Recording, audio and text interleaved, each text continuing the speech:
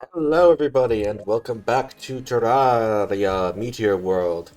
At this point, I don't know why I say Terraria like that in these intros. It's just what's done now, I guess. So I have been playing a Journey World save. Hi, Red, my friend Red. I've been playing a Journey mode game for like the last week in my own time, and I can foresee this causing a lot of issues with having stuff on different slots. Like already, I'm like, what do you mean my mirror's on 7 instead of 6? And stuff like, oh, I don't need to take all these items. I can just research them. Nope, I have to actually hoard things. Um, so yeah, that's fine. Also, I am gonna rename these chests.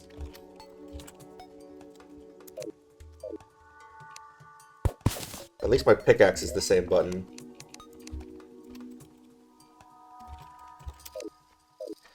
So while I'm doing this, today's itinerary, if I can read this out while also renaming chests. No, I'm gonna have to look back and forth. So, I want to try and get the remaining... These are not all the things we'll necessarily do today, these are just on the itinerary, TM, and maybe over the next couple of streams, potentially. So, I want to get the remaining pre-hard mode NPCs, which in this case is literally just some of the town slimes. They do nothing, but I want to have them, because those being the cool slime, who spawns naturally during a party, so we just kind of have to wait on that one. The clumsy slime, which we can get on a windy day. And the mystic slime, which we get by using purification powder on a mystic frog in the underground jungle. I don't know if they currently spawn, but we will be needing to make an artificial jungle at some point anyway, which I'll get to.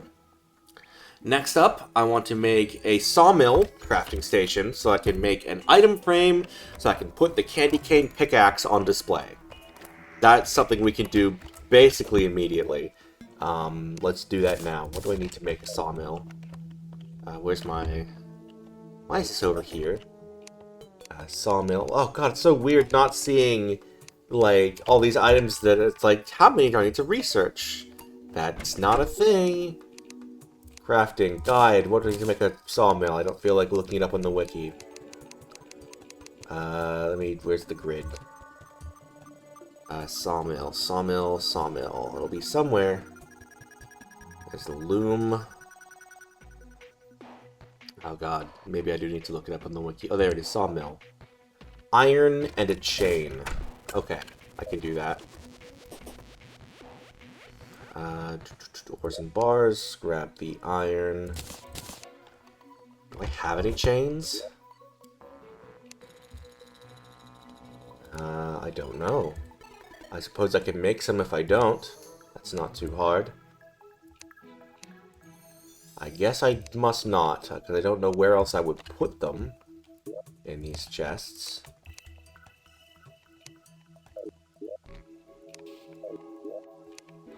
Yep, okay, I guess I need to make a chain. Makes a chain. Great talking good. Okay, now then, sawmill somewhere. Sawmill can be placed. Used for advanced wood crafting. Place. I don't need the. Oh god, I was so ready to just throw. Oh, I'll just throw away the mushroom, but like, this isn't journey mode. I don't think I've crafted a Well, I haven't crafted a grappling hook. I have the slime chain, slime hook, even.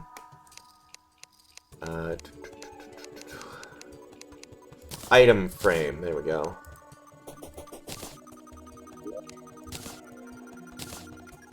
Just can just go in here for now. Item frame. We'll put you there. Oops. Come on. No, not that chest. Not that. Oh, I have the jellyfish necklace on this game. Weapons and tools. I just didn't see it. Surely I didn't throw out the candy cane pickaxe. Did I? I'd better not have.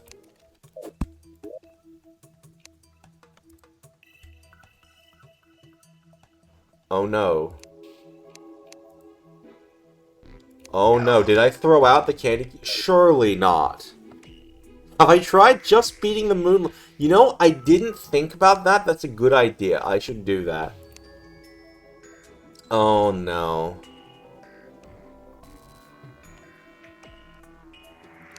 Well, okay. Check my piggy bank.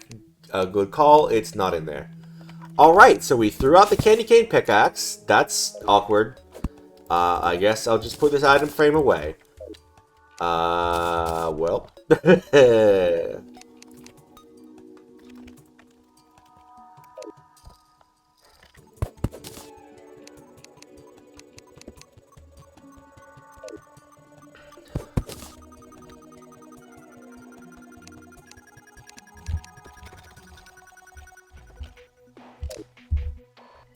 Probably split this into like accessories and other stuff at some point.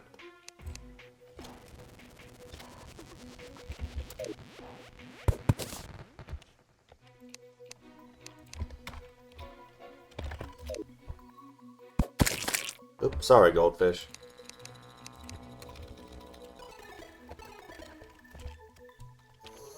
Yeah, well, deck is fine.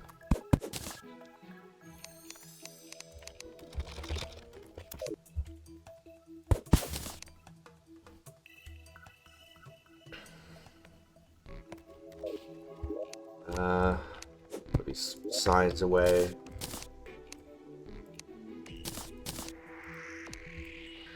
Alright, let's see how well I can get distracted from everything I'm planning on doing.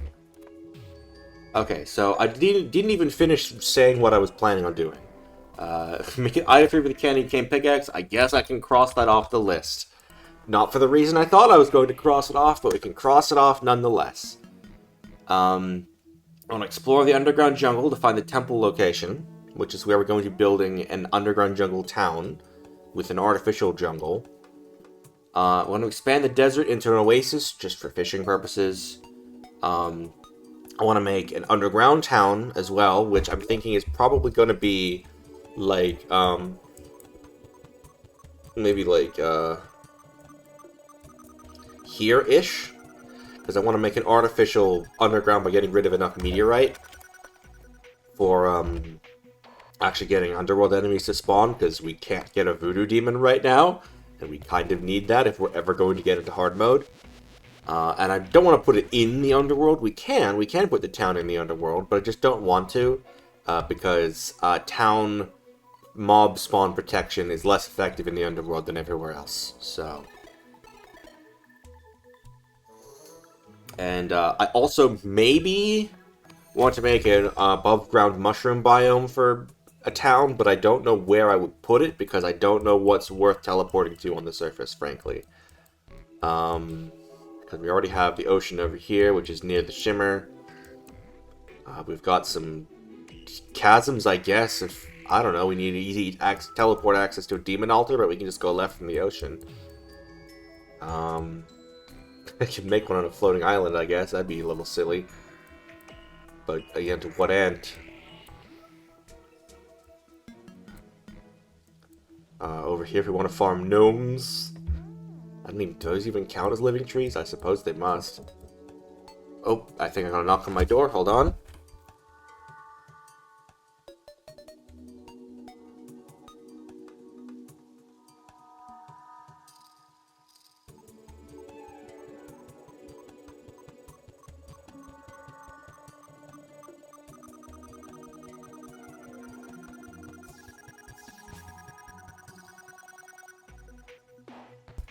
Update, it was not even my door. It was someone else's door. Alright, I think you have the wrong door. Let's see. The other places to teleport. There's another corruption, again, that's right near where we are. Freaking snow biome. We have a teleport to the dungeon. Yeah, I don't know where on the surface, where else on the surface we would really need a pylon, frankly. I'm open to suggestions. We have time to figure it out. Maybe in Canada. Well, that's awkward. We can't make it. We also can't make a snow pylon yet because we need to defeat the Frost Legion to get snow to build an artificial snow biome, which is a bit silly. Which is hard mode, and no Hallow pylon because obvious reasons. I think the first thing we do is probably just expand the desert. That'll be the easiest part. Do we still have any sand? I think the answer to that is no. I feel like we used all of it on the... Actually, maybe we didn't. Maybe I just put the extra away. I don't remember anything. Sounds like a goldfish just got obliterated by the force of space. Shop. Buy so much ale.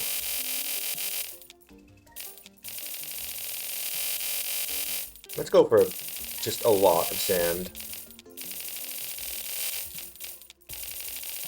We should probably do the Old One's army at some point, but I'm not sure what we would even want from it, frankly. I'd have to double check what it actually drops. I mean, I guess we could... I mean, it's pretty much just the sentries, right?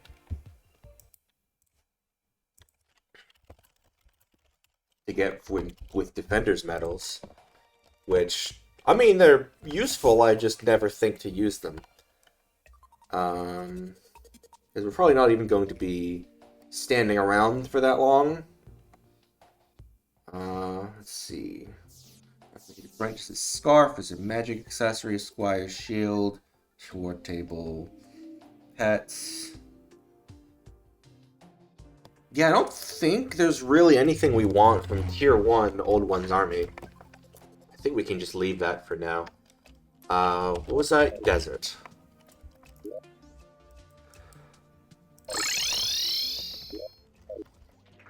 Also, I've decided I am going to start picking up more stars. Not for current use, but for future use. Oh my god, I don't have my wings! I don't have my fletchling wings, or whatever they're called. Oh, this is so weird. Do I not... Hello?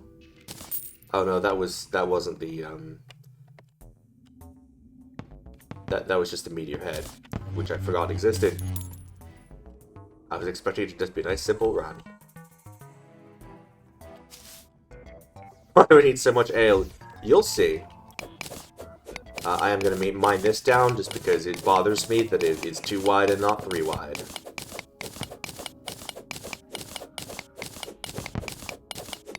I should get some froggers in my journey mode world, honestly. I've been using the imp staff there, and it's like... They're not that good. They're kind of stupid.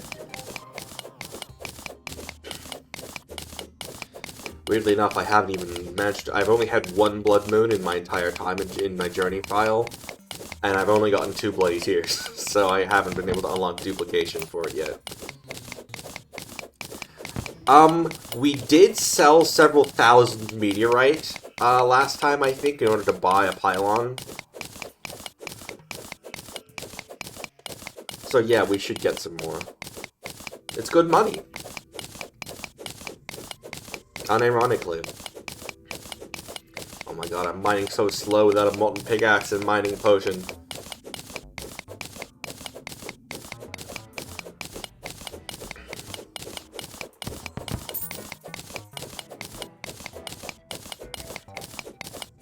I feel like I was saying something else and I've already forgotten what I was actually saying.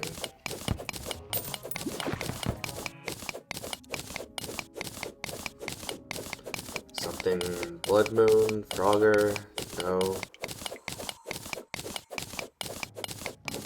I finished saying that. What else was I talking about?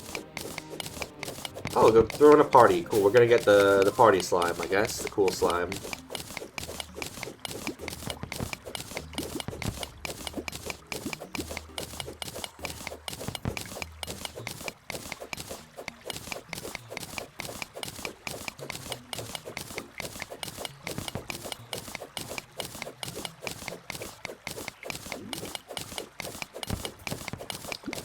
By the way, once we eventually get the pumpkin moon, I think it was the pumpkin moon or the... I think it was the pumpkin... Not pumpkin. Frost moon. Why did I say pumpkin moon?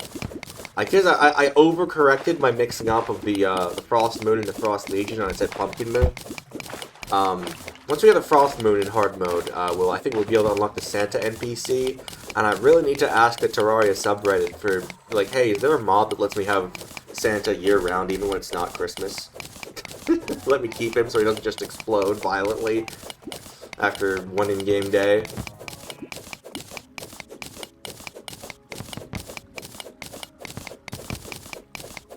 Ooh, 6,400th Meteor head.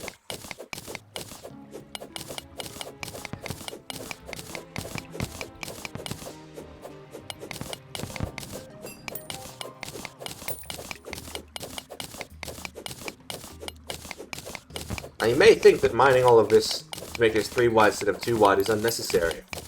You would be correct. However... Oh gosh. Hold on.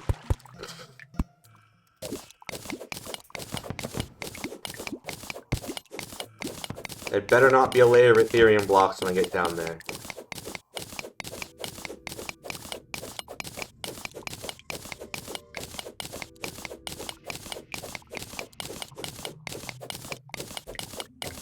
Yep, cool slime has arrived.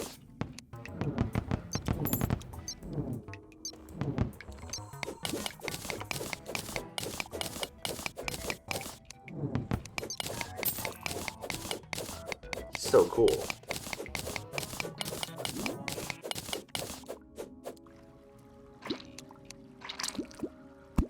Oh god, I don't have my extra placement range from Journey Mode either. It feels so wrong. My reach is so short!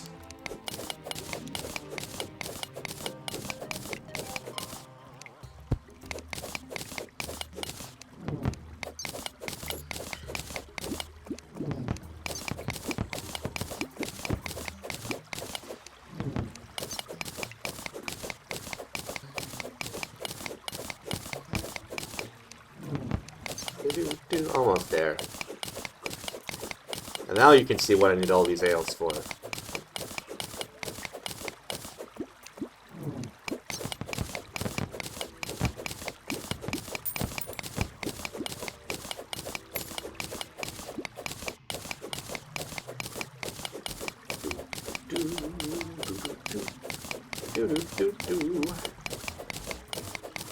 I don't see any water off on the left of the screen, so that's good. That means we probably have not created a bunch of Ethereum blocks. Okay. Shimmer these 1,000 ales to decraft them into 1,000 mugs. Shimmer those to decraft them into 1,000 glass, and shimmer that to decraft them into 2,000 sand. Perfect.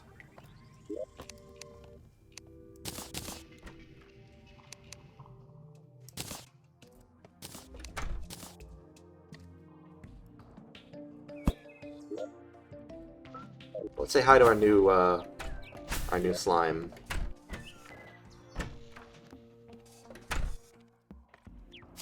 All right, there's a party. Okay, great, good job. Oh, we can get a slice of cake. Okay, time for the most pointless thing I do.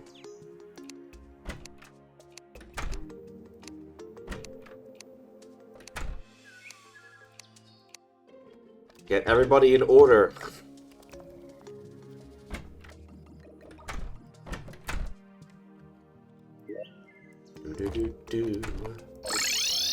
Off through the desert. Oh hey, we've got a single cactus. I need to go get some wood. But before that, I just do this thing I'm intended to do last time. Oh god, my freaking placement range! I hate it!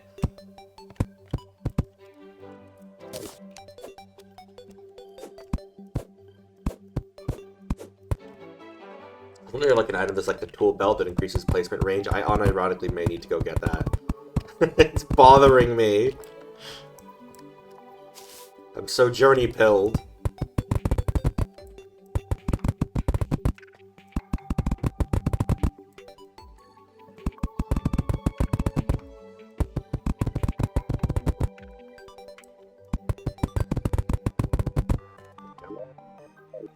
That matter? No.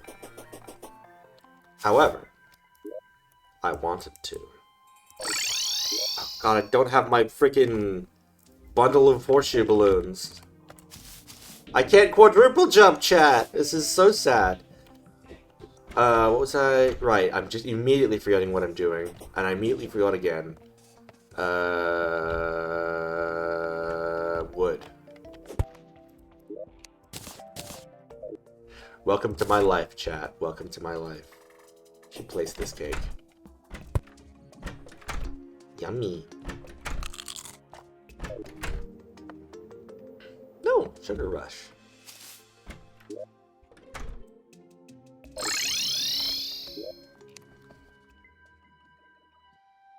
Alright, let's see. I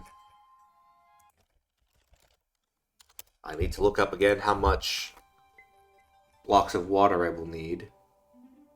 300 or more tiles of water. So, math, that's 10 by 30. I think this is 10 tall, but we'll do, is this 10 tall? No. 1, 2, 3, 4. Oh god. 4, 5, 6, 7, 8, 9, 10. Okay, so we're gonna have a bit of extra. Oh god. My arms are so short, chat.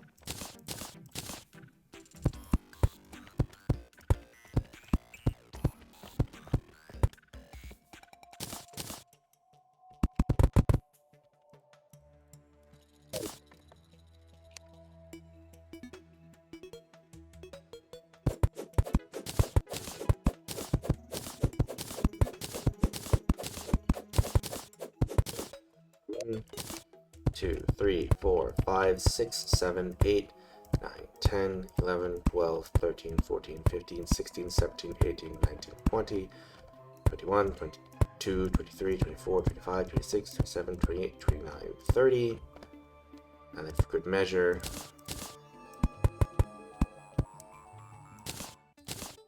2, 3, 5.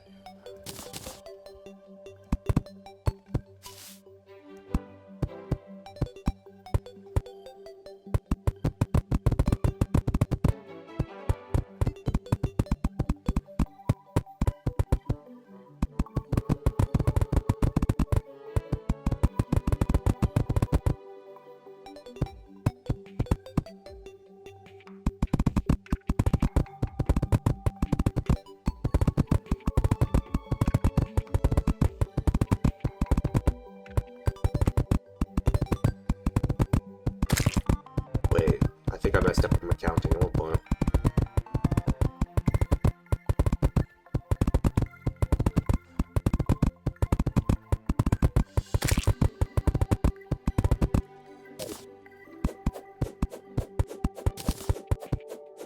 Oh, my arms are so short. So height 1, 2, 3, 4, 5, 6, 7, 8, 9, 10. 10, yes. Okay, height is correct. Width should be 30. 2, 3, 4, 5, 6, 7, 8, 9, 10. 1, 2, 3, 4, 5, 6, 7, 8, 9, 20. 1, 2, 3, 4, 5, 6, 7, 8, 9, 30. I did make the mistake I thought I made.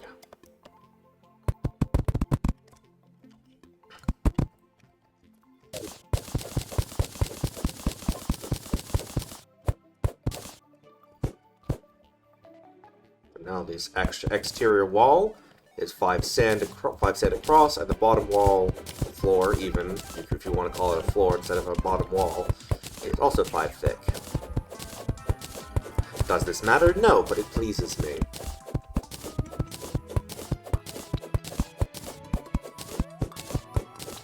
Hey, gate.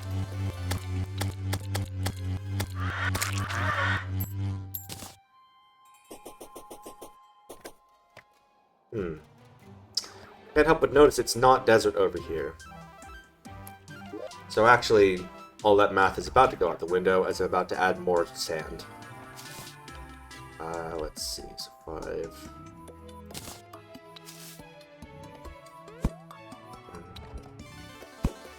2, 3, 4, 5, so 10.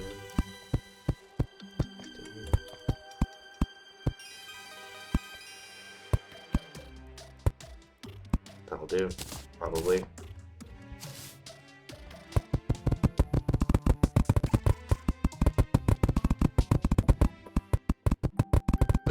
Yeah, off they go. Nope, not that one. That one's stuck forever. Goodbye.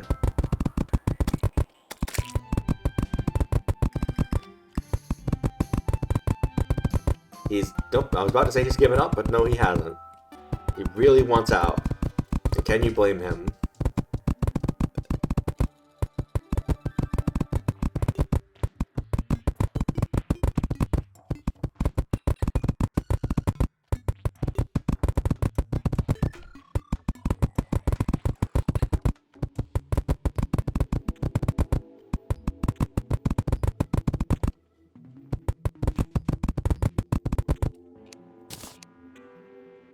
Over here is still not desert.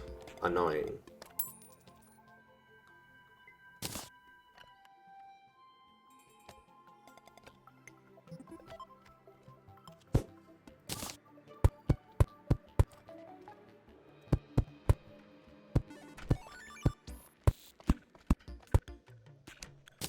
Just keep going like 5 at a time until it counts.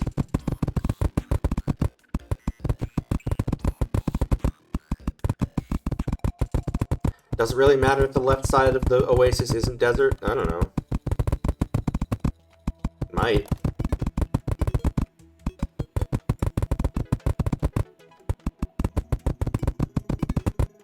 You see now why I made so much sand?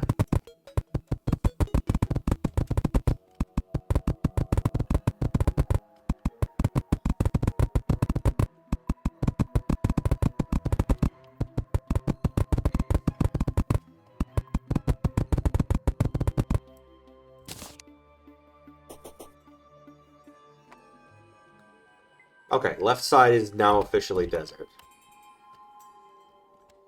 Barely. But that's all we need, baby!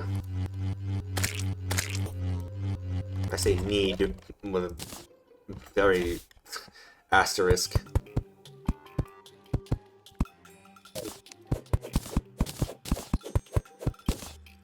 Anyway, time for magic.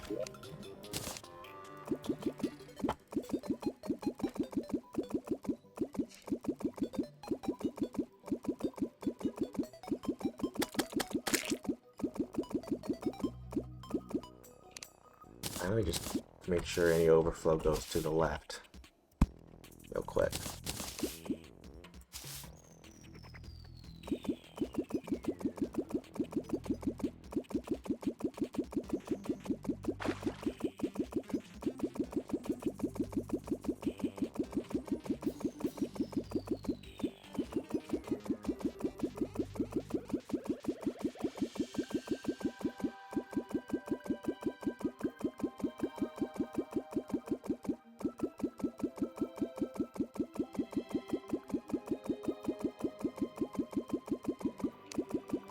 Party time's over. I'm sorry to report this, chat. There's still a billion balloons in the background, but...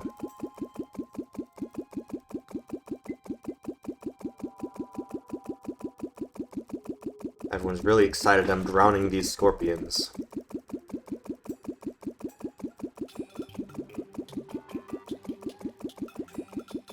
gosh, I have 6 messages. Hold on. Who is saying hello?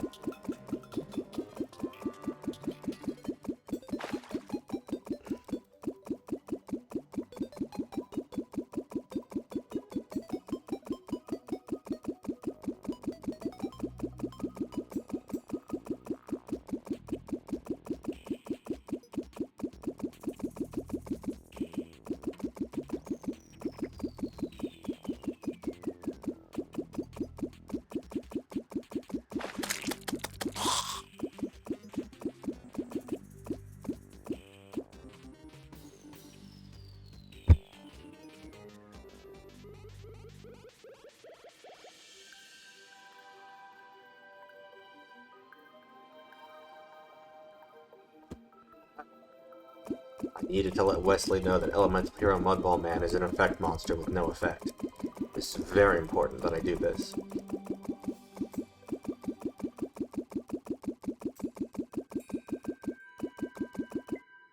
I just realized the problem with my overflow to the left theory. There we go. My range!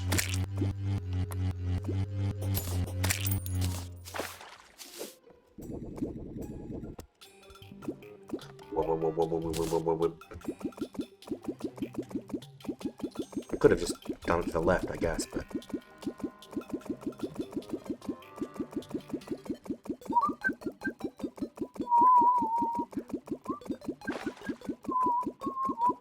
Oh, oasis plants are growing already. Nice! This is officially an oasis. I'm still gonna finish duping the water just so that it has maximum possible fishing power. Get him, Froggers.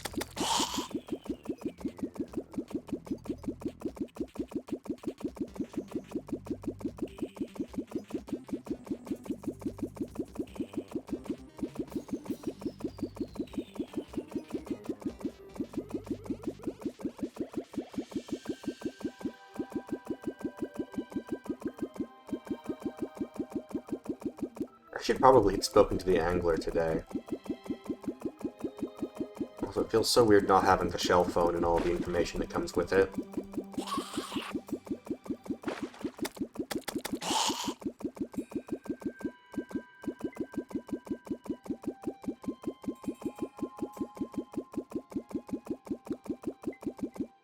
There we go. 300 tiles of water.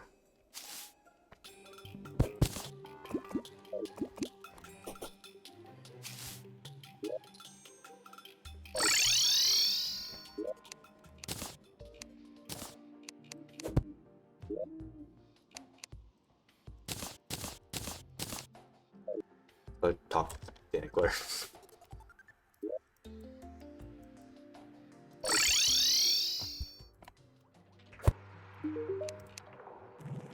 Jungle surface. We can't do that one. Sorry, buddy. We don't have a surface jungle. Anyway, we can make Oasis off my checklist now. That was the easiest one. Oh, and I can cross off Cool Slime.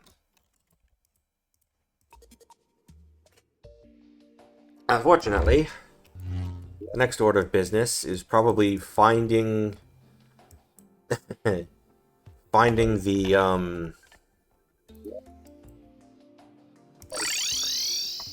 jungle temple.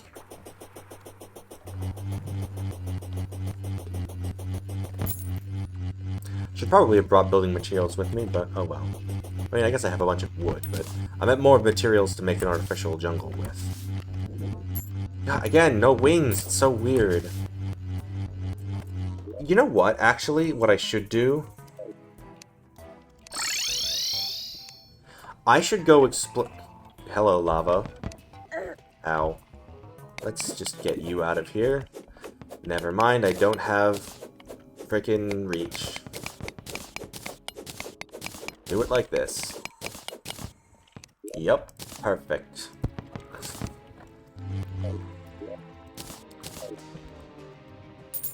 I'm gonna go explore underneath that, those living wood trees. Not for gnome purposes, but for... Maybe I can get a finch staff, and if it's a finch staff, I can shimmer it into wings, I think. Or does it turn into a living wood wand? Hold on, let me double check that. Fledgling wings are from sky crates. Okay, change of plan. We are not going to the tree. We are going fishing. Because I would very much like some wingas.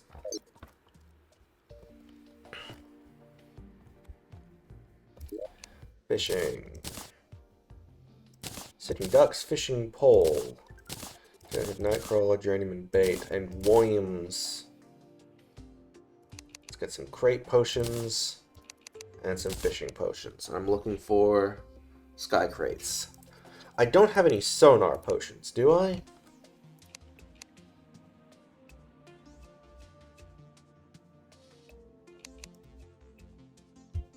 Titan Builder, Calming Heart, Reach, Mining, Gravitation, Hunter, Archer, Water Walking, Thorns, Battle, Light Owl, Shine, Visibility, Spelunker, Feather Fall, Man Region, Iron, nope, nope, no sonar.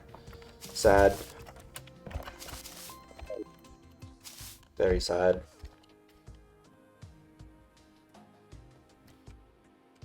Fishing content time.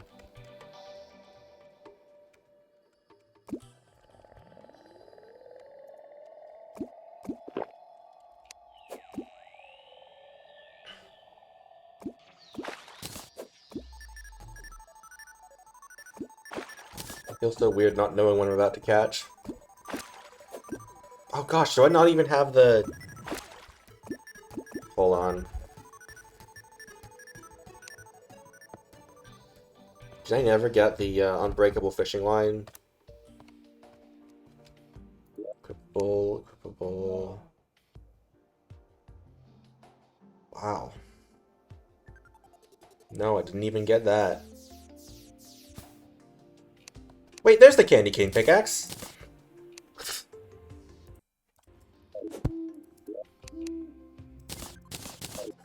Y'all gaslit me into thinking I sold it. There we go.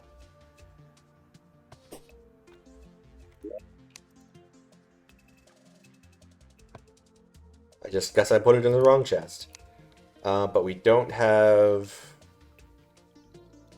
No.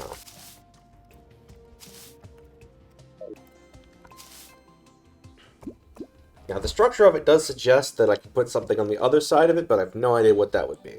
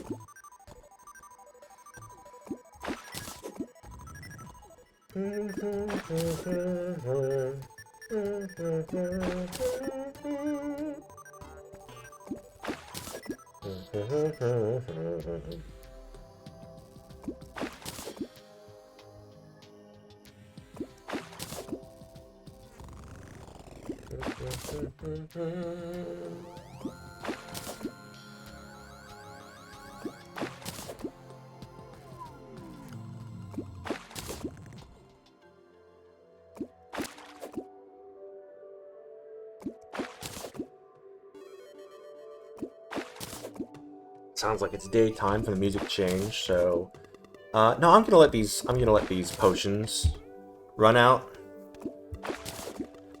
And then I'm gonna go see the angler. See if I have a doable quest.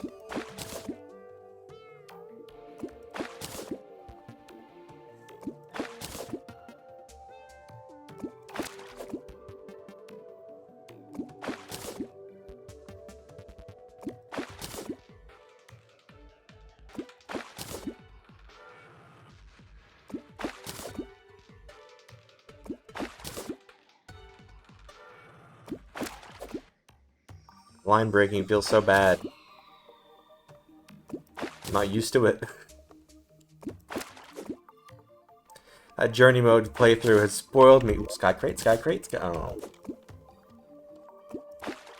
Golden crate, hello.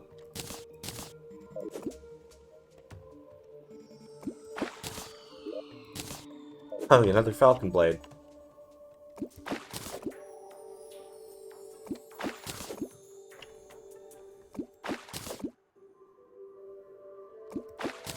Sky crate. And lucky horseshoe. Apparently a 1 in 40 from Sky Crate. So this could take quite a while.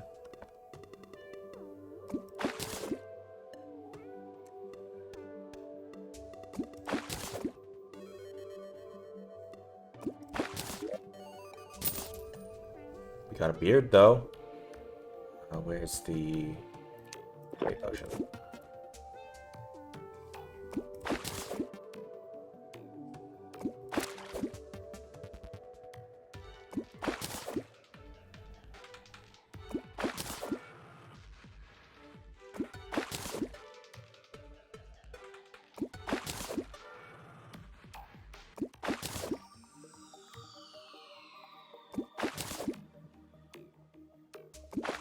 Oh wow, I totally accidentally reeled that in like at the first possible frame by misclick.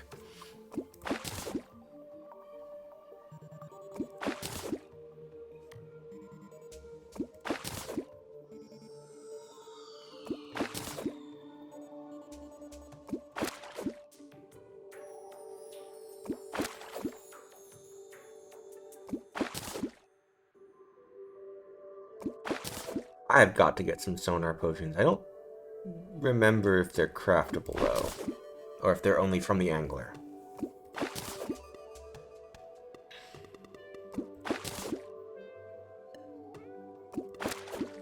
I guess it doesn't really matter. All that's really mattering is that all it's really affecting is that it's using more bait.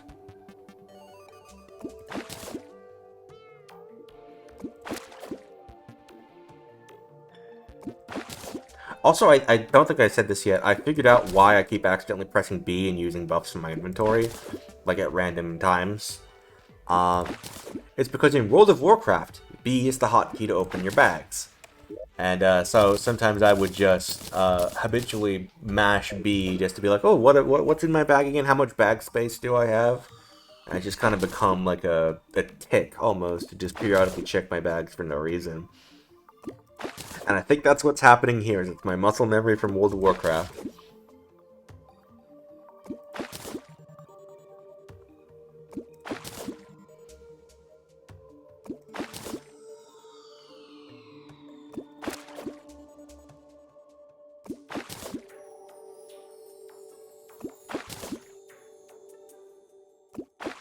Nope, a sky crate. I'm just gonna keep fishing. Because I'm running low on inventory space, like I need to stack some stuff before I open more crates.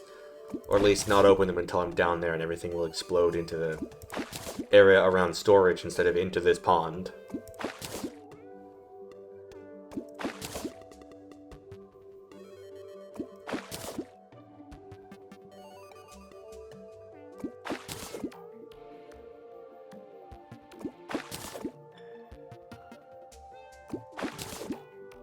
If I don't get the wings from this, then I'll just do it another time. I don't have that many potions, and the line breaking is kind of annoying.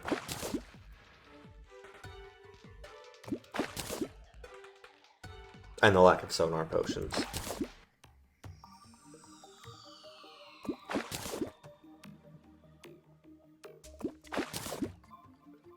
Anyway, how you doing, chat? Are you enjoying this great fishing content?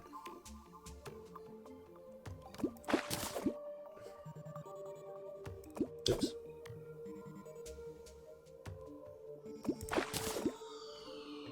Wow, I'm getting so many crates, says the guy with a crate potion active.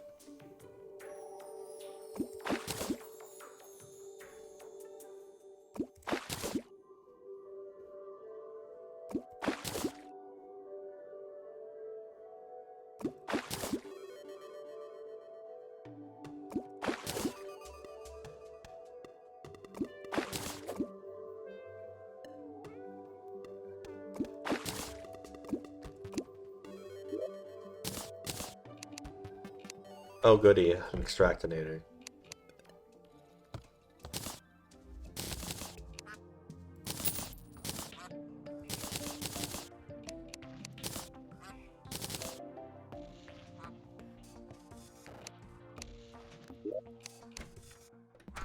Didn't have any gold ore.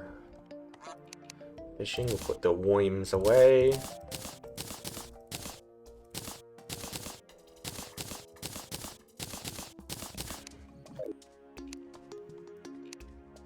Let's see.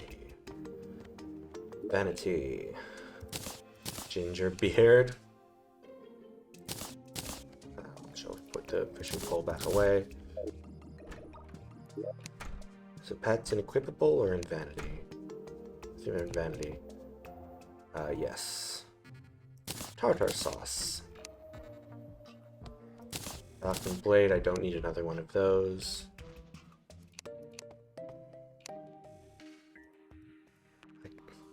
Oh, legendary Star Fury, that's fun. Lucky horseshoe. I don't need another climbing claws. I don't need another radar. I won't need more sailfish boots, I don't think. Shiny red balloon, maybe? I can just real quick staple these two together.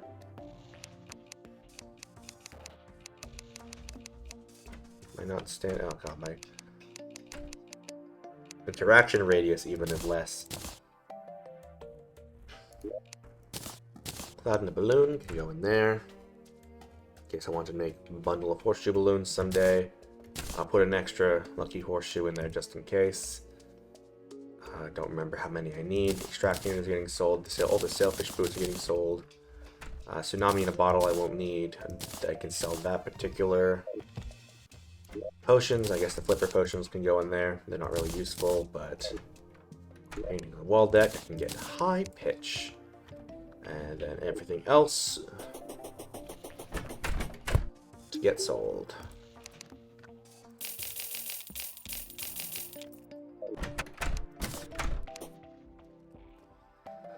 Alright, I put the fishing rod away, but that's okay because I can just come back after checking with you. Hey, Simon. Caverns. It's doable. Probably.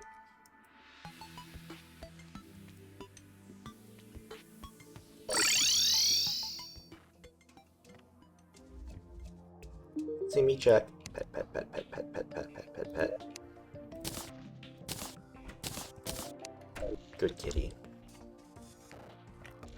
I hope he's doing okay out there.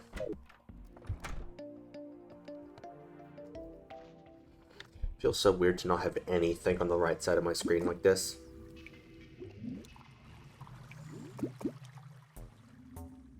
I think I'm just in underground right now. I need to be in caverns.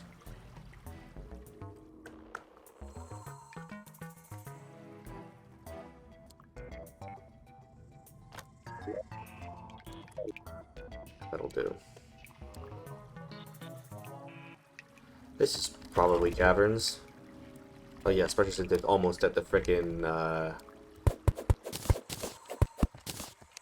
almost at the frickin' lava.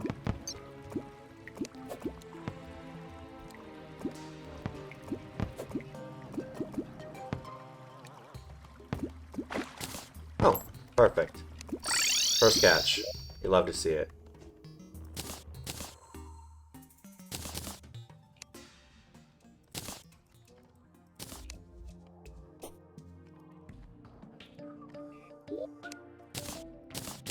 You know what? They should enable block swap for chests, so you can change the type of chest without affecting its contents.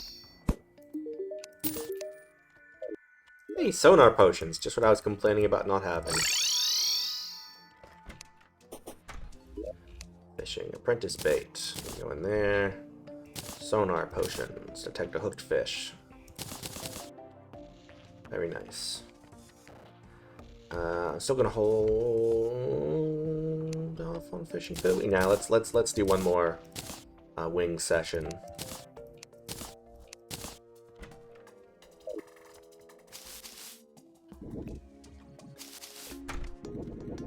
A nice little wing sesh. Because my jump height feels so small.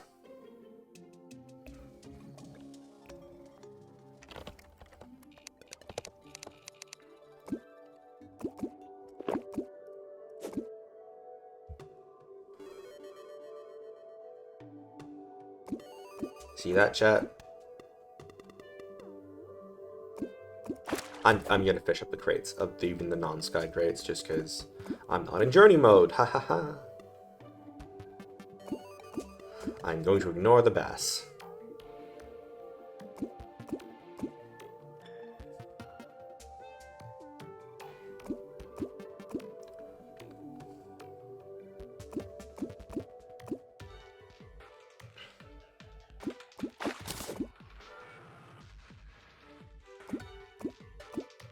Sure, frog leg, why not?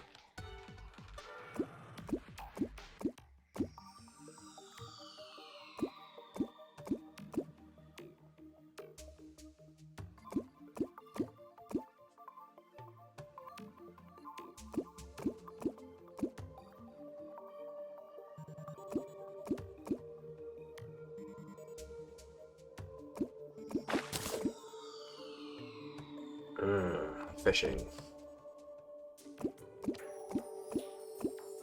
Someone reminds me to grab artificial jungle stuff before I go exploring the jungle. So mud and jungle grass seeds. Do I have mud? I can make mud.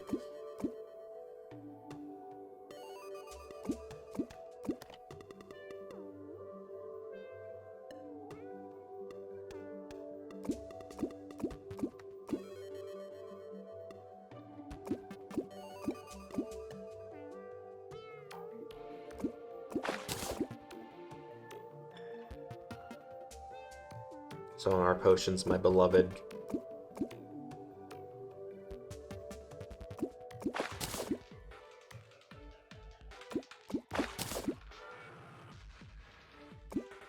Wow, 3 iron crates in a row. Wonder what the odds of that were, given my current setup.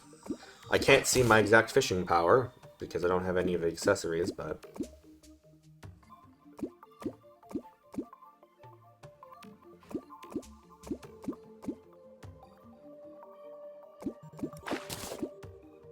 I mean, these iron crates are nice, but they're not what I'm after.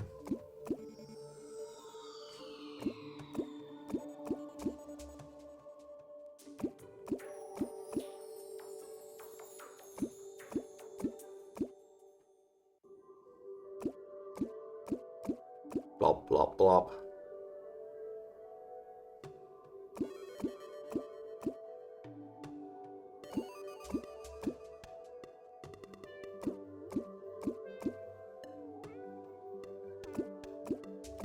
Don't need more bombfish.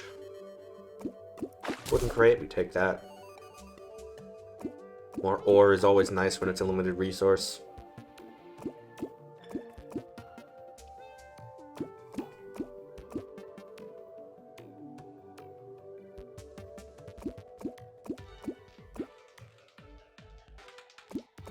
Die crate, thank you.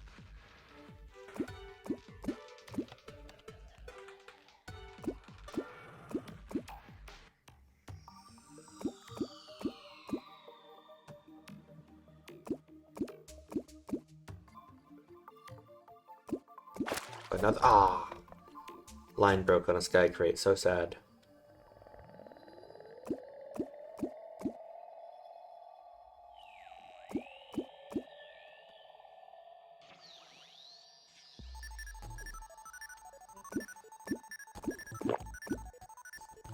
So, I know that, like, fishing would probably be something that would be best done off-stream, but I really don't want to play the save file off-stream. It's like, I feel like I should document everything. You know? Make sure I'm not cheating. Aside from the times when you guys have proved my cheating. Like, unmowing the grass. Which is technically cheating because it was using de-edit. But more stuff like, unplanting my gem corns, or... Oh, so much for that golden crate. Or looking to see where the shimmer was, but... Really, I could have just looked up the general spawn location of the shimmer and found it without any real problem. It spawns in a pretty consistent location, actually. I just would have been a bit alarmed to how deep it is. I'd be like, is this really the right place? Am I going to hit the bottom of the world?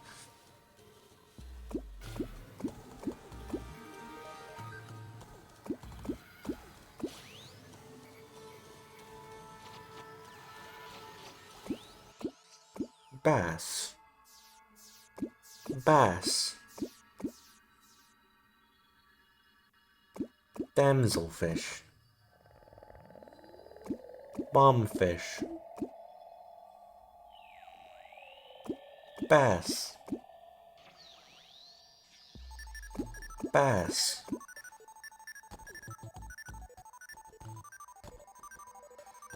Bass. Bass. Wooden crate. Bass.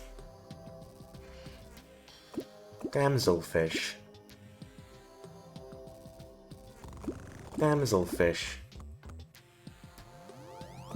Damselfish. Damselfish. Bass.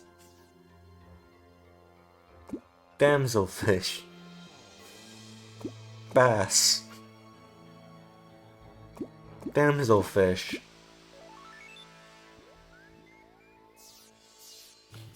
Bass. Aren't you so glad I'm not wasting all my bait on these random fish? Wooden crate. Damselfish.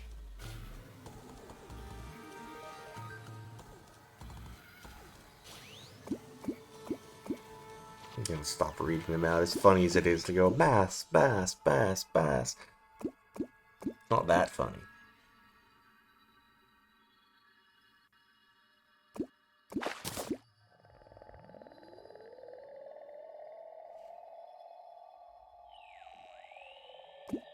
Imagine if that demon eye just came out of the background and became an actual enemy spawn. Instead of an ambient background object. That'd be messed up.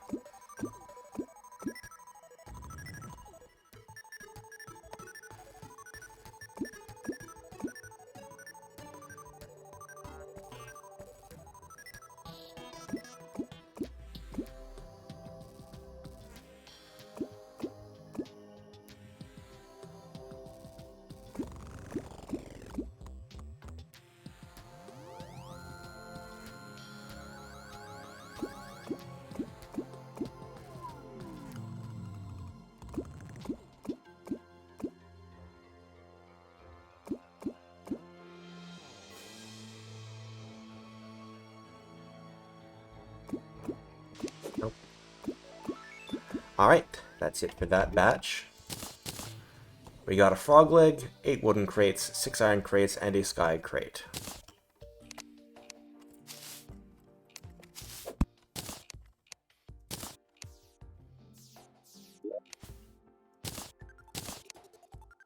Frog leg in there.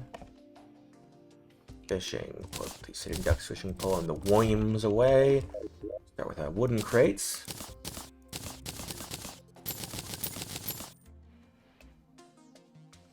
A lot of various junks. The bait's nice.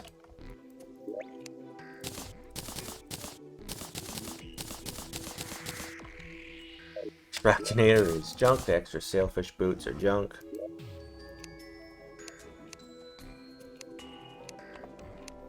And crates. Wow, another tartar sauce. Oh, it's a master. Some bait, parentheses, master, and parentheses. Sell our extra mini minotaur.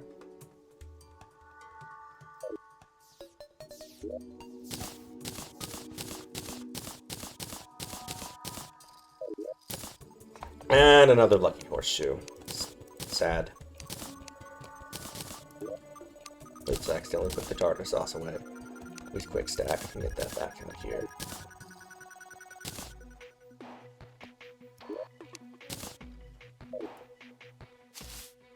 Nope, no luck on wings for now.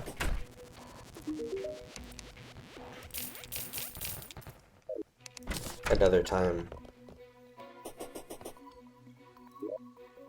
I could keep fishing, but we have other things to do.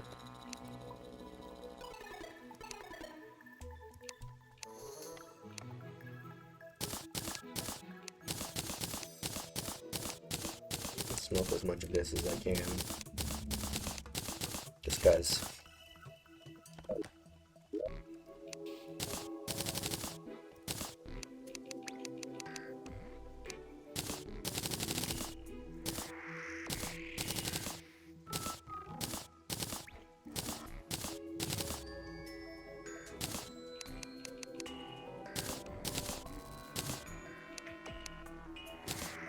There we go.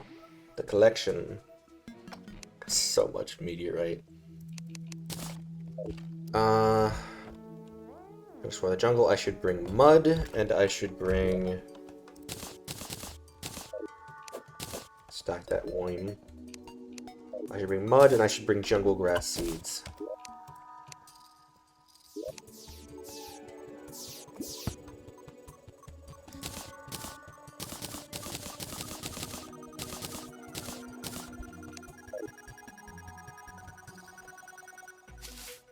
More fireflies to capture? No. Mud is jungle grass seeds, keep the wood.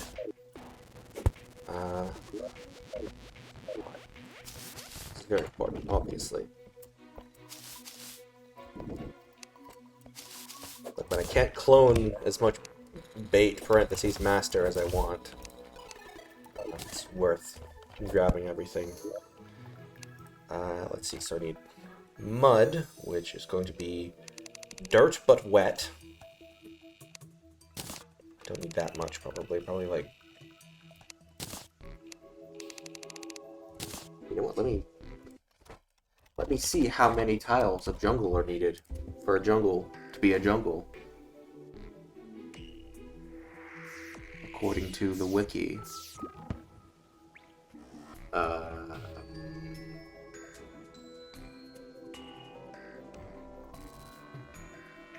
Minimum 140 jungle-related tiles.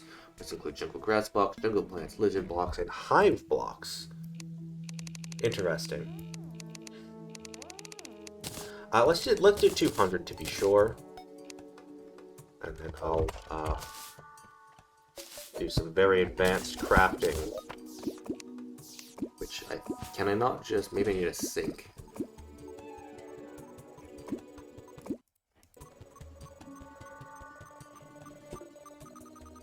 One block, add water. Okay, I guess it just doesn't work from this side. The wall in the way. Fine. Mud block.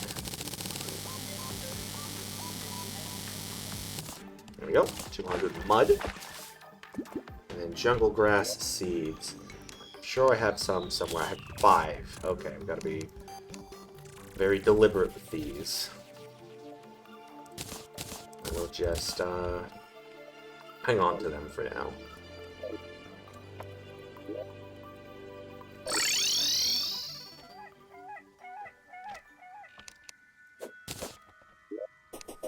Capturing seagull to sell for money later.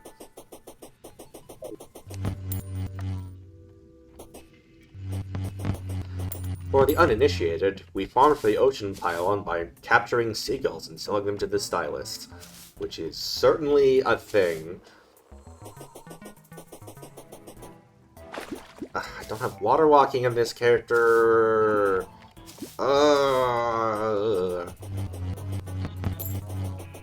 I don't have my Terra Spark boots. No. Can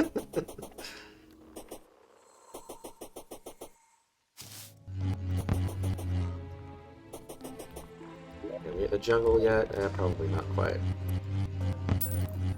Kind of hard to tell because, you know, it's not a whole lot of indication. I mean, this kind of gives it away.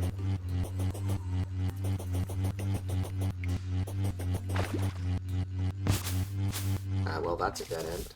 Lol-lamau. The less digging you have to do, the better. IMHO.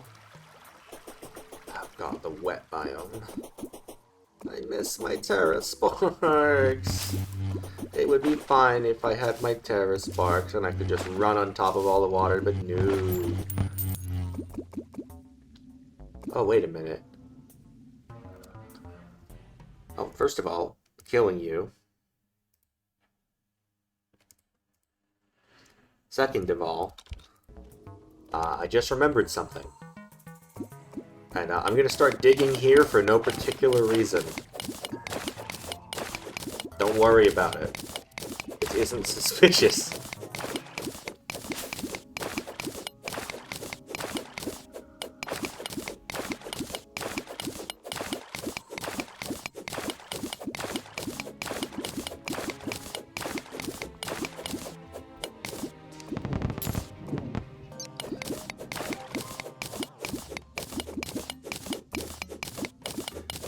I like how the spam bot is almost named Liz the Lobster. Like how, like you just did random letters. How did you do that?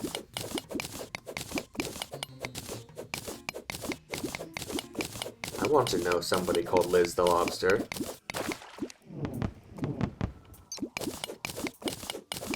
Somebody make a new Sonic OC, Liz the Lobster.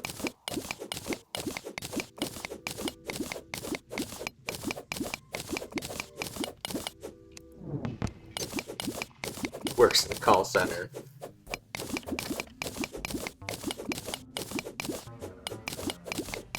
Telling people to, oh, that they're definitely Microsoft support.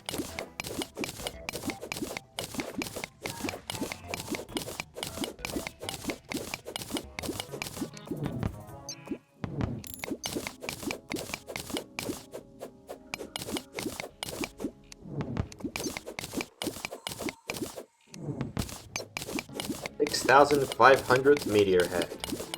Another milestone.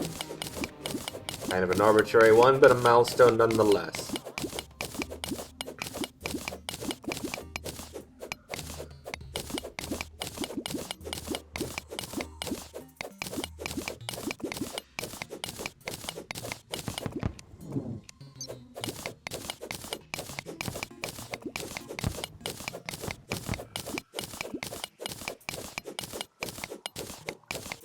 Speaking of two-digit numbers that start with 6, can any of you youngins explain the 6-7 meme to me? Like, I don't get it. Like, what is it's just numbers. What's the joke?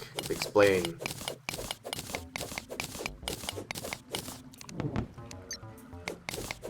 Like, does it mean anything, or is it just like that one SpongeBob clip with like, oh, you know what's an even funnier number than 24, 25, or wherever it goes. I don't even remember what the number SpongeBob said is, but that's what 6-7 feels like to me. Is it feels like that bit.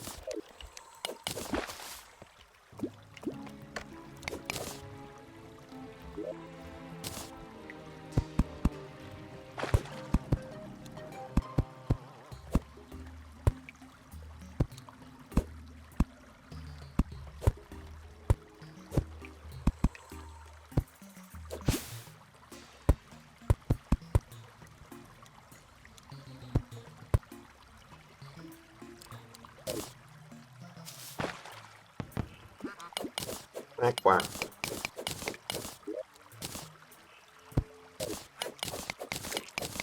Sound of duck exploding in the distance.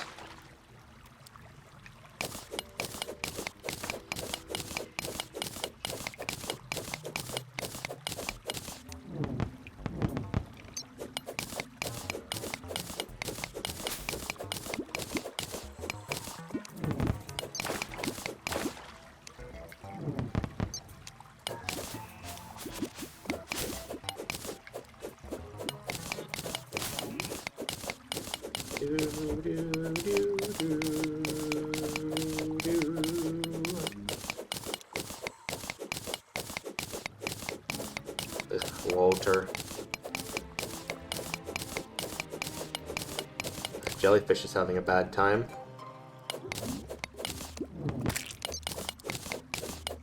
Not only is it stuck out of the water, it's stuck in cobwebs.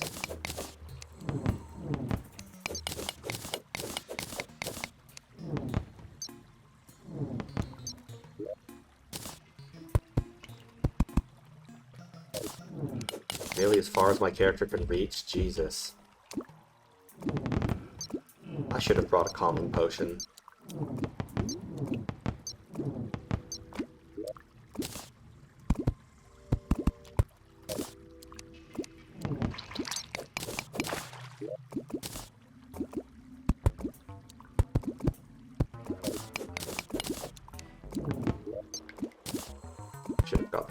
as well.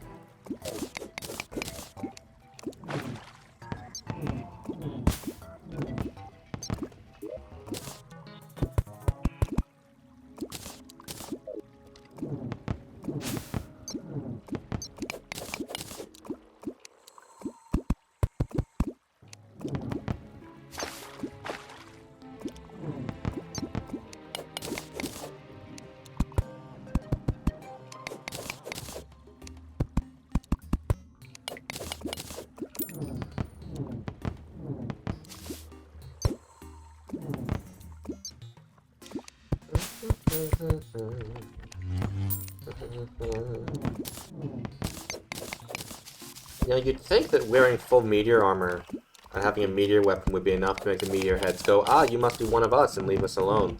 But no.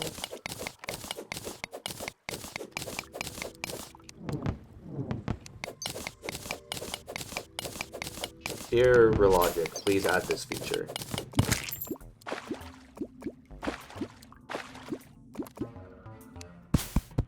It just makes sense. Okay, well there's a demon altar here. Interesting.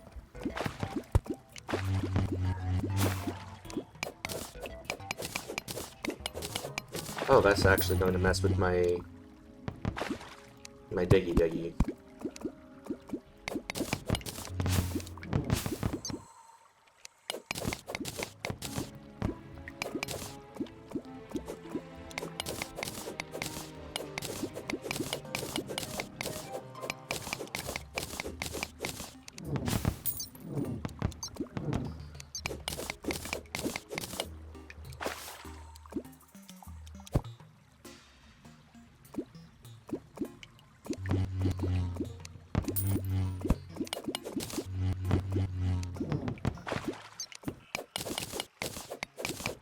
Probably fine. So I have a horseshoe. It's fine. In theory, I won't actually need to come back down this way again anyway. I'll just use the town portal pylon. Hopefully.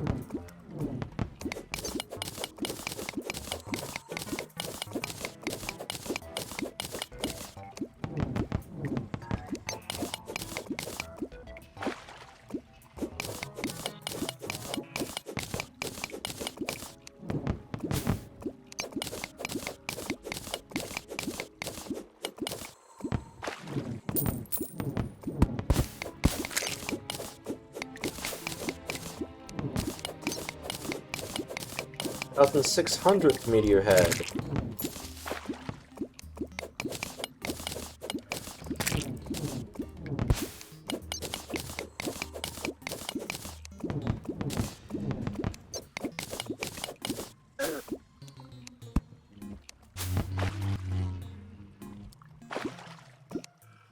Really wish I bought a common potion.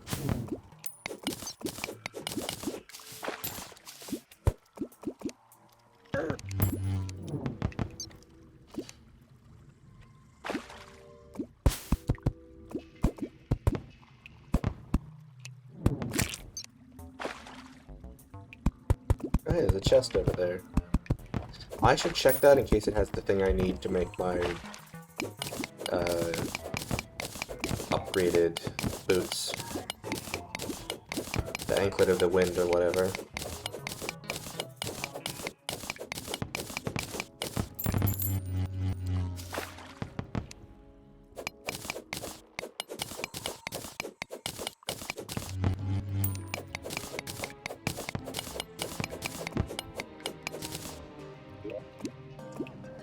It doesn't.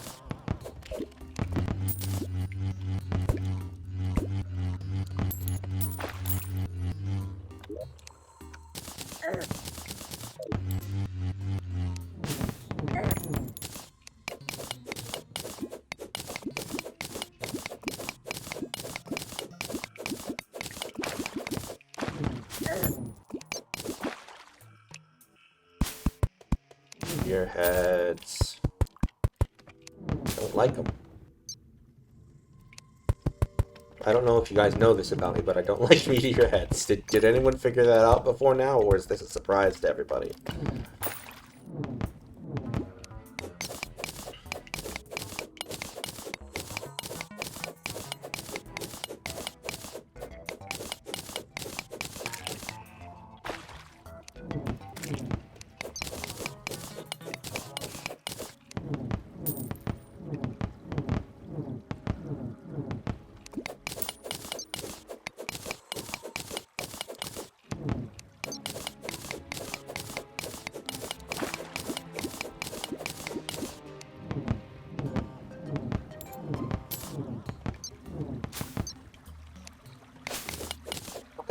This section here before with teleportation potion. That's fun.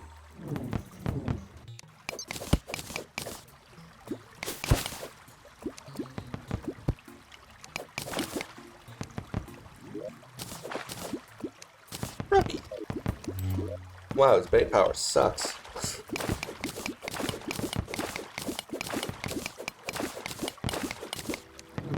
What is that? Is that just like a thorn? Yeah.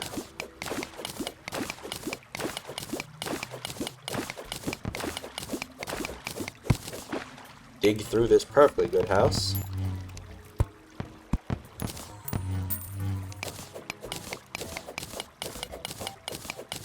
Just over there, I'm almost certain I would have already looted it.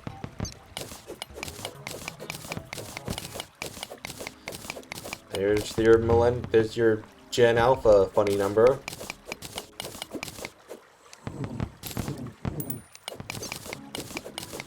Still don't know what it means.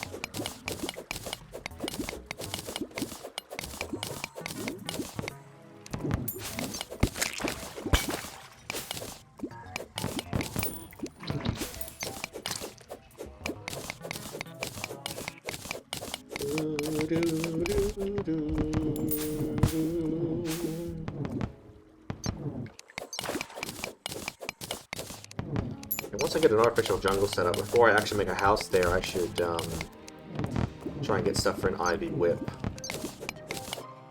Oh, I didn't even realize this was there. Whoopsie.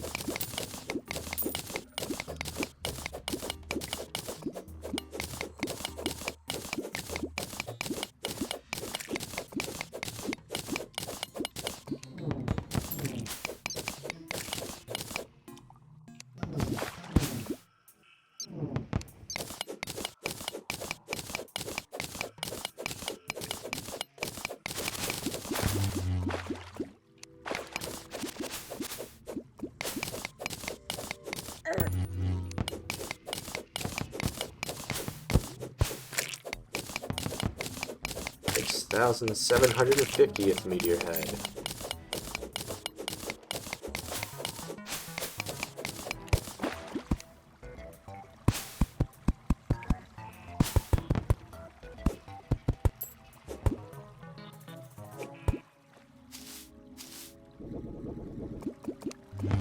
I should check that tree's chest there real quick.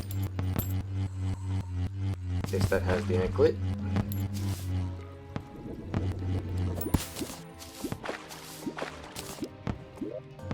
It does not.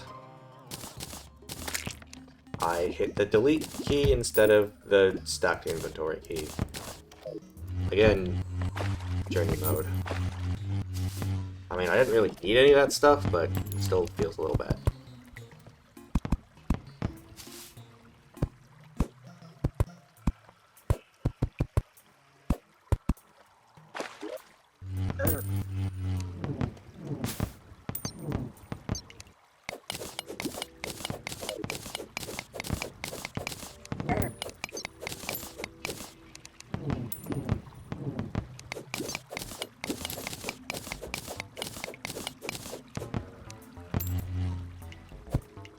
I just realized the temple's gonna be made out of meteorites, so we can just probably just bust down the door and go in. There's not much reason to, but we can. Actually, I just realized we might as well grab... Oh no, maybe we might as well grab the altar, because... no, I'll leave it there. I think the background walls will make it enough of the temple for Golem to not be enraged. I hope. But we probably could pick it up, because it'll just be on meteorite, not on temple, not on lizard bricks.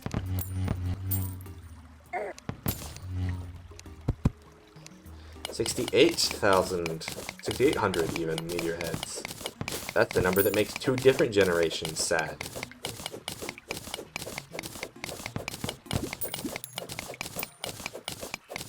I am still totally gonna bust open the door because it'll be funny though.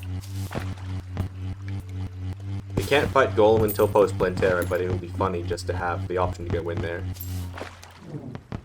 and get killed by lizards. Because unlike in my Journey Mode world, we don't have a star cannon with infinite ammo.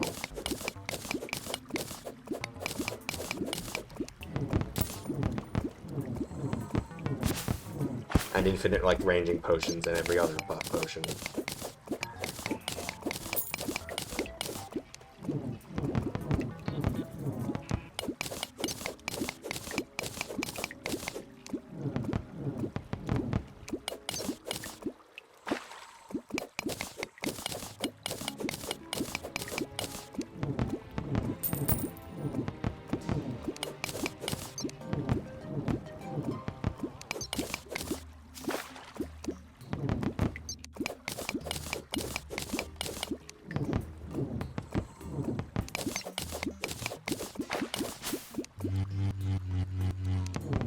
Look at all those mana stars on the wall.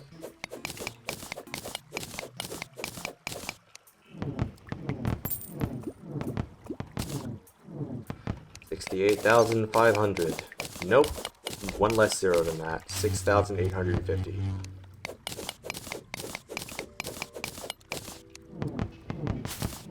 If I killed 68,000 meteor heads, I'd be insane by now. I think I already am, but I'd be more insane. What is... Did you guys see what Frogger was doing there? Or one of them? I don't know which one's Frogger 1 and Frogger 2. They are literally identical. And that's not all frogs look the same. I mean, it's literally just the same entity, but twice. They are clones, you see.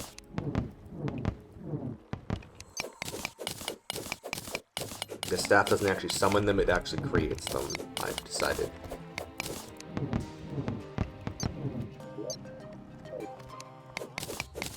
Well, by summon... Summon does not mean bring to you from another location, it does mean, like, create into existence. According to me. And how else do you get duplicates of the same summon? Or anything where there should theoretically only be one. Is there clones? What are they doing over there? Having a little party. Just get over here.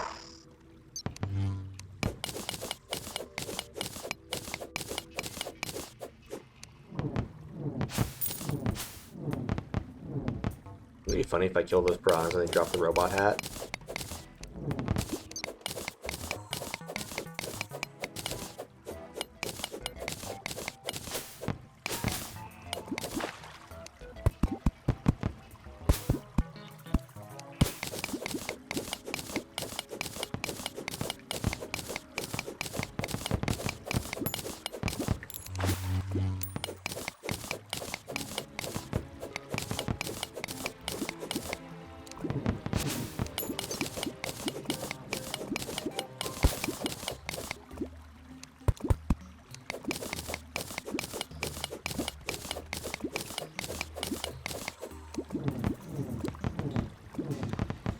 Any of y'all still here, by the way? You just lurking, or am I all by my lonesome?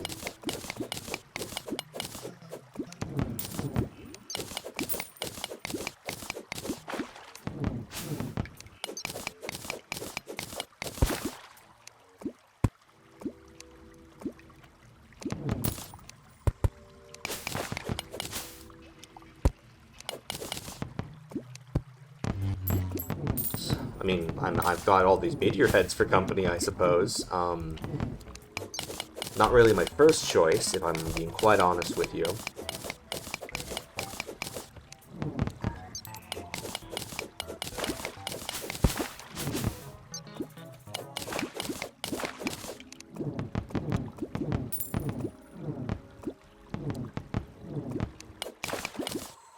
I don't know, man. Is digging a hole through meteorite for 5 hours not the most engaging content that everyone wants to be watching? I don't get it.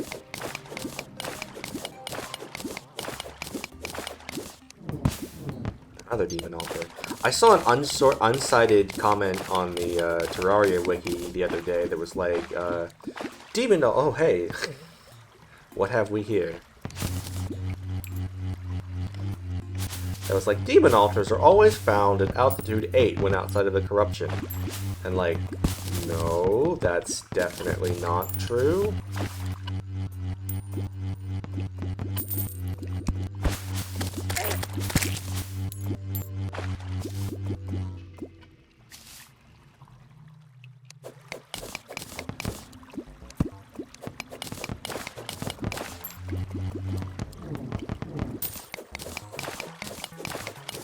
Anyway, you guys perceiving what I'm perceiving?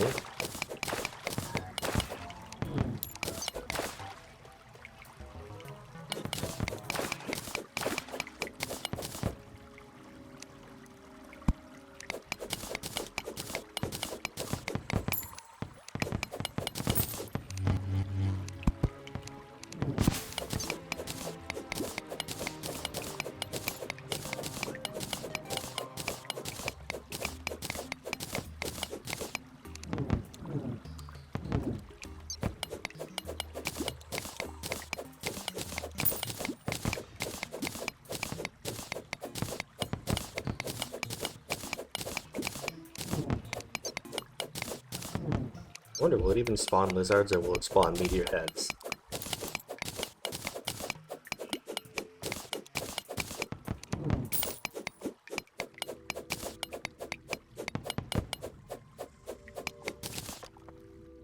Alright, welcome to the temple, everybody! Here we are! This is the temple entrance. Wow, there's 2 chests here. Incredible. Oh, there's a...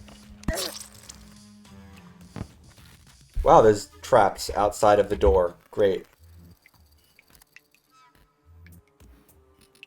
Well, that hole is now going to be useful.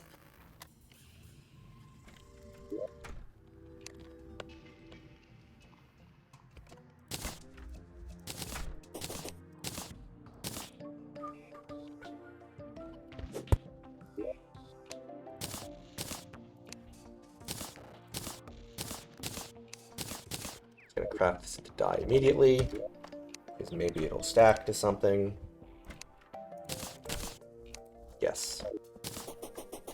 Let's sell this seagull.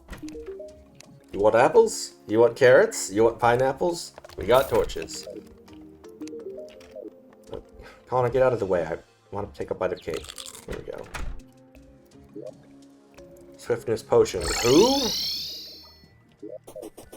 I did not get my second Frogger buff. Oh well. I can just go back. What am I doing? I can go back and take a new bite of cake.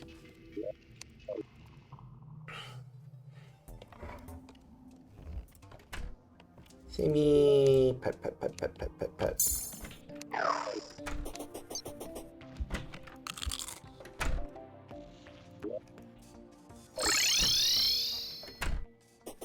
Sorry, Angler, we got no time for you.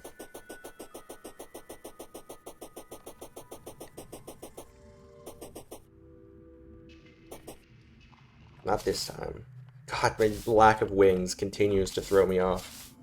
I miss my fledgling wings. I think I already hit up all the floating islands, didn't I? And none of them had him. Sad. Anyway, I'm sure the fact that I dug down at a particular location and ended up basically at the entrance of the temple is not at all suspicious. Not at all. To be honest, I forgot I had looked it up until I suddenly recognized the geography of that area on the surface. I was like, oh wait.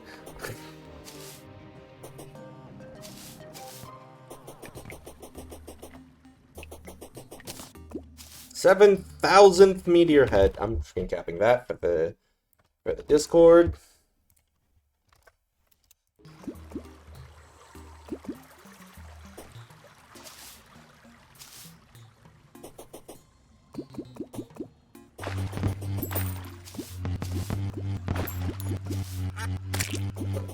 Explode!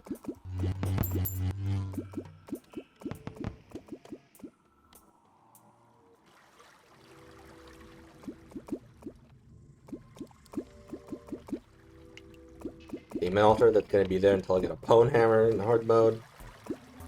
At which point we won't need this hole anymore, but oh well.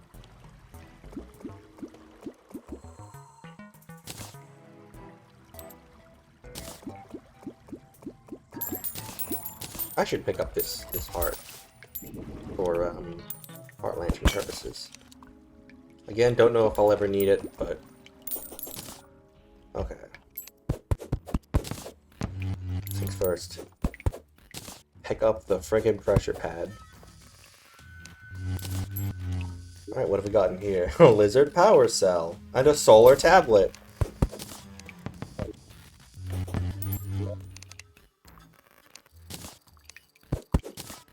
Right, we'll take these. I can't break that, but what if I... No, that doesn't make it explode.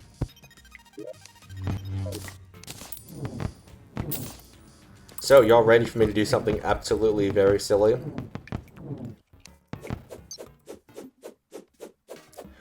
Wow, I can't break this piece of meteorite to break the door. That's hilarious. It won't let me. But that's okay, because I don't need to.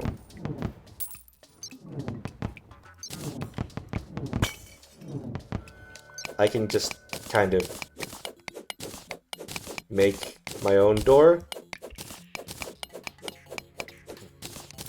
Yup. Screen capping this too.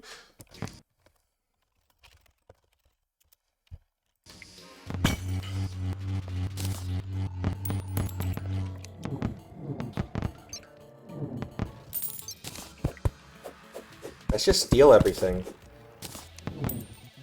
For no reason other than because we can.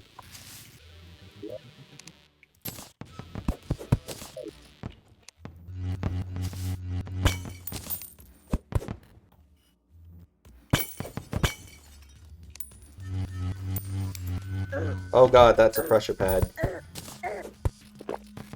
Alright, let me just stand here for a minute until they all go away.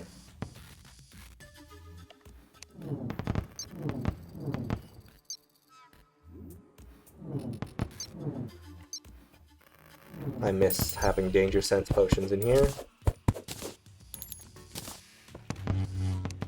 That's a pressure pad.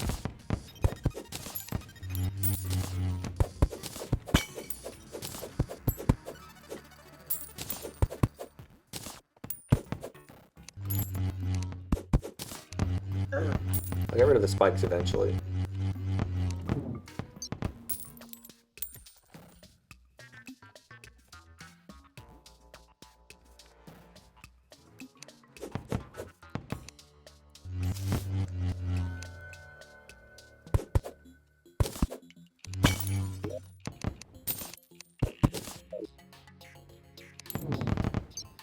I do think this is very funny, for the record.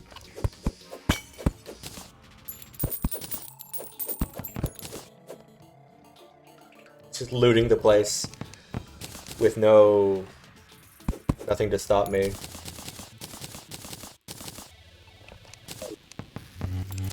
Oh, well, there's that.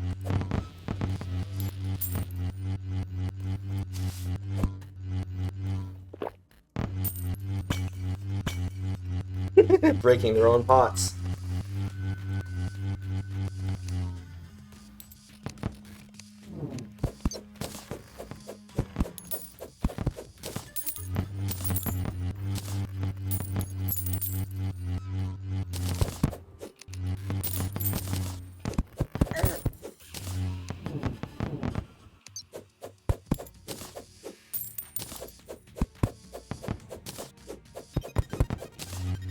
very silly.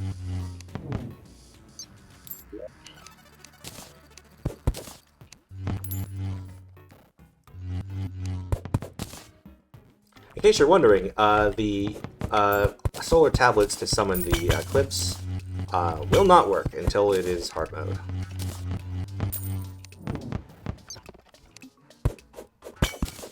They simply just do nothing.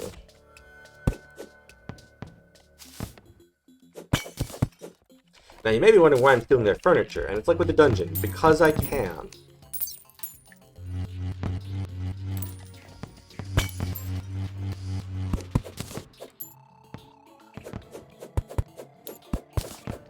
And I kind of just want to assert dominance on them, you know? While they're not here to do anything about it.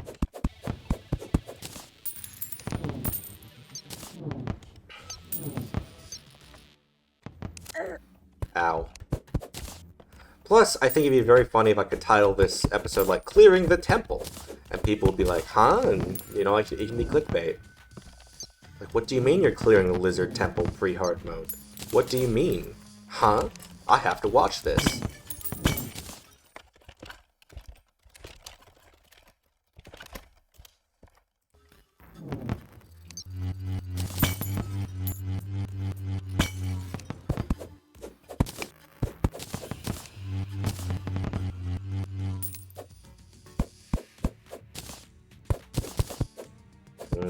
Memories of the dungeon. Alright, there's traps around here.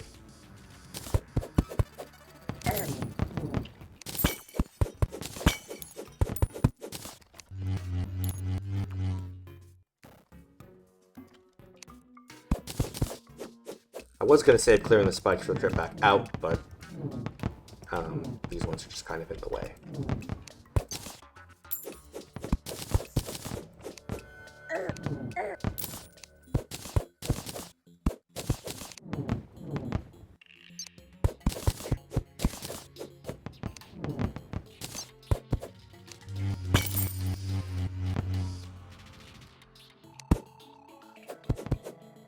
Once I eventually do come in here in hard mode, it'll be very funny. Just that there's just no traps in here. I mean, technically the traps, the actual traps, are the one things I can't remove, but, you know, without any pressure plates, what are they gonna do? Why are the wooden spikes more damaging than the metal ones from the dungeon? It makes no sense. Uh-oh.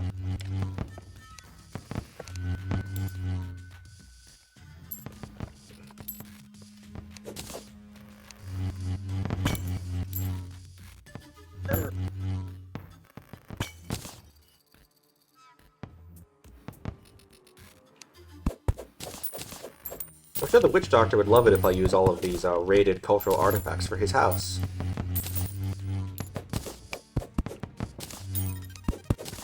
Don't you think? I'm going to be very lucky. I have space.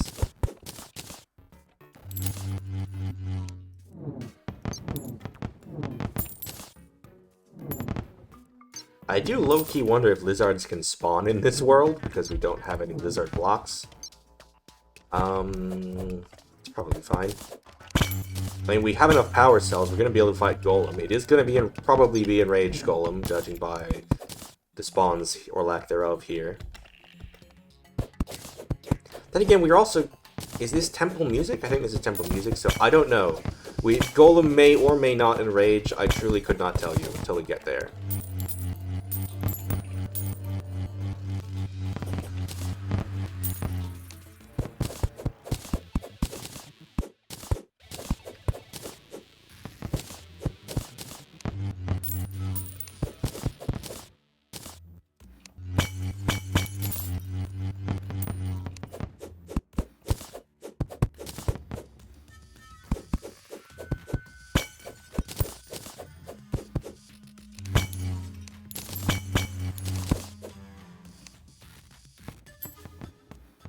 Big temple. Ooh, another chest. What more ill-gotten gains do we have? More solar temple, solar tablet fragments. Which, even if we could use the solar tablets right now. We still can't use the fragments because they need a hard mode anvil to combine.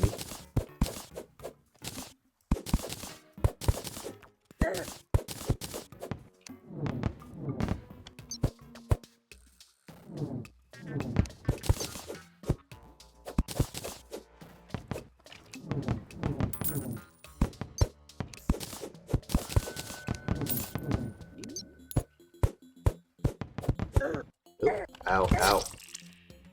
Well, that's just embarrassing, is what that is. My journey was ended? Oh, my god, that's like a title drop. Alright, let's go put most of this away, because my inventory is pretty full. 7 lizard power cells. Absolutely ridiculous. I'm gonna put 1 lizard furnace down. And I'm just gonna hang on to the rest of this for now. Most of the rest of this. Just because I'll be getting more, you know?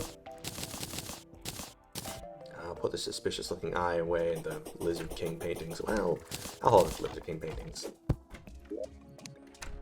The eye will go, though. Just because, you know, they're stackable. See me check. Pet, pet, pet, pet, pet, pet, pet. Oh!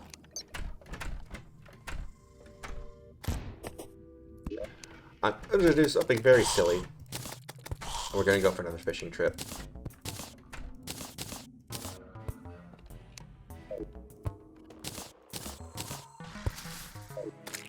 Try and get advanced combat techniques. And now we can sonar potions, so we can know that we can avoid fishing up enemies.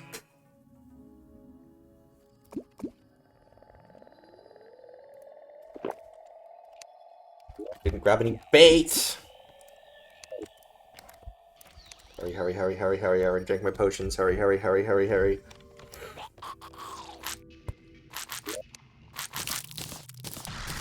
Go, go, go, go, go, go, go.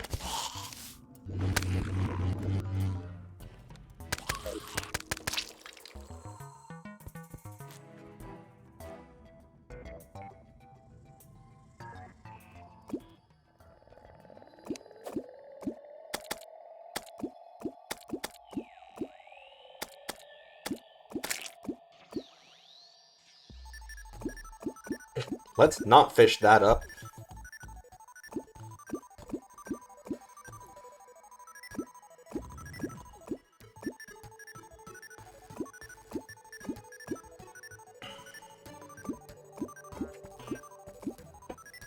Do. You know, I think most people, when they see a blood moon, their first reaction is probably not, ooh, let's go fishing. Let's not get that zombie merman. Or that zombie merman.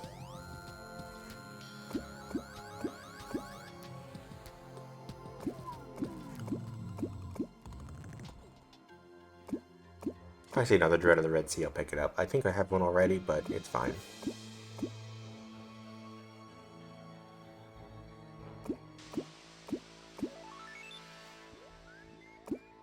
Hi, Craig. Thank you. Very nice.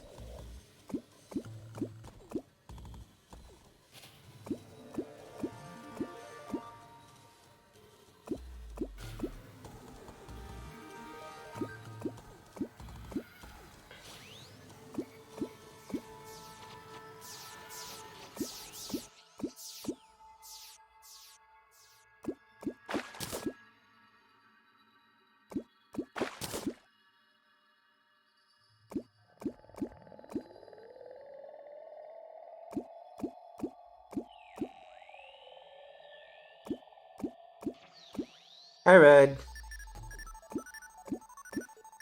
We're fishing during a blood moon.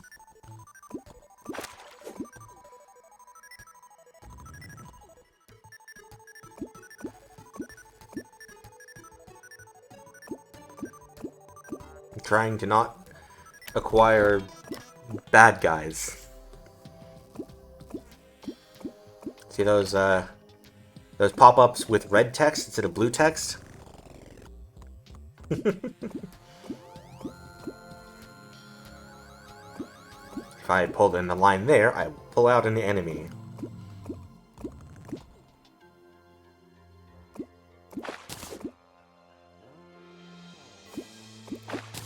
which is, I'm sure you can imagine, is to be avoided. Golden crate. Sure, why not? Don't mind if I do. No wandering eye fish, please.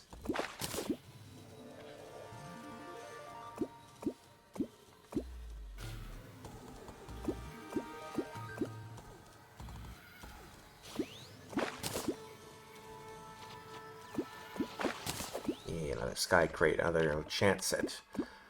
Actually, another chance at drinking Red Bull.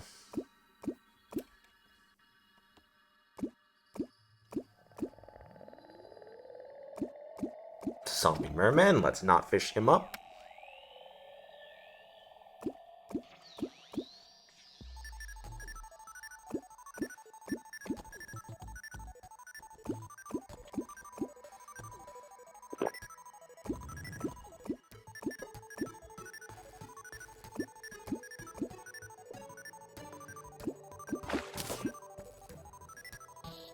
Oh! Yes, correct. Meow meow meow meow meow meow. Meow meow meow meow meow meow meow.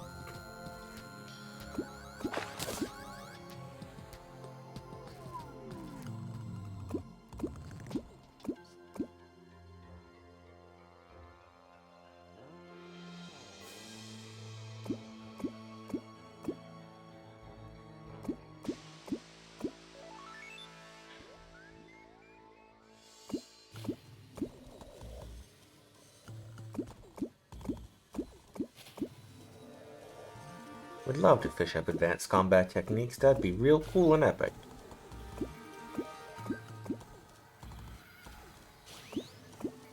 That is a zombie merman, I do not want that.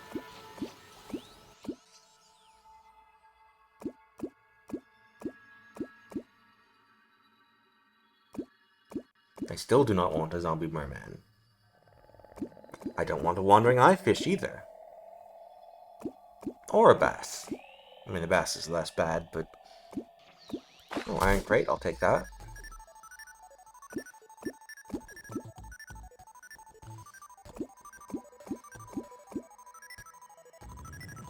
Do, do, do, do, do. Yeah?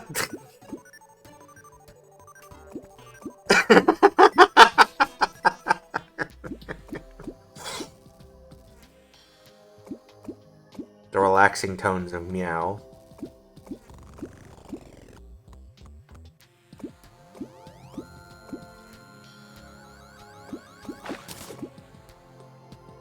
Everyone needs to see a bunch of Neko Arcs meowing to the Macarena.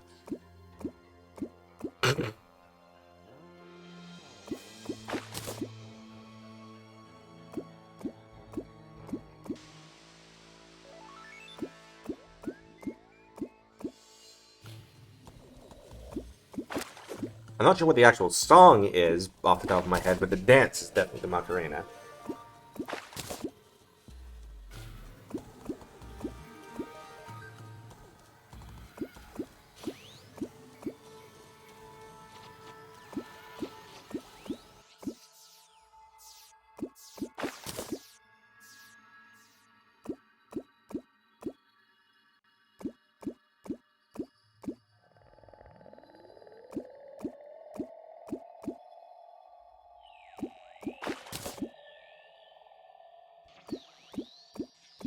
One minute left of fishing buffs.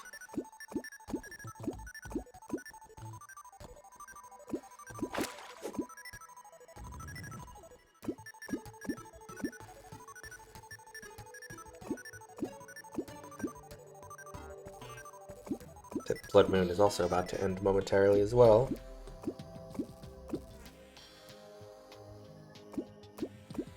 No, still don't want a wandering eye fish.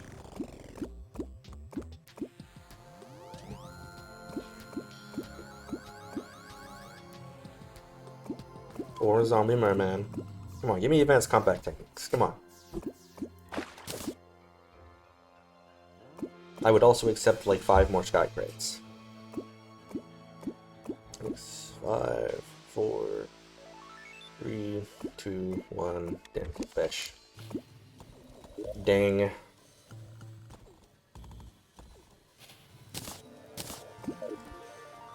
Down we go.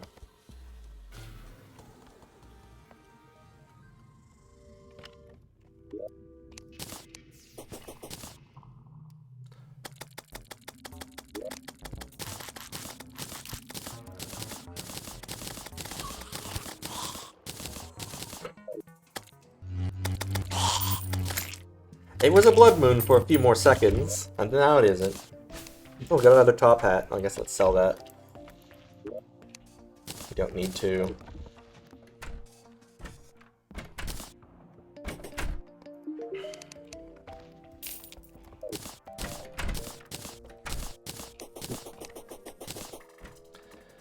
Crates.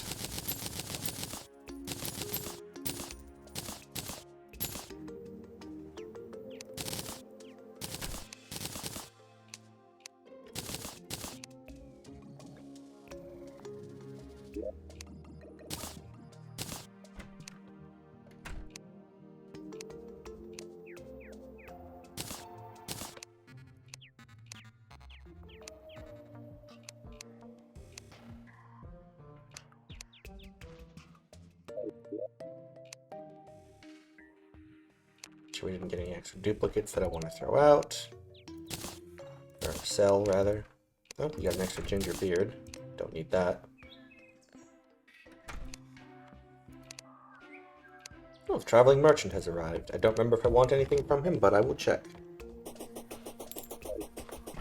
Hello, sir.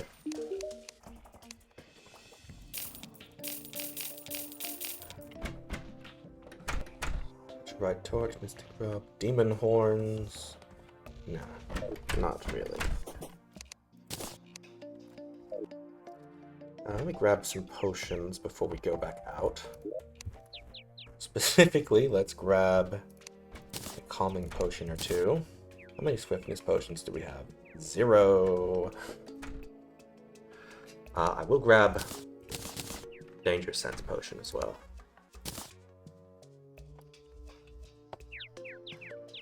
Because that seems wise. Shy potion, why not? Because it's... I don't need a shy potion. Everything is on fire, and with meteorite, it is immediately obvious where everything is. Here I go. Slide to the left.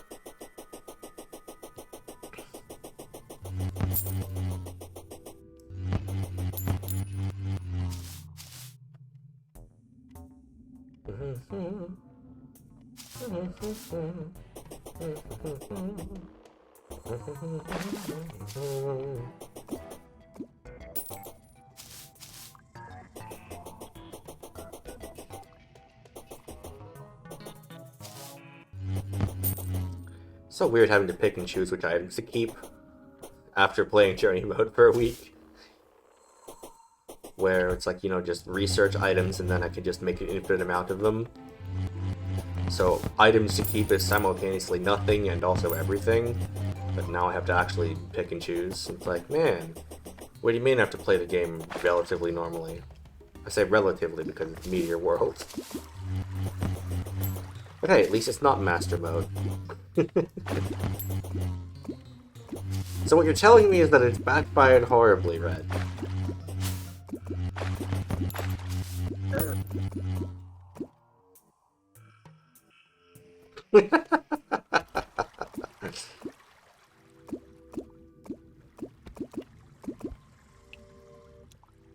Clearly you should join him. Come along.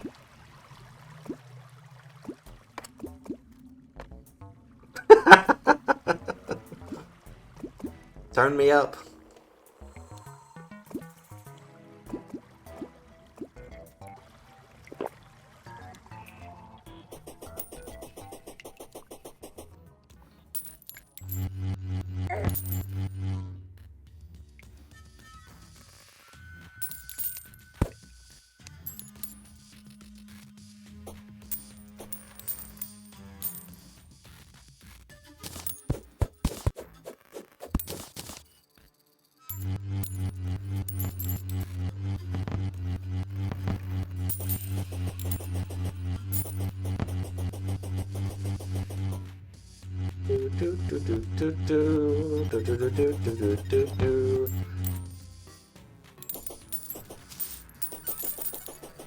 That's the temple music, right?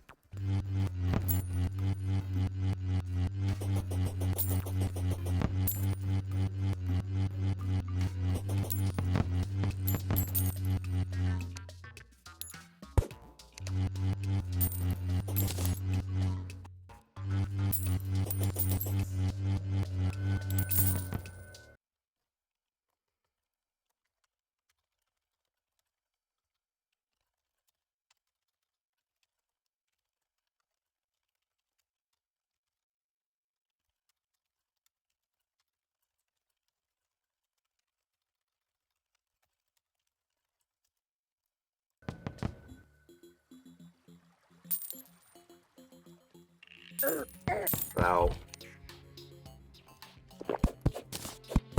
My blood.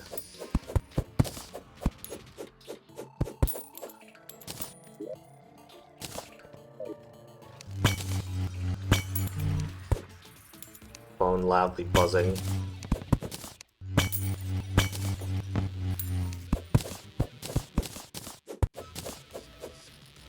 I will be surprised if that did not pick up on mic.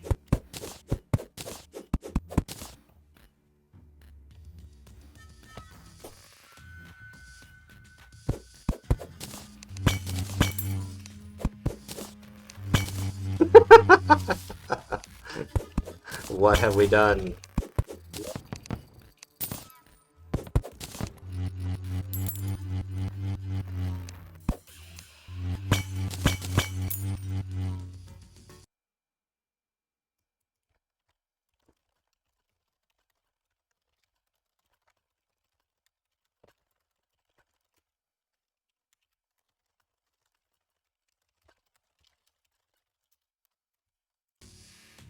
Wesley keeps asking me questions about Yu-Gi-Oh! Like, you realize I am streaming, yes?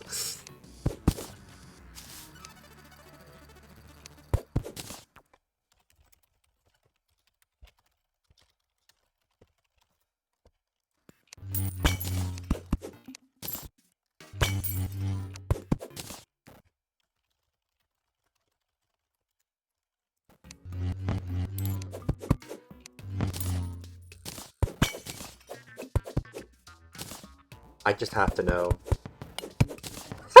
I can steal the altar. I'm not going to, but it is very funny that I can.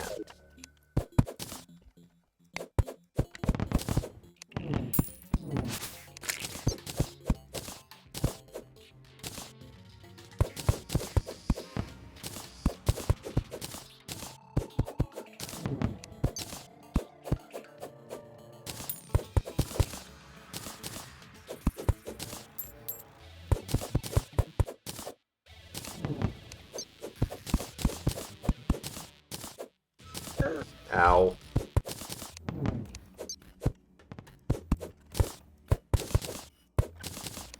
There's a granite biome over there.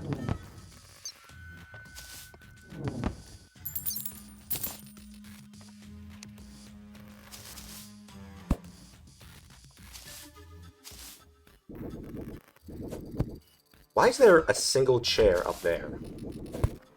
Hello? Okay, I'll take it. What an odd generation, but there it is. We've explored the entire temple.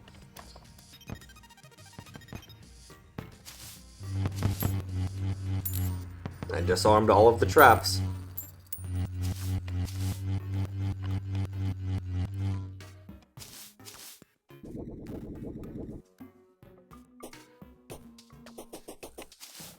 Absolutely ridiculous. What have we done?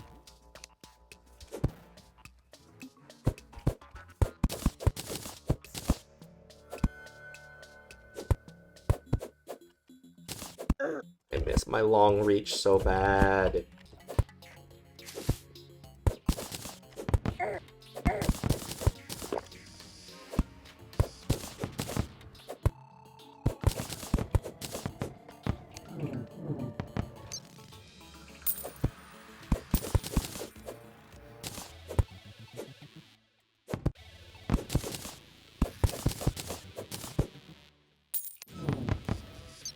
We may have a finite number of golem battles, by the way, depending on if I can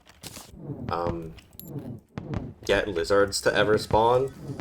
We may not be able to farm more power cells. It's kind of funny.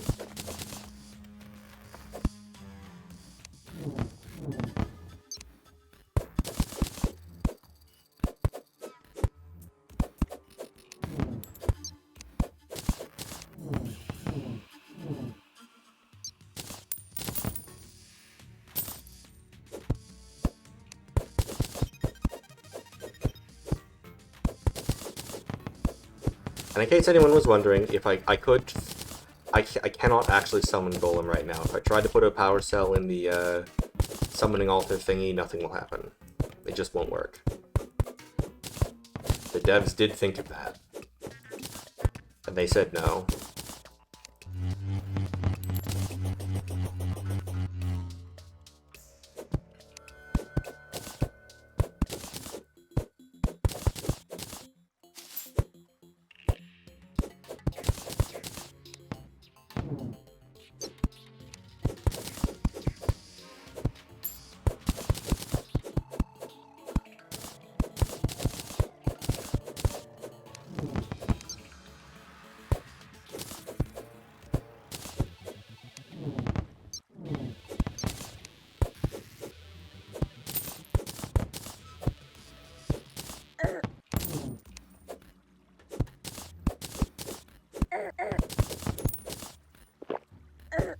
I think spikes do more damage than meteor heads, which is kind of funny.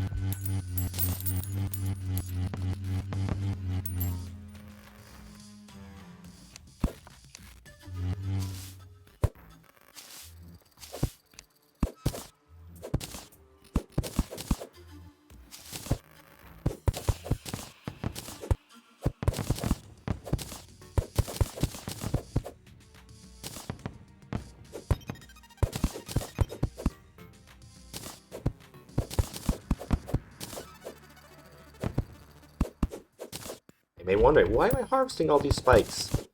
Which I say, weren't you listening earlier? It's because I can.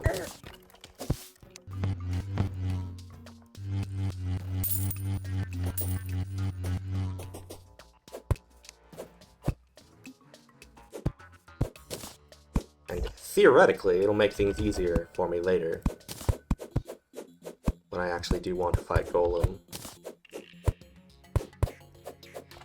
You know, assuming we ever get to post-Plantera.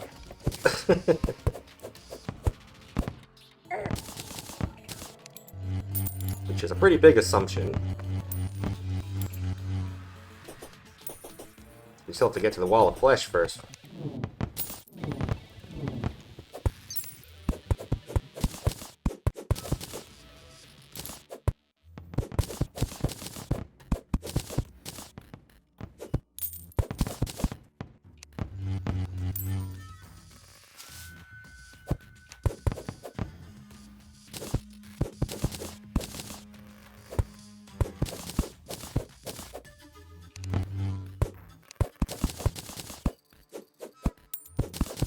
Don't know how that did not impale me, but I take that. That one did, however, attempt to murderize me greatly. So I think I'm going to stand around for a minute and let my health regen a little. I will get these ones to the wall, actually, because these are going to be easy. I don't have to grapple.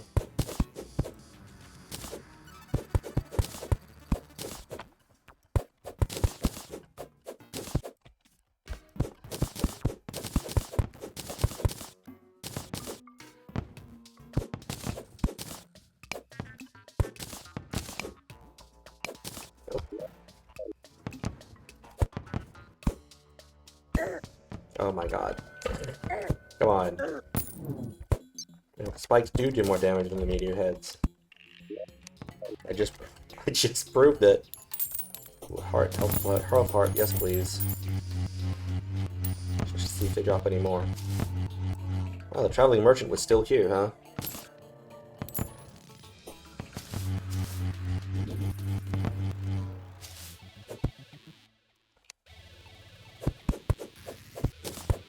Oh no, my danger sense potion is about to expire. Tragic.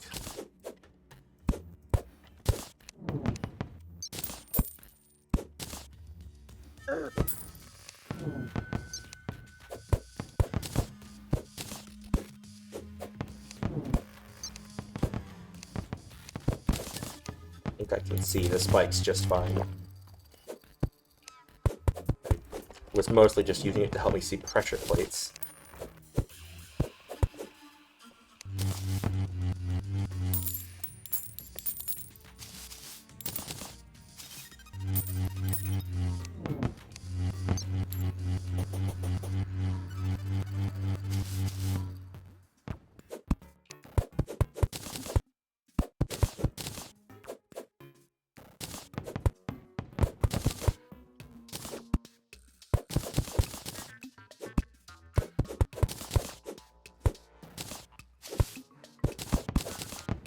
Almost done clearing out the temple.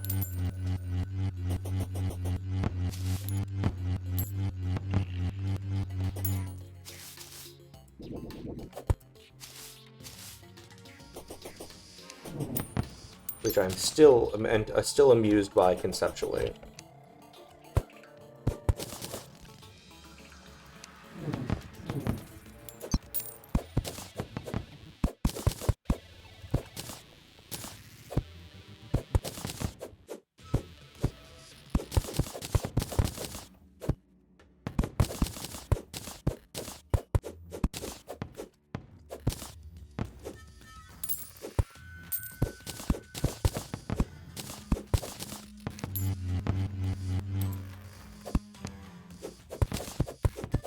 Oh, 7,450th meteor head.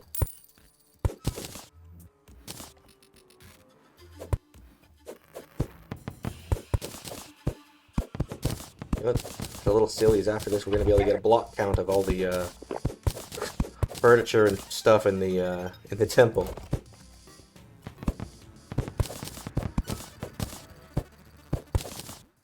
Hey Loon, we're clearing out the jungle temple.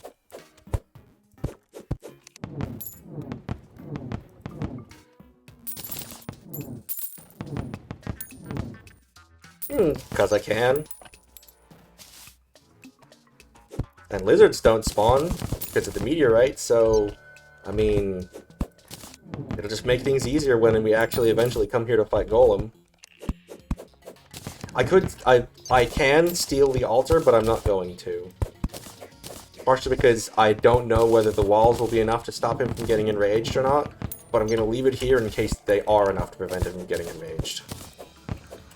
Otherwise, I could just fight Golem anywhere.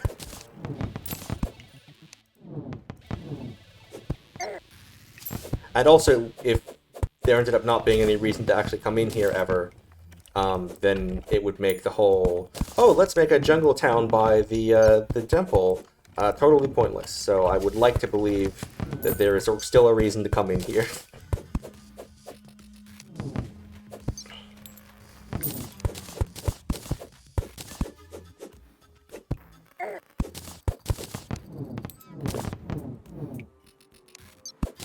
Oops, I seem to have drunk a Spelunker potion. 7,500th meteor head. Turning this thing off.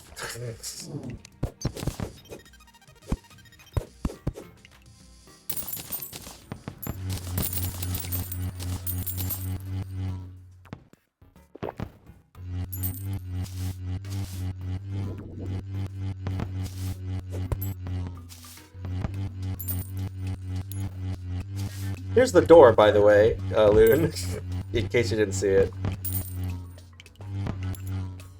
So I actually cannot break the blocks below and above the door, but there's nothing stopping me from just mining around it.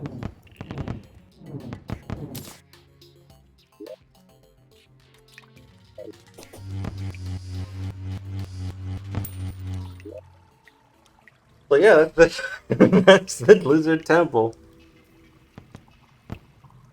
Very silly. Anyway, let's establish a artificial jungle around here.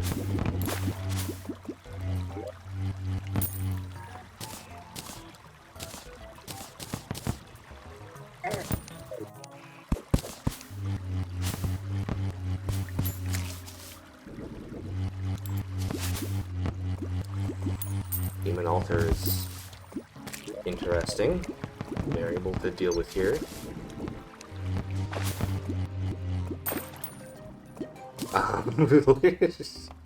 Eyeing those explosives over there.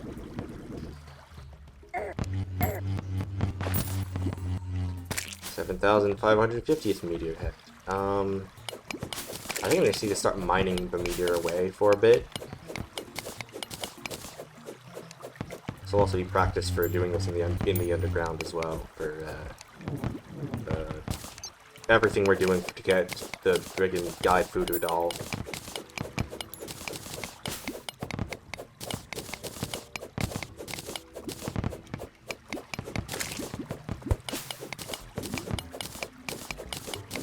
So we're basically gonna have to demeteorite an area.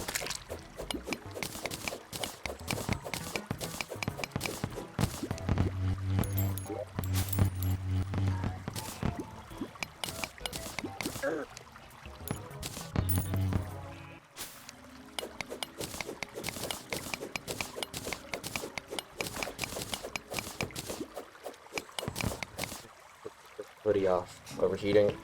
Ugh. I'm sure I'll be cold again in 5 minutes.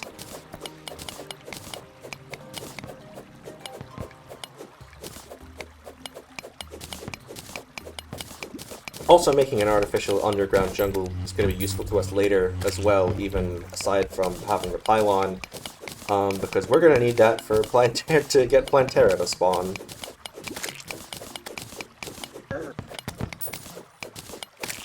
And, you know, chlorophyte.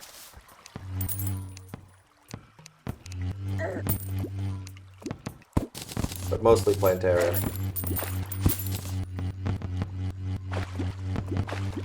Oh god, this is gonna be a mess.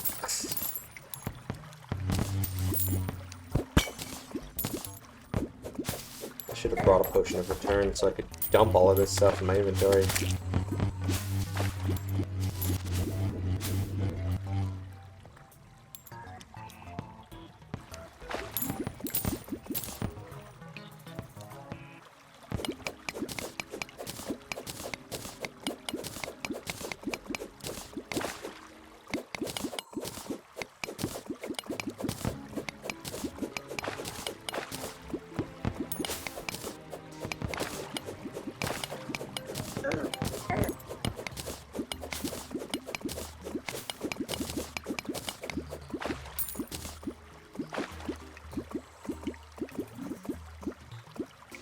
Not any explosives that can break meteorite, is there?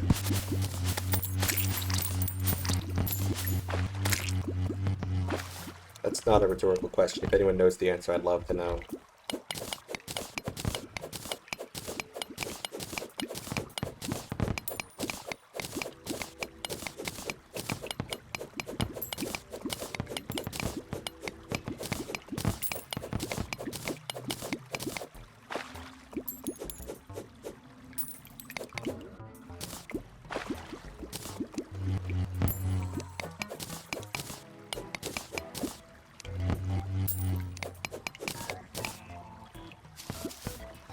If I could just bomb this place, clear out all the blocks, that'd be nice. But I don't think I can. I think even dynamite won't work.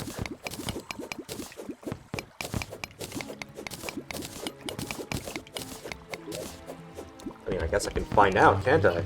I have a dynamite on me.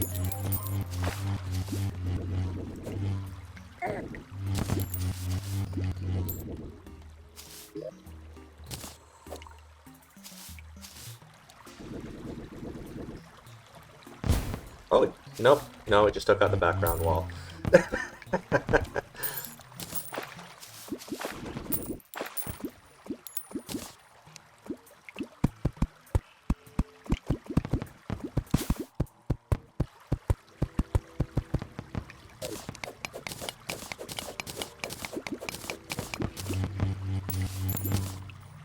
$7,650th meteor head.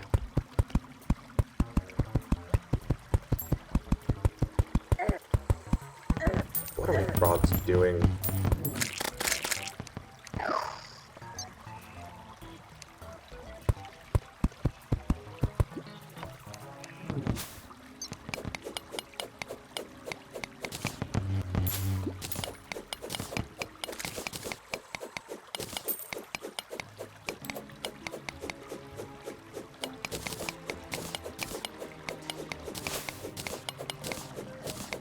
jungle spores. I should grab those.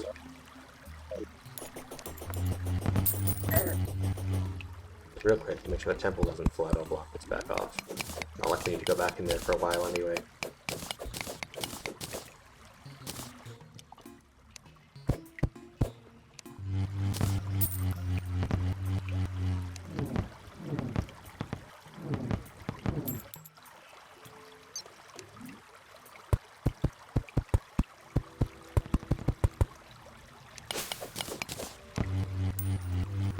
No idea how big of an area I need to clear out, honestly.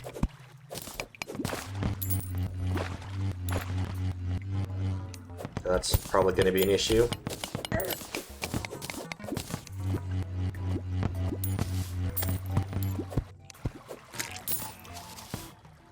Just generally, at what point does it stop being a meteorite? So I can start making it be a jungle.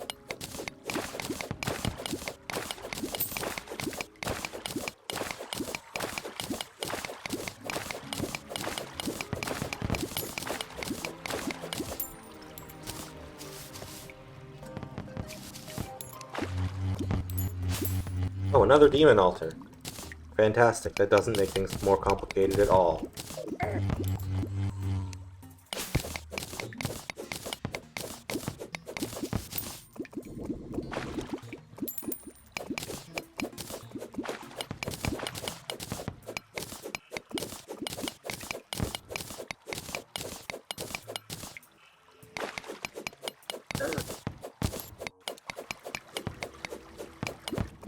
Again, I'm loving how that quote fact and quote I heard about demon altar spawning altitudes continues to be provably false.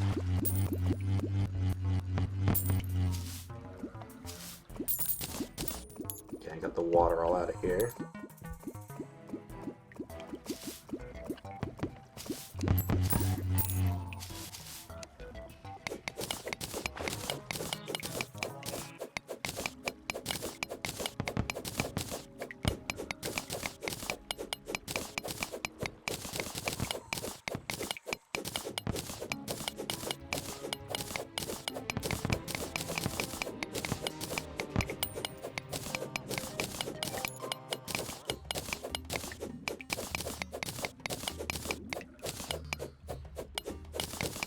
I think when it's time for me to start placing the mud down and stuff, I'm actually going to build the houses first so I can build a biome around it.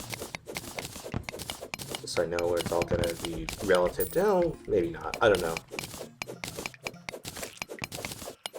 Just trying to figure out how I want to position things, especially given the demon altars.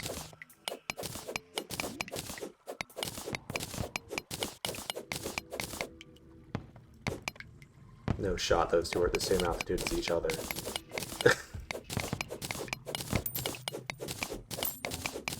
That's not what the wiki said, by the way. I just find that to be an odd coincidence.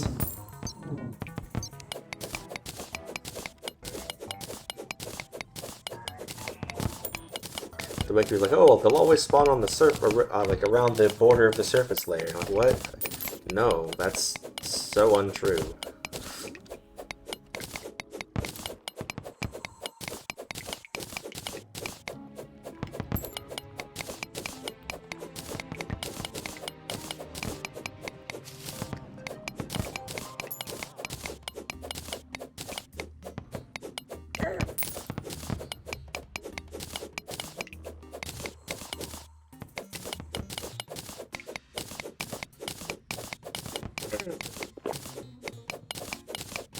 Mining.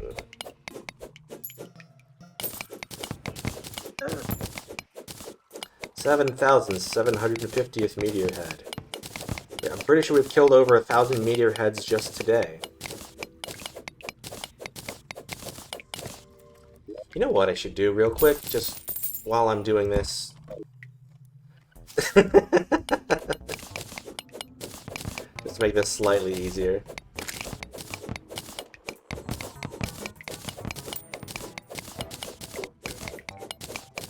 Oh, a traveling merchant. Again, I don't think there's anything I actually need from him at this time. Maybe the gray zappinator, but I don't know.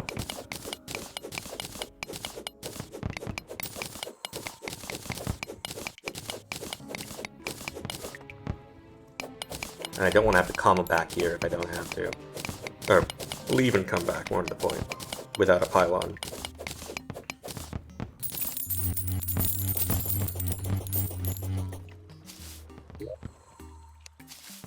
Put another banner here.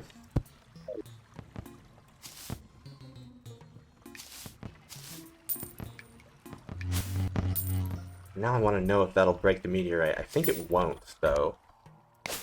And also, if I stand on that, I'll just die. And there's no way to trigger it remotely. And I could go talk to the mechanic and, you know, get some wires and stuff, but that would involve leaving, coming back, which is what dying would do anyway, so...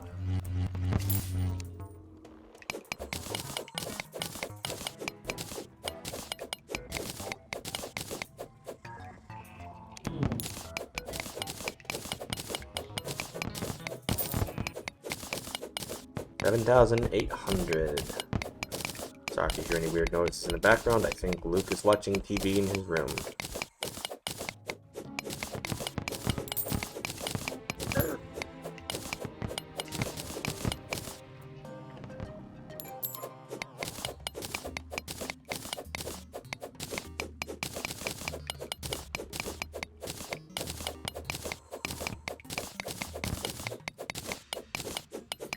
What should we name this VOD, you think? Should it be like, you know, raiding the temple, or welcome to the jungle, or something like that?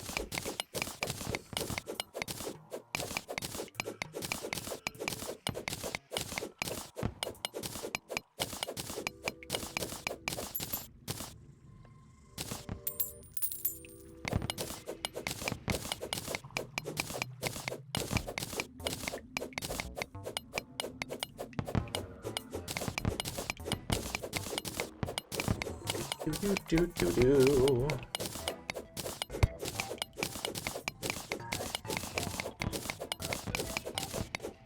I wish I had a mining potion right about now.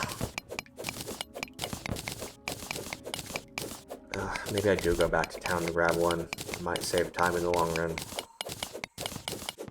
Yeah, okay, we'll do that. Oh, for a second I thought I got jungle grass seeds. Nope, moonglow seeds.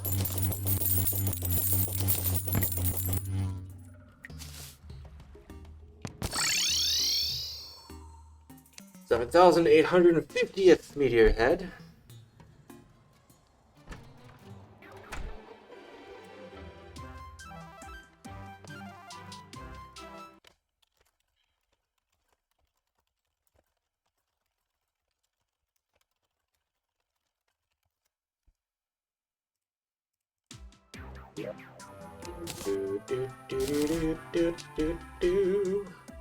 Sell these extra Hermes boots.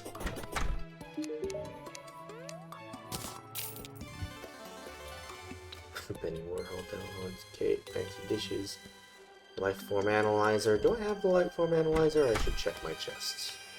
I think I do.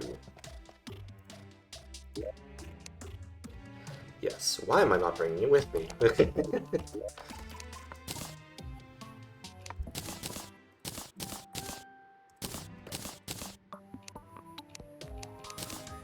Paintings and World Deck can have Wizard King.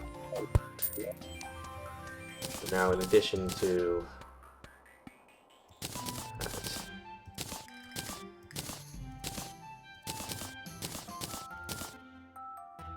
won't need extra wizard furnaces, those can go. I guess technically I can put these in the statues chest. They're not like summon statues, but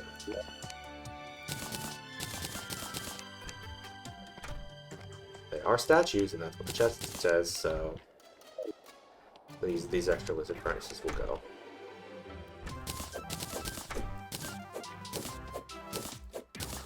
Do do do do do do do do do do do do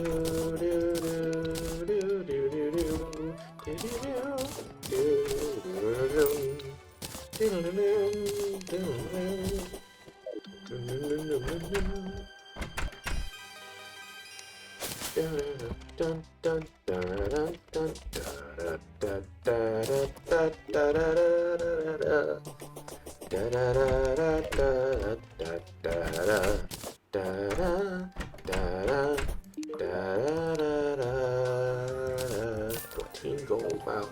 Oh, see me sleep under table. Cute.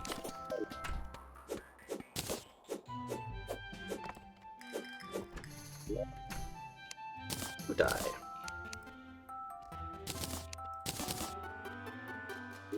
Oh, we had blue dye already. What if we made Spiffo blue? Nope, I don't like it.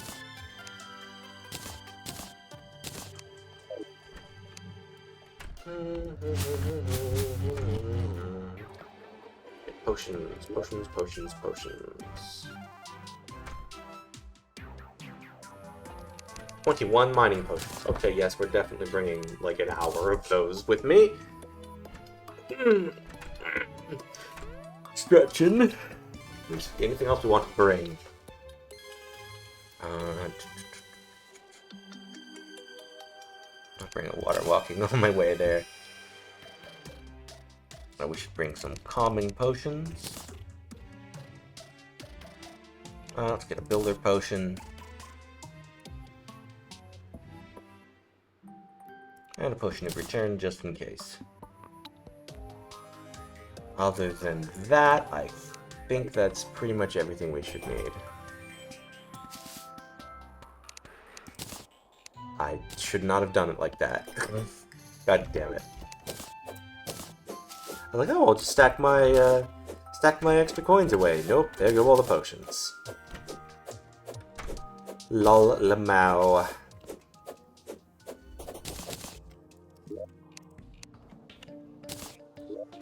Okay, let's try that again.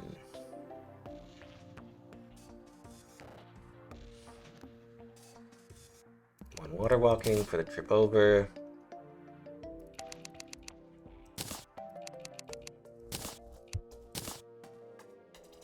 Yeah, I think that was it. Oh, and you. Not going to quick stack you there. I'm going to do like that. 51 ladybugs. Wowie. But wait, there's more.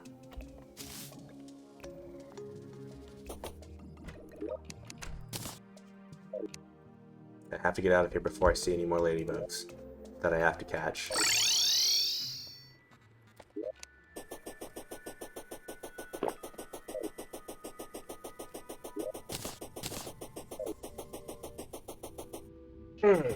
Alright, off we go. I miss my fledgling wings. Ah, so satisfying. Water walking, heart emoji.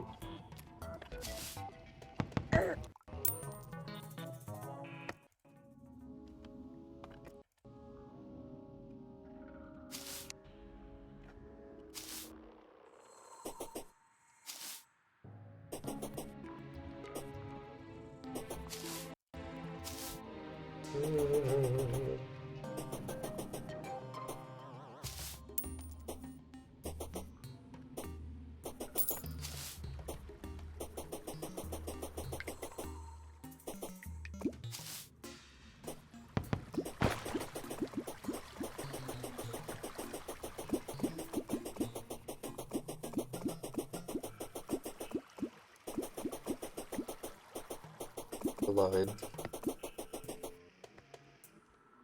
Down we go.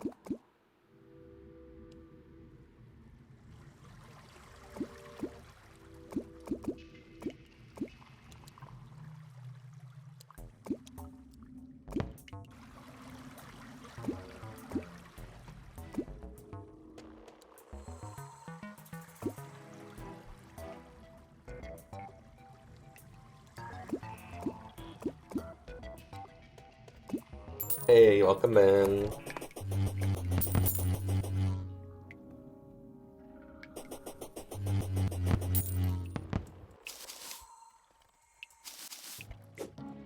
Yeah, for future reference, if my little status bubble is purple, that means I'm streaming.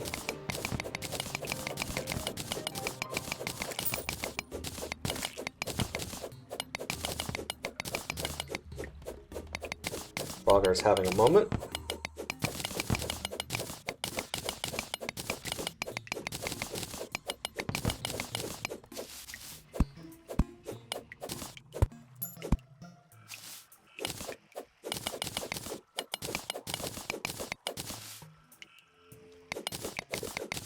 Oh well.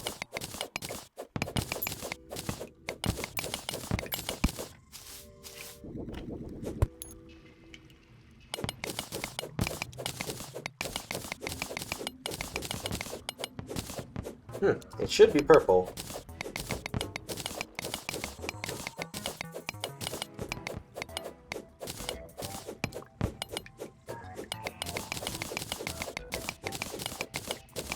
Purple on my end.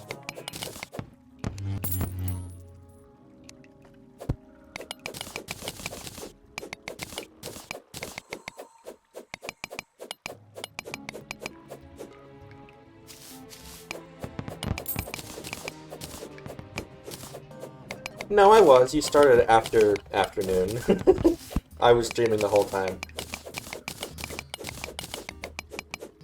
I distinctly recall being like, who sent me 6 messages?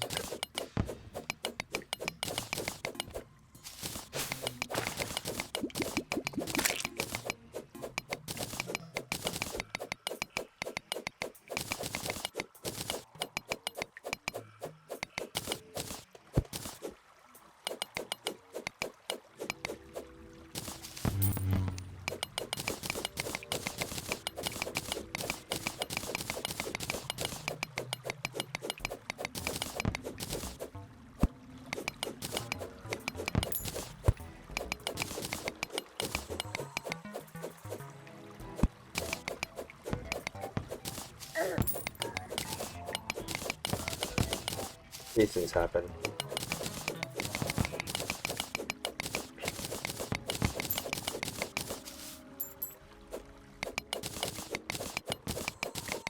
But yeah, what we've learned is that Elemental Hero Mudball Man is, officially, by rulings, an effect monster that does not have an effect. You see, it only has a summoning condition, which is not an effect.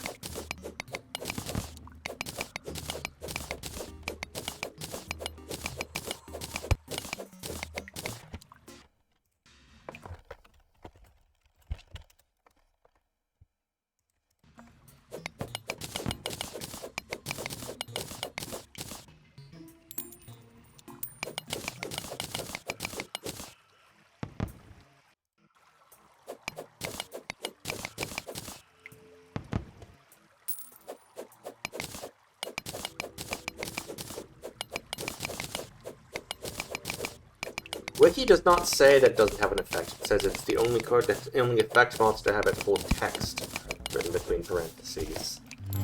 I don't know if that means it's not an effect or not. Maybe archetype conditions are effects? I don't know. Maybe Cyber Harpy Lady can be negated?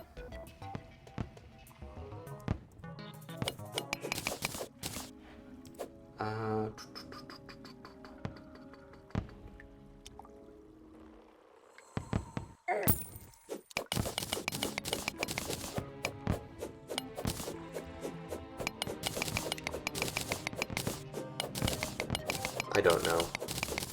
I know that anything that says, like, you know, this card's name is treated as such and such, like, while on the field, for example, that is definitely an effect. And that can be negated, so I think that it probably is an effect for Cyber Harpy Lady. I don't know. Again, it's a game for lawyers.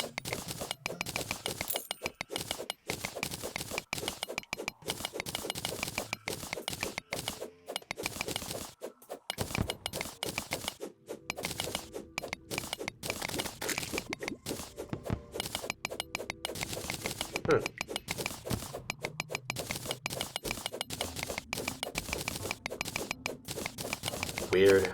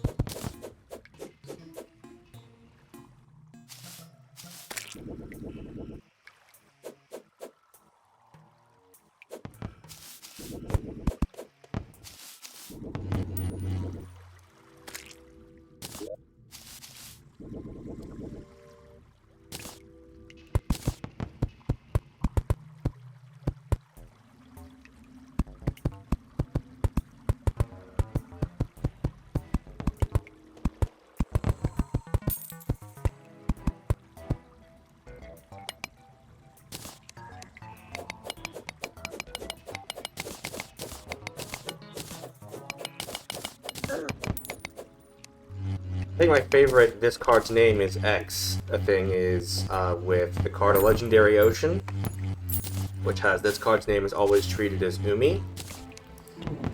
And that includes like during the deck, etc., while it's in the deck and stuff like that.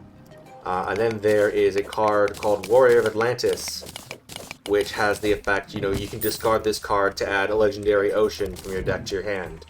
The problem, however, is that while it's in the deck, it's not called a Legendary Ocean, it's called Umi. So therefore, there are no valid targets for Warrior of Atlantis' effects. Judges have ruled that, well, yes, technically, but that's dumb, so it works anyway. It works the way you think it should.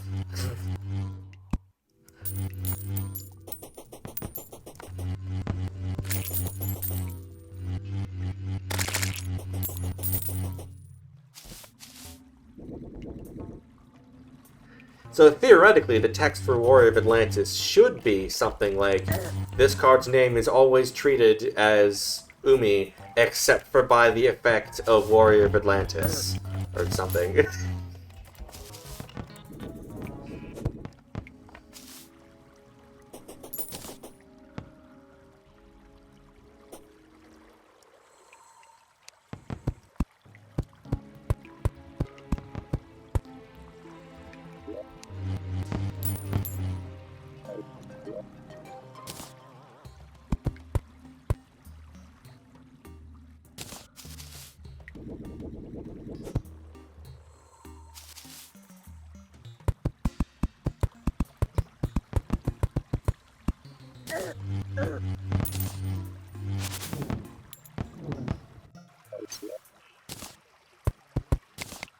That would be bad, I think. That would be too much text.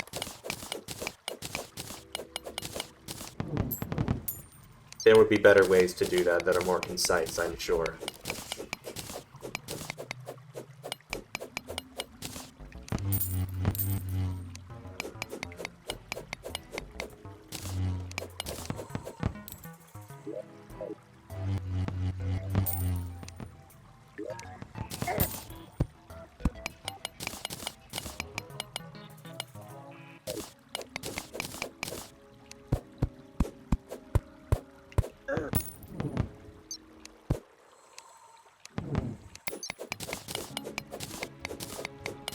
Hey, Loon.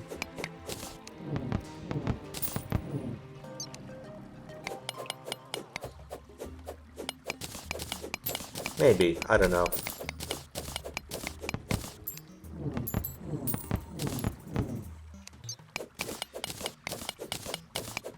You know, trying to make a artificial jungle by demeteoriting this one.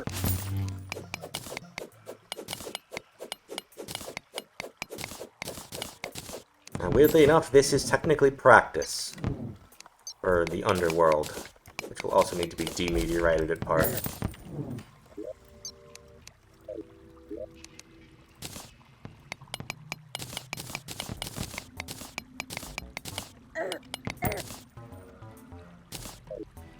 Simple. Remove all of the meteorite in the vicinity and then use jungle grass blocks on mud.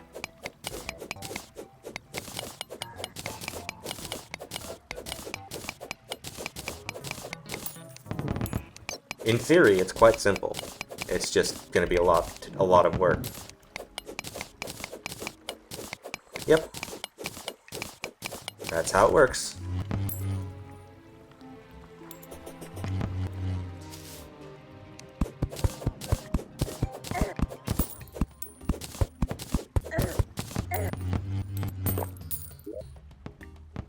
Jungle grass seeds. Yeah, you plant those on the mud and it becomes jungle grass.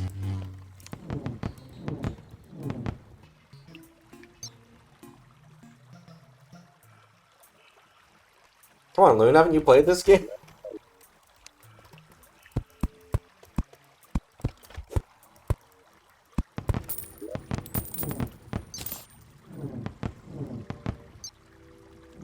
I don't need jungle grass blocks in my inventory, because I'm converting the mud into jungle grass.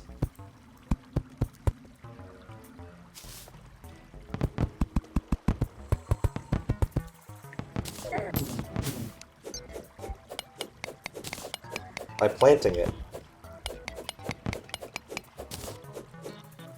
Did I say well, I'm turning the mud into jungle grass blocks, Lord, is what I meant.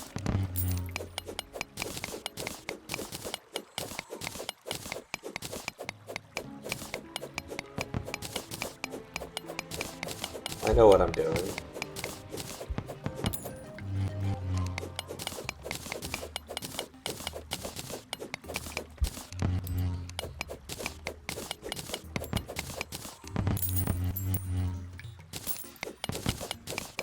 $8,050th meteor head. Yippee!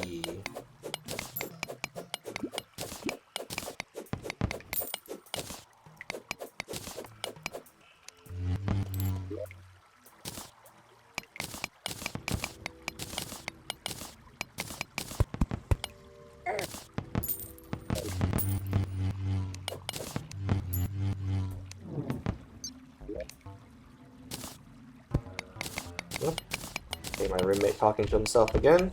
Apologies if that picks up on mic. Roommate, he's a housemate.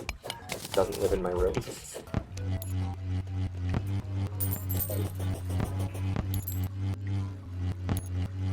For shame, Loon, for shame. If there's any consolation, I also missed it. Wasn't paying attention.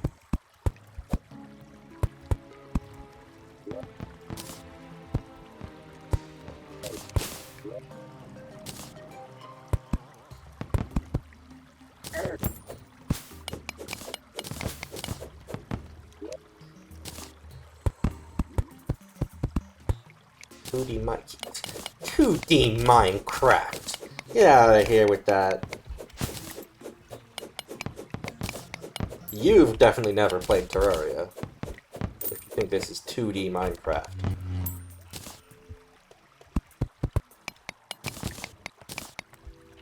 What part of this looks like Minecraft to you?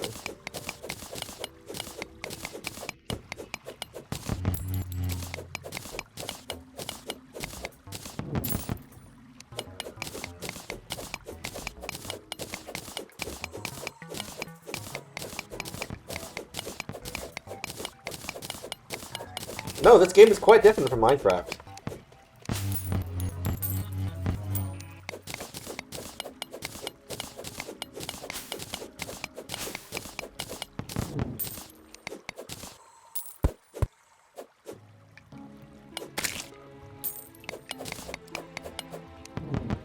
I mean, there are some similarities in that you are mining, sure. But it's a very different, like, very different progression, various different types of items, very different types of enemies, very different gameplay.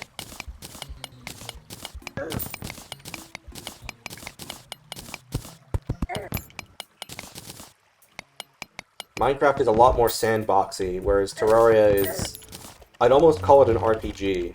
Almost, but not quite.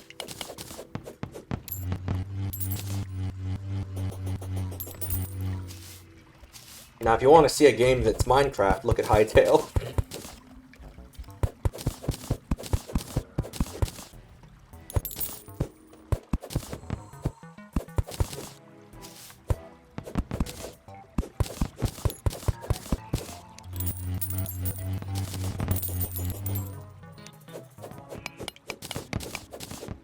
Yeah, probably, but it's a lot more Minecraft than Terraria is, for sure. That's for sure.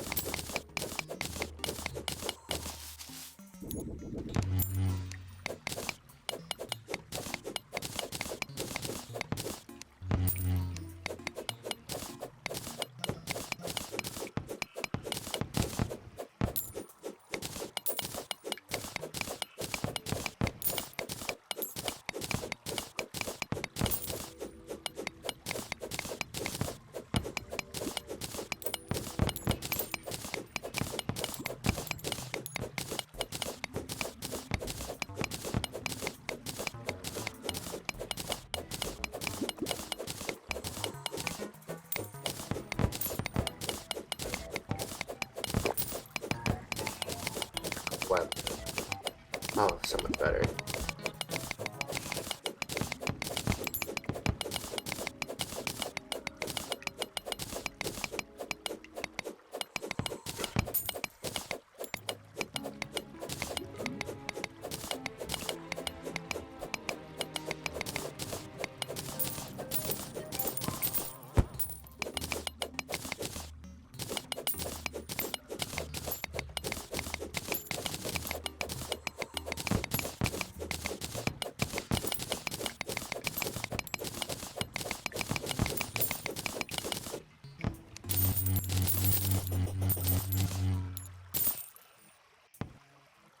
What I should be doing actually with that is I should put those into platforms. I'll do that for this one too, why not?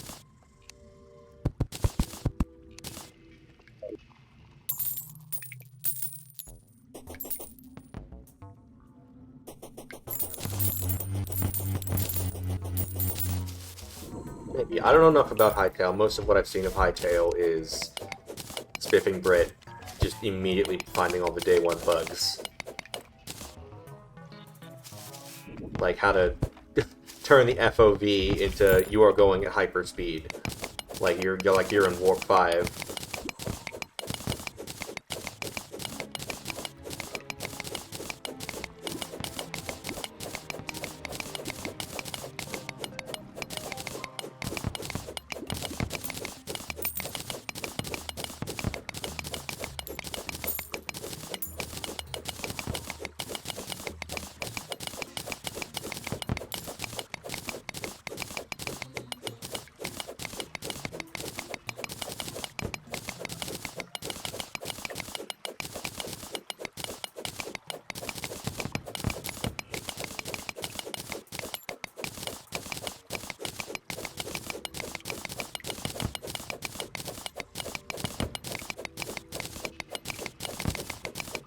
$8,200th meteor head.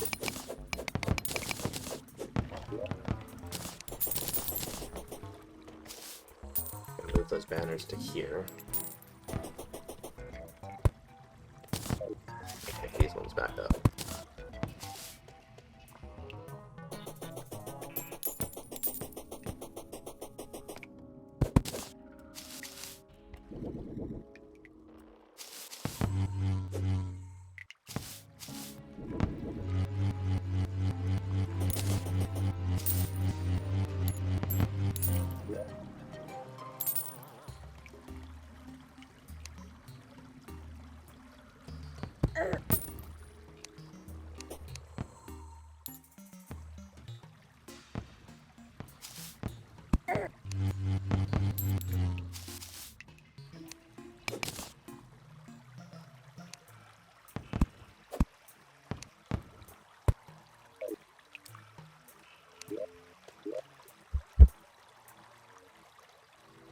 Dual types.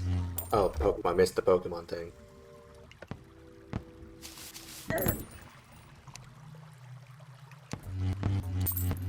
I don't know, man. Red and blue are like broken.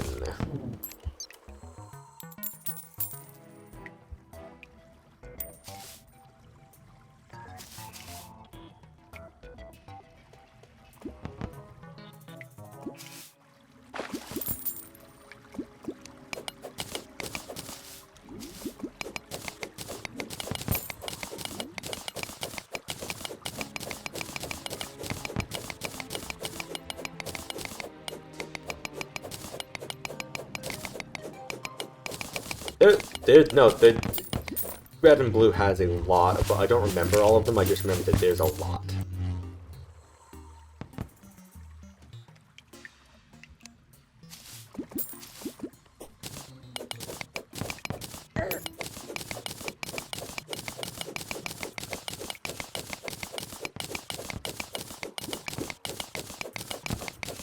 I should check that chest over there. Maybe. But that doesn't mean they don't exist. They won't come up. Even if they don't know it's coming up, it still comes up.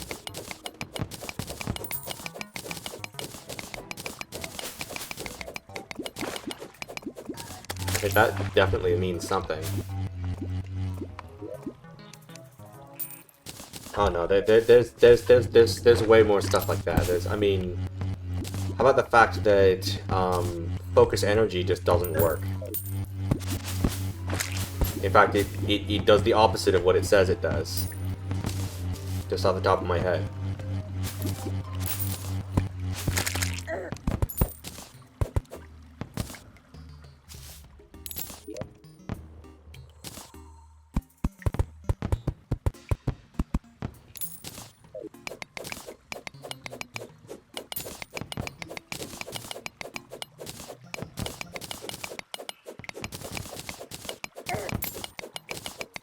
Yeah, just because people don't notice doesn't mean it doesn't come up and doesn't affect gameplay.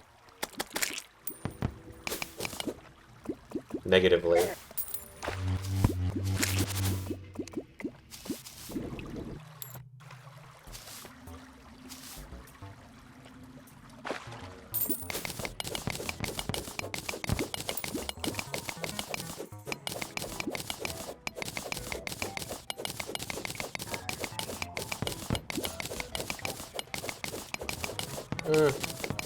Agree to disagree.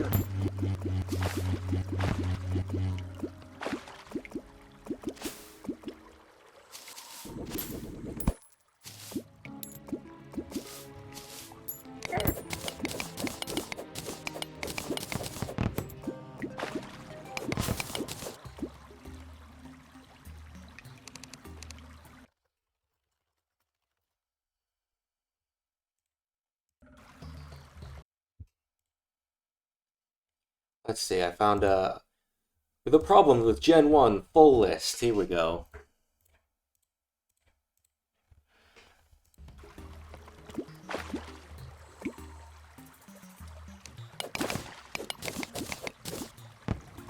I'll just read this out while mining.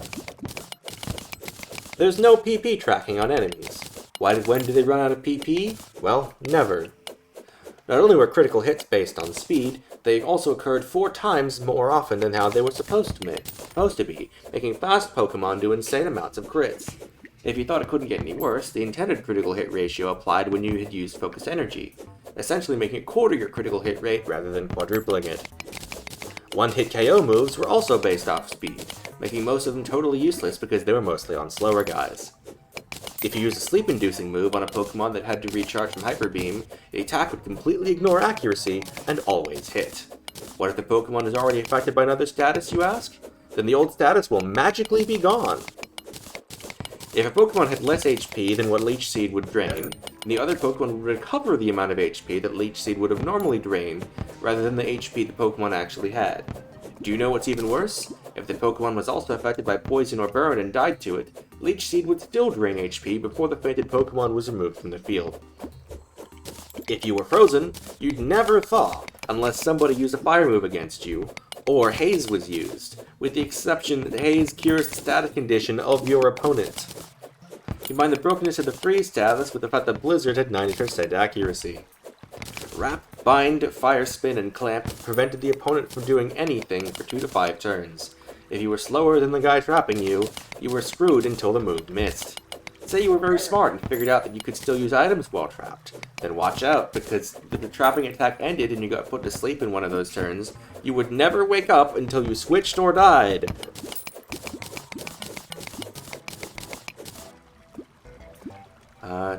Every attack in the game has the Gen 1 miss. Every game in the attack except for Swift and Bide had at least a 1 in 256 chance of missing. Leech Seed, Poison, and Burn all use the same residual damage function. Every time the Toxic counter built up, the damage dealt by Leech Seed or Burn would also increase by the same amount. Leech Seed also made Toxic's damage increase twice as fast for this very reason. How is Burn relevant to this? Because while using Rest would cure you from poison, it wouldn't reset the Toxic counter. But being poisoned again, or burned, or seeded would cause a hilariously high amount of damage if the Toxic counter had gone up by a lot. Something else that Rest doesn't reset is your stat losses from Burn or Paralysis. You get rid of the status, yeah, but your stats stay lowered until you switch. Counter. Where to start? It only worked on normal and fighting attacks. It could be used to bounce back attacks from previous turns, and even from non-active Pokemon, or from yourself, as long as the target had not used any move after that last damaging attack, e.g. by switching out or being fully paralyzed, or had only used some select residual moves that do not reset the data of the last amount of damage dealt. You could even counter the damage from a previous counter, or from fixed damage moves like Seismic Toss, as well as the damage dealt to your substitute. There are even more quirks about this move that I'm not going to talk about because I could go on forever. If you kill somebody with Hyper Beam, you don't have to recharge. You can evolve Pokemon that would normally require an evolutionary stone for it by having them level up in a trainer battle, and by finishing the battle with a Pokemon with its internal number matching the internal number of the required stone. Criticals would ignore stat-ups from both parties rather than just the target. 3 Sword Stances would do more damage than a critical, resulting in hilarious luck-sacking scenarios. Raising your speed would completely negate the speed loss from paralysis. As in, paralysis cut your speed in half, and agility just gives you back your regular speed and then doubles it. The same thing goes for attack and burn. Mimic randomly mimics an enemy move. You can use this to have duplicate moves like your moveset. Disable randomly disables an enemy move. It also builds the Rage counter. When a Pokemon's HP is 255 or 511 below its max HP, recovery moves will fail. Psychic types were broken because ghost attacks did nothing to them, because psychic attacks were only restricted by other psychics. The only dragon type attack was Dragon Rage, which always dealt 40 HP. Whirlwind and Roar don't do anything in Link battles. A substitute didn't protect from status, except poison and confusion. Moreover, breaking a substitute ended the secondary effects of most attacks. If somebody kills a sub with Hyper Beam, they don't have to recharge. If somebody kills a sub with a recoil move, they take no recoil damage. If somebody kills a sub with Explosion or Self-Destruct, they don't die from using it. If you use the move Substitute when you had exactly 25% HP left, you'd kill yourself. If you were defrosted during a turn you hadn't moved yet, you would use the last move you had selected before being frozen, out of nowhere. Yes, even if that move was actually selected by another Pokemon. If you had not selected any move in the current battle, you would use a glitch attack. Special damaging moves like Nightshade, Counter, or Bide completely ignored type immunities. Ironically, Ghosts are immune to Struggle because the latter was normal type instead of typeless. If you hit with a super effective move, the message that displayed and the sound that played only reflected whether or not the move was super effective against the type of the two that had its type matchup coded first. Ethers and Elixirs could not be used on moves that had PP ups. You could deposit all but your fainted Pokemon in the PC, and then watch as you black out after taking 3 steps. Swift and Bide were both able to hit a Pokemon that is during the invulnerable turn of Fly or Dig, somehow. The AI was so dumb that most trainers would always use super effective moves even if they were non-damaging. Yes, they would spam Agility and Barrier at your level 3 Weedle because Hyper Beam wasn't effective enough. Not funny, not hilarious enough for you? Read this. Blaine could use super potions even when his Pokemon was already at full health. If Wrap, Bind, Fire Spin, or Clamp... Yes, okay, smart AI was what was going on there. Quote smart and quote AI. If Wrap, Bind, Fire Spin, or Clamp missed just when the other guy had to recharge with Hyper Beam, it would automatically attack with Hyper Beam instead of recharging.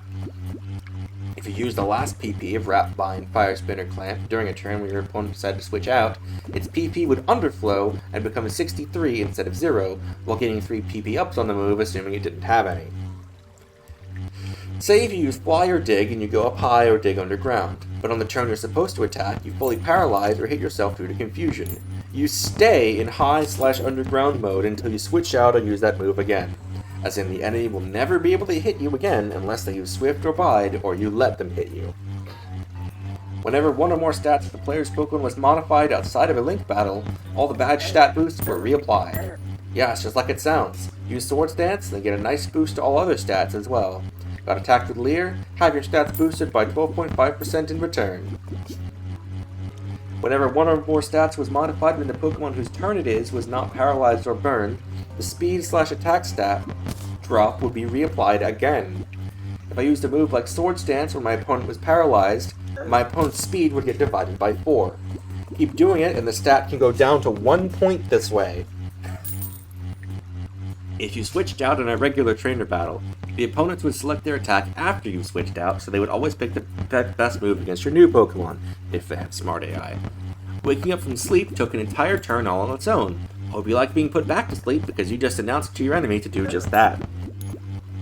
If you captured a transformed Pokemon, the game assumes that it had to be a Ditto. It could have, for example, been a Spearow that had mirror moved Transform, but the game just didn't care. You could have your Ditto transform into a Pokemon with more than one attack, then switch your moves around with the select button during battle, and have your Ditto learn a glitch move thanks to this because the moves you're swapping didn't actually exist. Now consider this. A Pokemon is put to sleep or becomes frozen while using a multiple turn attack like Solar Beam, Thrash, or Rage. If the Pokemon was cured of its sleep or freeze by Haze, that Pokemon would be unable to use any attack until it leaves the field. Attacking moves with Paralysis Chance couldn't paralyze Pokemon of the same type. Lick cannot paralyze Ghost types, Thunderbolt cannot paralyze Electric types, Body Slam cannot paralyze normal types. EXP all significantly decreased the total amount of experience points gained in battles when 2 or more Pokemon of your party took part. HP draining moves like Absorb worked on substitutes. It sounds fine, right? It's just how it works now. Well, they were supposed to miss the target if they had a sub up, but they coded it wrong. Multi-hit moves and trapping moves like Wrap always did the exact same amount of damage on all their hits of the same sequence. If one hit crits, they all will. If you used Bide and the enemy only used certain non-attacking moves or switched out, it counted as if they had used whatever they hit you with last turn to provide damage. You could even accumulate damage from a previous battle this way. But there's more. If the enemy dies while you're storing damage with Bide, most of the damage remains stored. While if it's the other way around, i.e. enemy using Bide, you die, all the accumulated damage is reset. You could use this to desynchronize Link battles. If you leveled up too fast, i.e. 2 or more levels at once, your Pokemon didn't learn the moves that should have been learned in the levels that were skipped. You could bypass the Rocket Hideout to get the Silph Gope just by using a Pokédoll against the Ghost Marowak. That one I think is pretty well known. Jump Kick and High Jump Kick only did 1 HP of crash damage, rather than 1/8 of the damage they would have dealt if they hit, as it was supposed to be. If you hit yourself due to confusion while having a substitute up, the damage would be dealt to your opponent's substitute. If the opponent didn't have a sub up, then no damage was dealt at all. Same goes for the crash damage of the Jump Kick attacks. If you were on a Link battle and switched out of a mirror move's trapping move like Fire Spin, the move would hit in one side of the battle and miss in the other, instantly desynchronizing the battle. If you checked the status page of one of your Pokemon while your enemy had used Minimize or Substitute, its sprite would turn into a horrible monstrosity when you went back to the battle screen. When a Pokemon attacked with a damaging move, if either the attacking or defending stat was higher than 255, they are both temporarily divided by 4 to make the calculation fit into a single bite. If the other stat was just 3 or lower, it would become 0 as a result, and in turn make the game try to divide by 0 and freeze. If you used Reflect or Light Screen when your defense/special defense stat was 215 or 512 or higher, it would roll over into hilariously no numbers. If it was exactly 512 or 513, it would become 0 and cause a game freeze during the process of damage calculation. Psywave could deal 1 HP damage at minimum when used by the player, but could deal down to 0 HP if used by the enemy. Doesn't sound like a big deal? Well, you could desynchronize Link battles. There could be situations where the Great Ball had a greater capture rate than the Ultra Ball, depending on the enemy's health. Rage. Oh god, Rage. Damage from Rage increases a level at a time every time you take a hit. However, as soon as Rage connects, the user will stop obeying and be unable to use any other moves or switch out until it dies. Not just that, but it never loses any PP in Rage other than the initial one. On top of that, if your accuracy has been lowered on your enemy's evasion raised while you're stuck using Rage, your accuracy will keep going down until it reaches 1 out of 256. What's the only thing worse than using Rage until you die? Missing Rage until you die. And then I have to put this one into MS Paint because it's cut off on the thing I'm looking at. Oh, it just says, now the special stat doesn't look too bad, huh?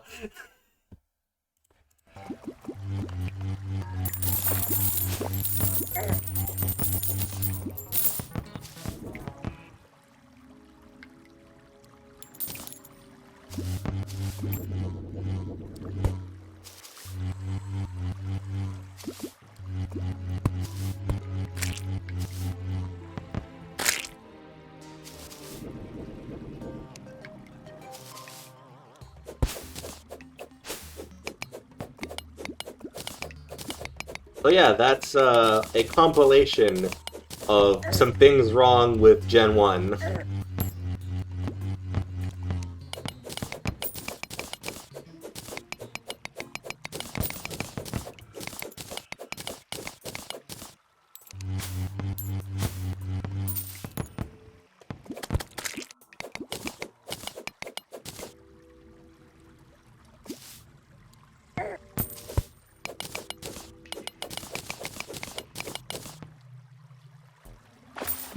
I hope this has proved enlightening.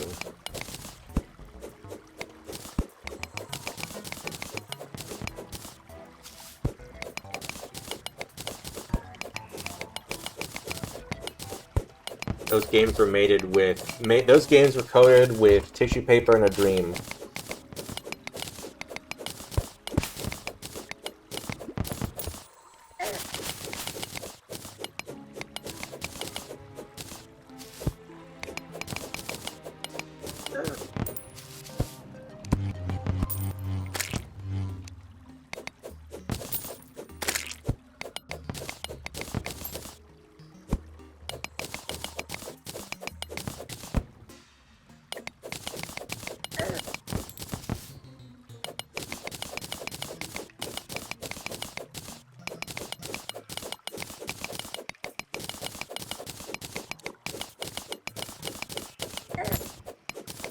$8,650th meteor head. Oopsie.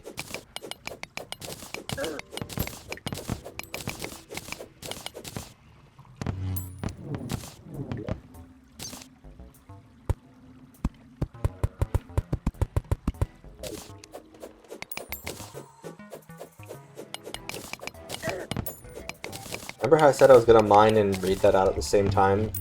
Yeah, oopsie. That didn't happen.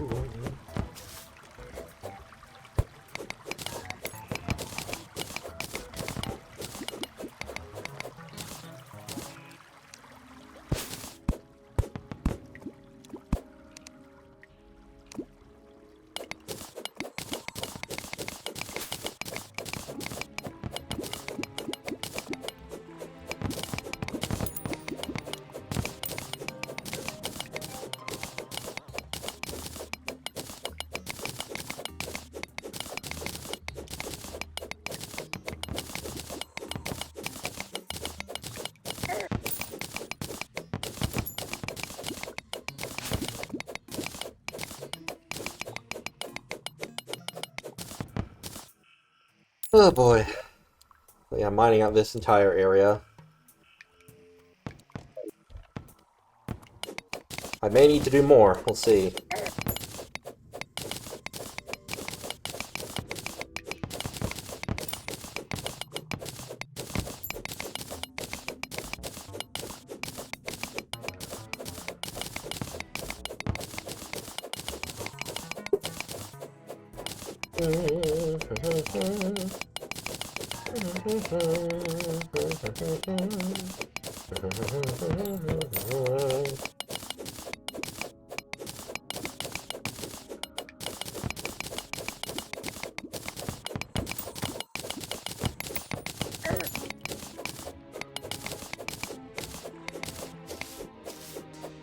I mean, there's I would not say that mining is a major is not like the major thing.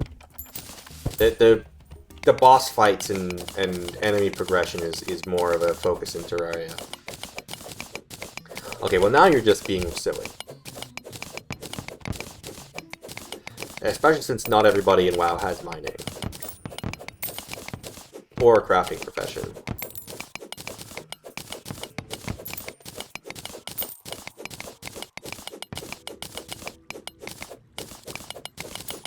I feel like you could make one of those, like,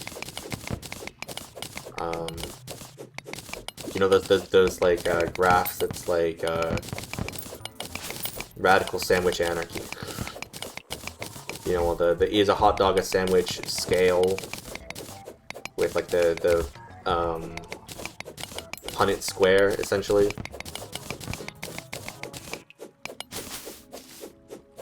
You know what I'm talking about?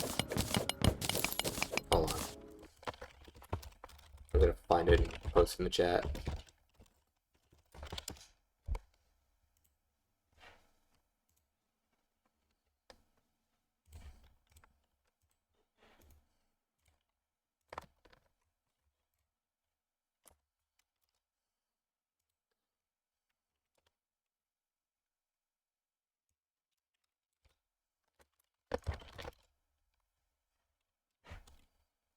Okay, that link doesn't work. Let me find a better one. There we go.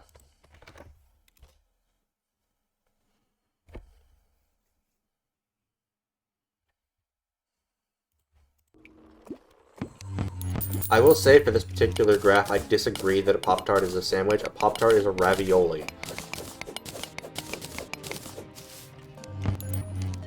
And I will hear no counter-arguments.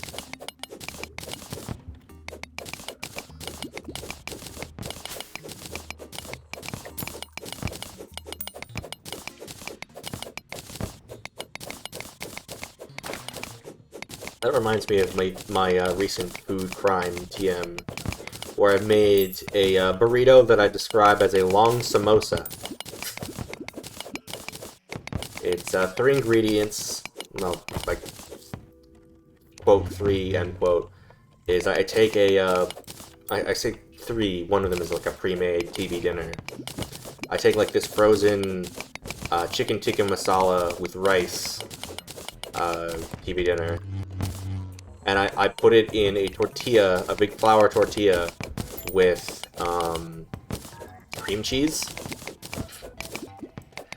and I pan fry it so that it's all seared, and then I call that a long samosa. It is not authentic to any kind of cuisine anywhere in the world except for my own. Because who else would ever make that? On a related note, I have groceries coming today, this evening, and I did buy more tortillas so that I could make more long samosas. Because I like them. It was originally began as an experiment when I was out of naan. I usually eat them with naan, but we had flour tortillas. So I was like, hey, well, burrito, why not? That's a starch. And then it was like the first time I had it, it was like, oh well, that was nice enough. I don't know if I'll make that like often, but I might do it every now and then. And then I made it 3 more times in the following week because I kept craving it.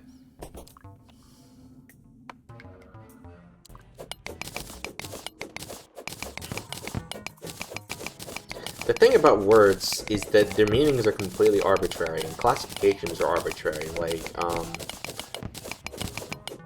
I remember there was one. I mean, there's of course this whole Diogenes "Behold a Man," and I've also seen an attempt to classify mammals as being, you know, hair covered in hair and produces milk, and like, okay, so a coconut is a mammal then? I'm like, no. Here's a difficult thing for you. Create a definition for chair that includes all types of chairs but excludes everything else.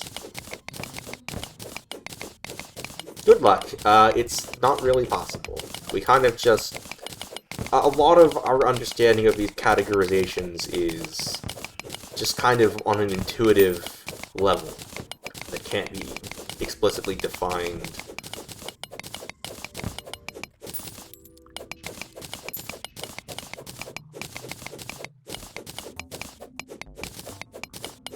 It's like how you can't define woman. Like, there's no...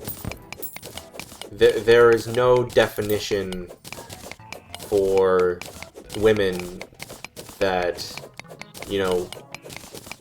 I mean, for, like the, you know, there's... I mean, for, you know, the transphobes out there, there is no way to define a woman that includes all cis women and excludes everyone else. It's not actually possible.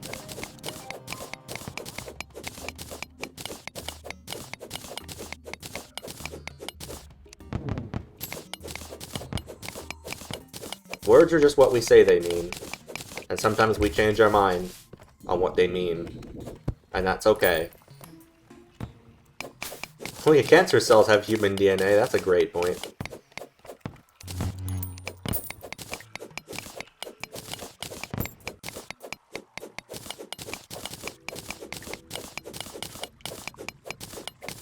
Language is not an inherent property of the universe. It is something we invented, and it is as fallible as we are.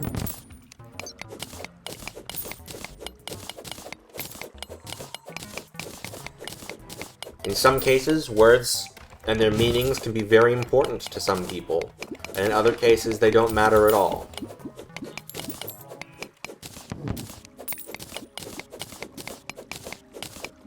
It's like, you know, the whole discussion on labels as well. Like, you know, like, I'm a so-and-so. It's like, some people really don't want to be sorted into labels because they find it reductive.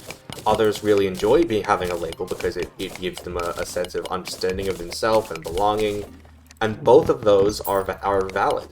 Those are both equally valid interpretations. Labels can be good and labels can be bad. And that applies to words as a whole, I think.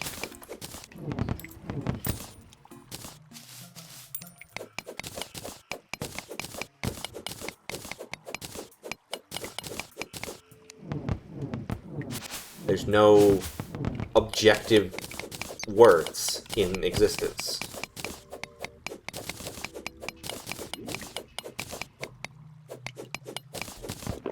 Oh, the blood moon is rising.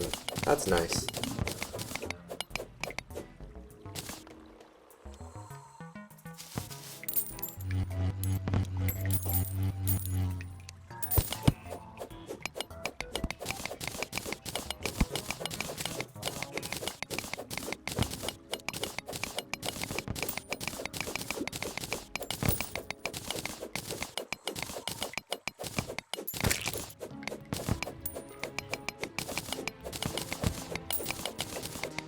Yeah, pretty much the only place where exact verbiage really matters is contracts.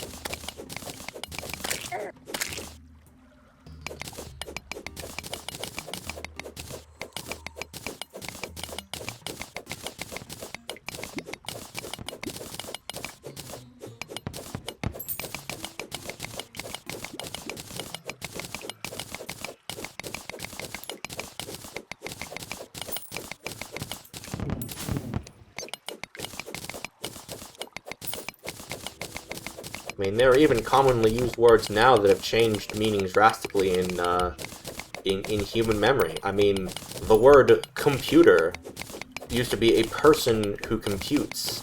So the first computers were women, typically.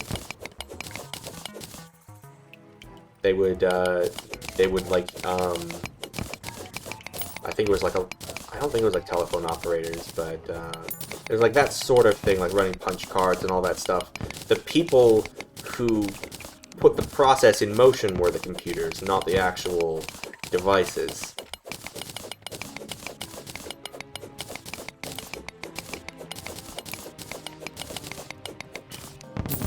And that word has completely changed meaning since then, to be the devices.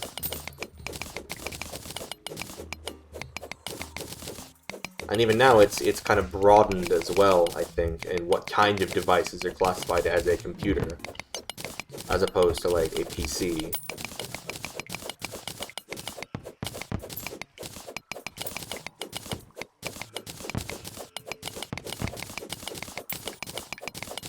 Yeah, a lot of language is ultimately defined by intent.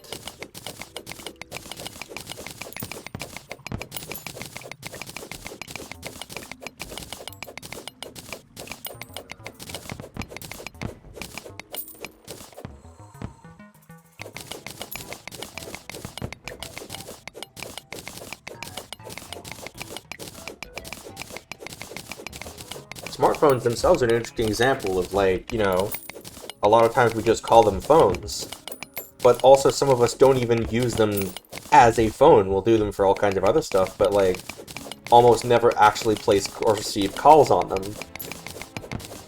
But we still call them phones.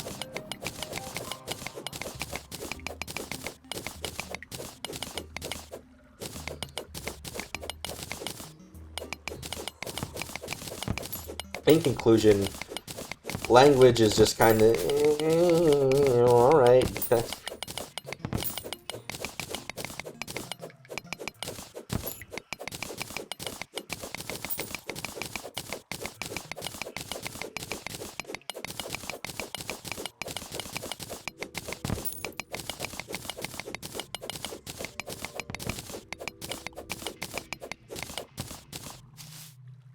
Okay, what about when you put it in airplane mode? Is it still a phone? Of course it is. But it is no longer capable of doing phone things, but it's still a phone. What's up? Yeah, true. But again, that just kind of continues to show that language is a weird thing in and of itself. It's an object where its name is defined, at least in part, by what it can do, but it is in a state where it can't do that thing. Like, for example, if you have a chair and you remove all of its legs, is it still a chair?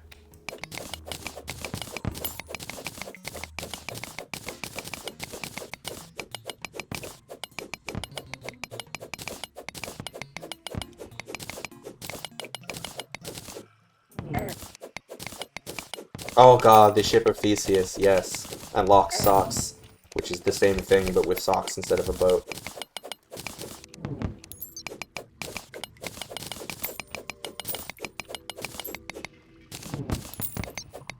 8,900th meteor head.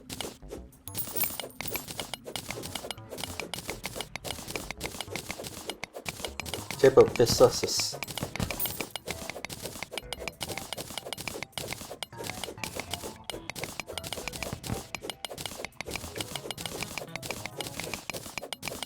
Are going to hit 10,000 meteor heads before hard mode, and that's kind of sad. I hear an ice cream truck. Chat, do you hear that?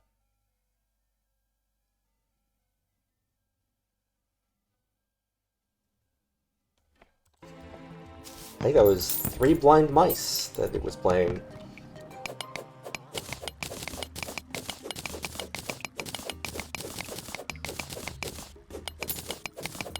No, I didn't pick up? Oh well. I should have moved my mic over to the window, but it involved messing with cables and I didn't feel like it.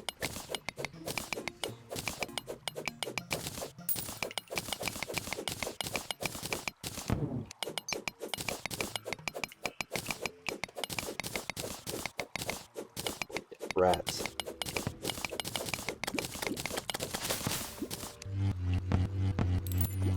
That reminds me, the other day, a friend of mine was like, hey, don't have you on Steam? I should send you, like, a weird bad game sometime. And I was like, oh yeah, I can send you Bad Rats. And he's like, what's Bad Rats? And I'm like, you're about to find out.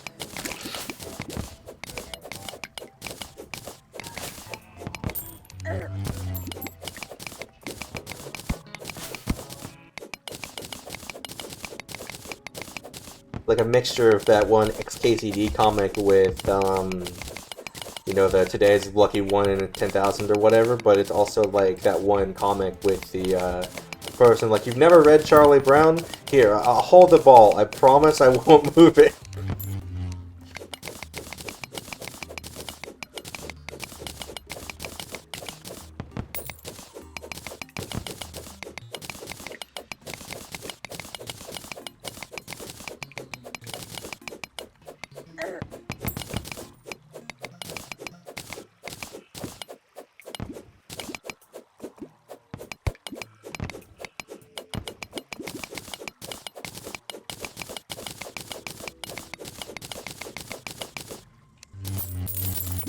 Statistically, somebody. You think every person on the entire planet's never seen Charlie Brown? Or always ever? You know what I mean? I got the grammar mixed up a little there, but I mean, do you think every person in the world has access to TVs and/or newspapers, or and/or devices that can read comics or watch shows?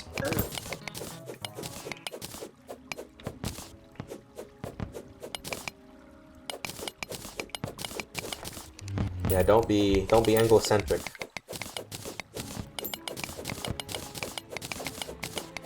Do you think that, like, you know, those uncontacted tribesmen, like, out there have seen Charlie Brown? I don't think they have.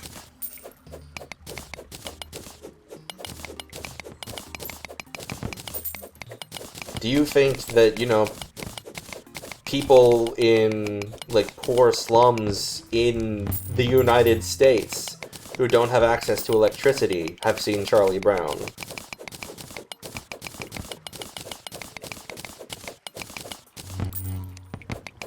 You can't just assume your experiences are universal. Because they're not.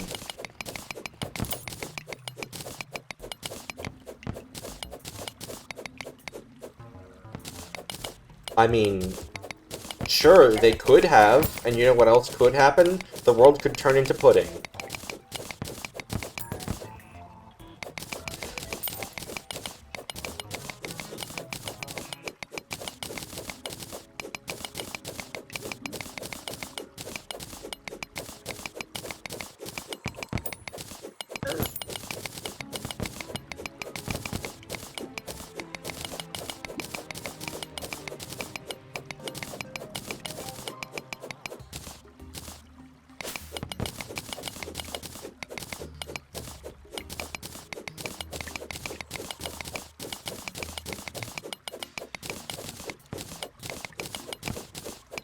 Diggy hole.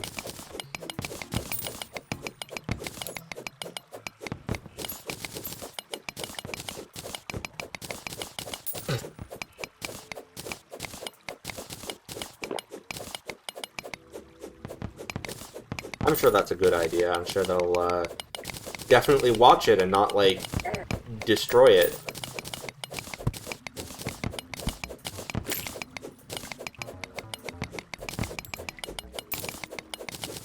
And even then, do you think they'd have any context to understand what they're seeing?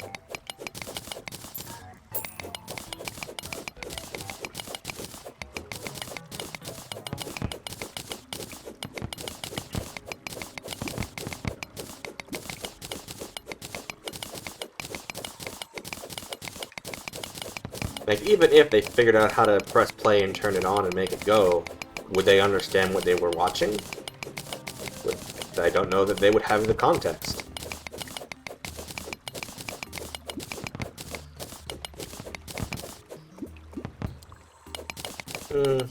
Not necessarily. And you certainly still doesn't mean you'd understand the concepts involved, like, you know, what is a football?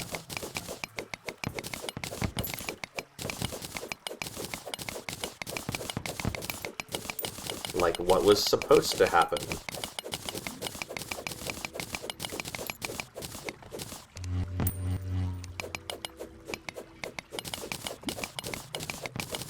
Maybe, but would they attempt to? Would they care to attempt to understand it? They might not. They might have other things to deal with. I don't think they would be especially interested in deciphering it. Given that, you know, they are choosing to remain uncontacted and isolated from the outside world on purpose. They probably would want very little to do with it, in fact.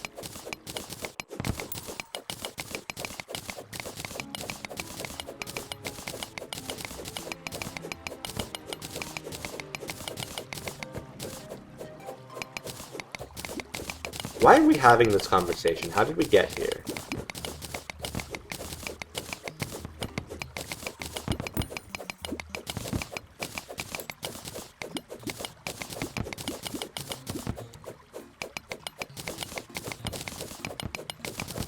As far as I understand, many of these uncontacted tribes remain that way by choice.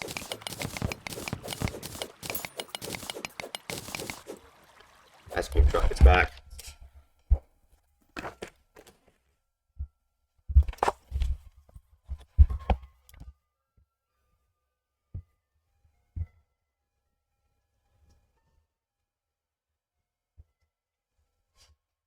Literally opened my window and held my mic up to the window.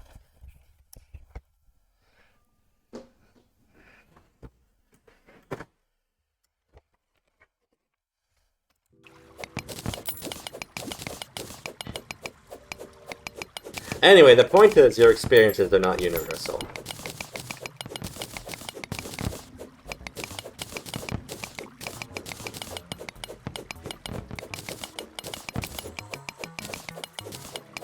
And that not everyone has seen, or even wants to see, Charlie Brown.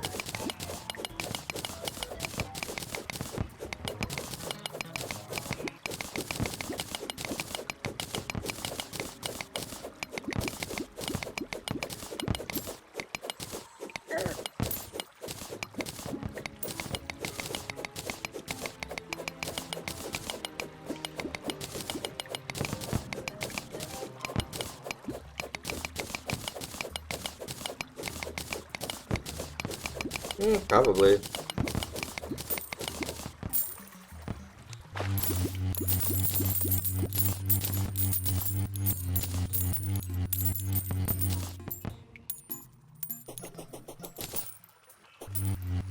But that's not really the human experience, you know?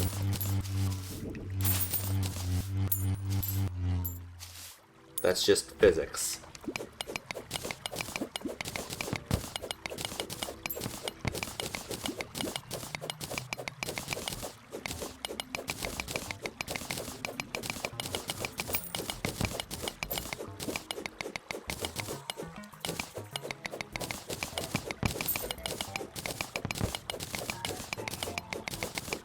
Maybe you should be a lawyer.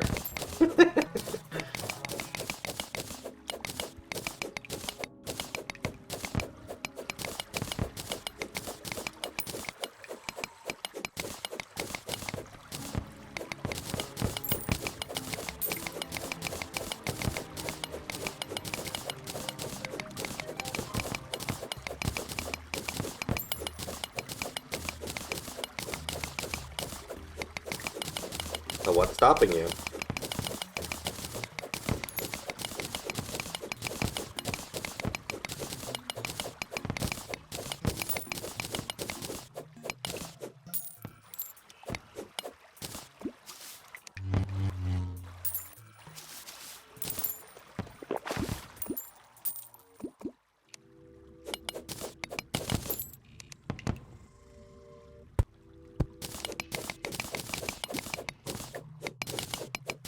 I mean, you know, aside from all that.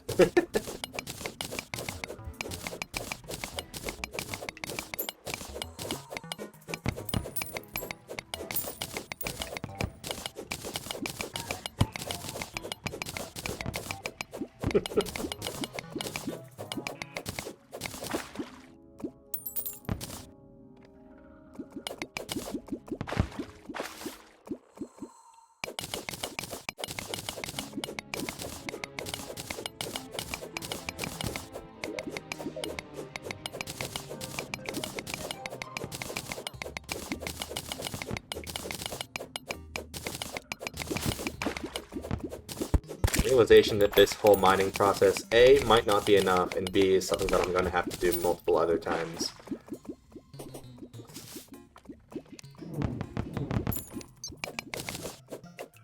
Oh, well, that one's simple. It's because I have no desire to do so.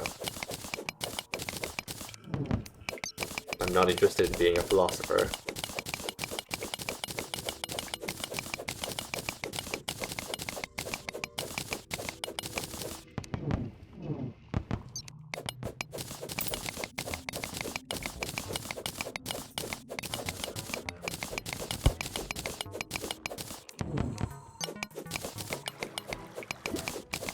And I'm in fact engaged in a different field of study.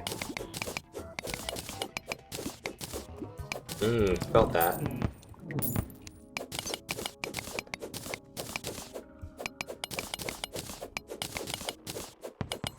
Hey.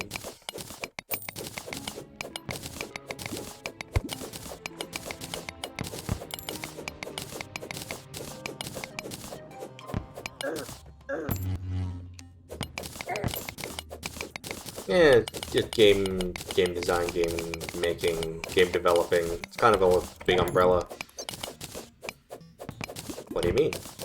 Oh, because of the whole Gen AI thing? Yeah. Still hoping that bubble bursts. Sooner rather than later.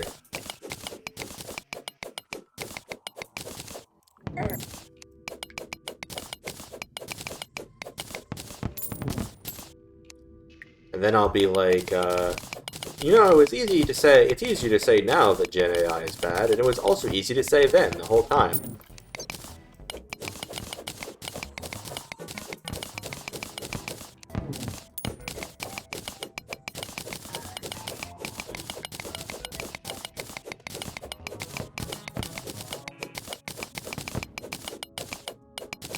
I remember one time, just for kicks, I tried using a Gen AI, not ChatGPT, a different one, to try and program an add-on for me for World of Warcraft, and it was so bad at it. Like, anytime I said that, you know, this function doesn't work, it would just rename the function to, like, a variable to, like, actual such and such, or fixed such and such, or really fixed, and it still didn't work. Like, I have verified that now it is working. No, it ain't, and no, it isn't.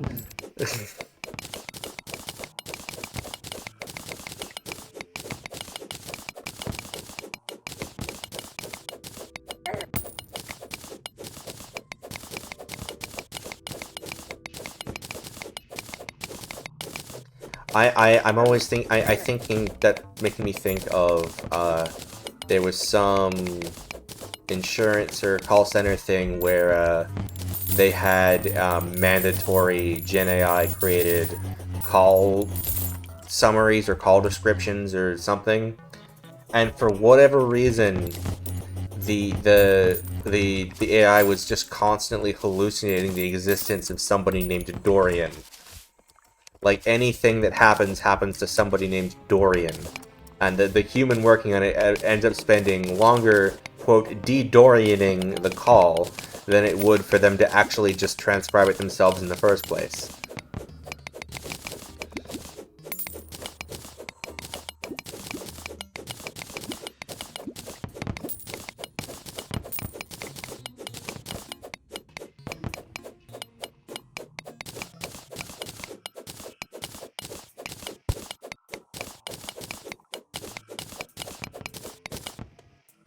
$9,200th Meteor head. Now, it's probably a matter of training data or something. I don't know.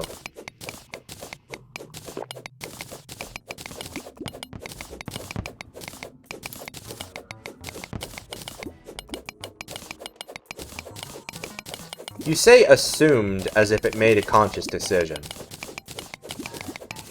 Which it didn't. You gotta remember, these things are ultimately language predictors. They think, okay, what word comes next? What word has the highest probability of coming next in this sentence or statement?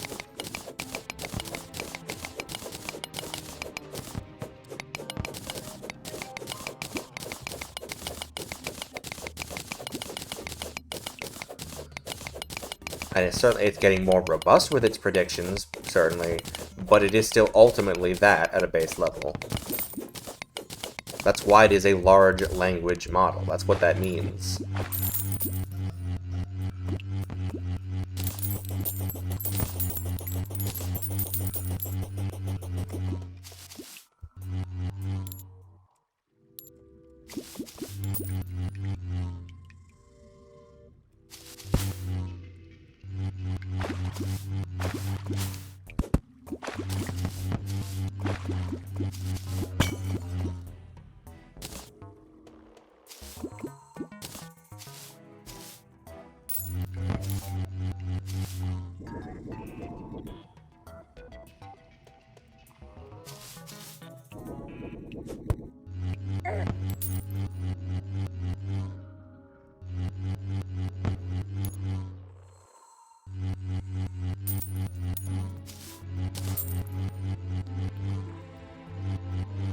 Alright, so this is still spawning meteors, which means there's still too much meteorite in the vicinity.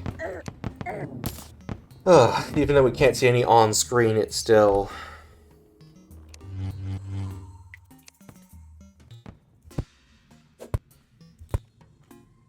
still in spawn range.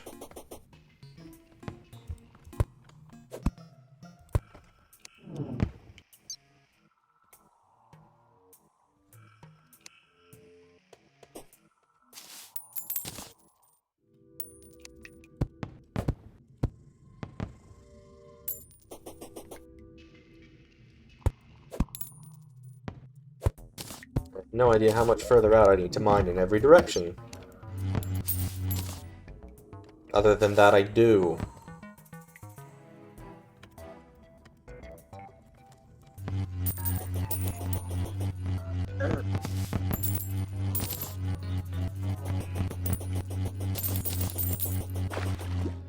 Alright, I guess we'll try another 5 blocks in every direction. Is probably a good start.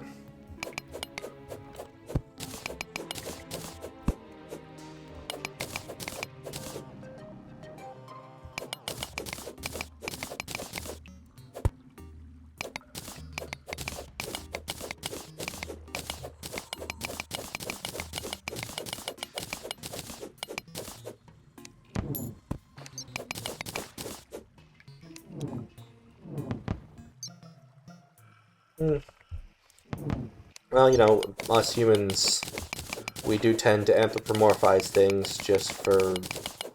It's because we're social creatures. We have to be able to see other people as, you know, being the same as us, and that also leads us to seeing things that aren't us as the same as us. That's why, you know, pareidolia, or whatever it's called, is a thing where you see faces in things where there are none. It's like why smile. It's like how emoticons work.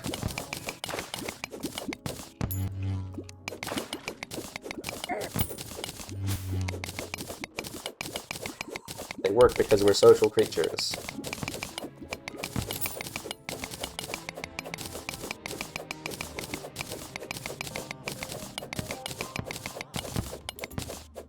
Yeah, exactly. That's another thing. It's why furries exist. It's why we think baby animals are cute, even though they're not baby humans.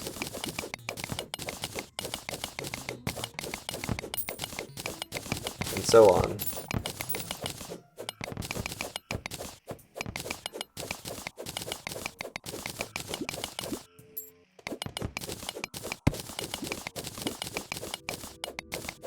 This is becoming dangerously close to being a Northern Lion stream.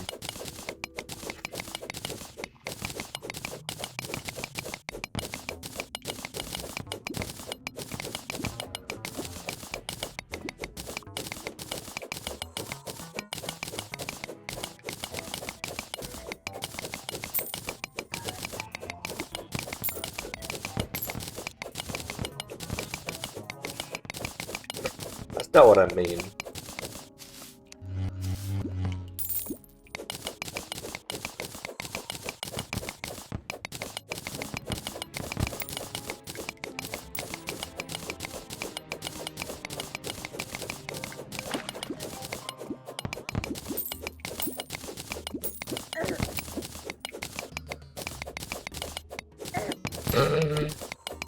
9,300 to Meteor Head.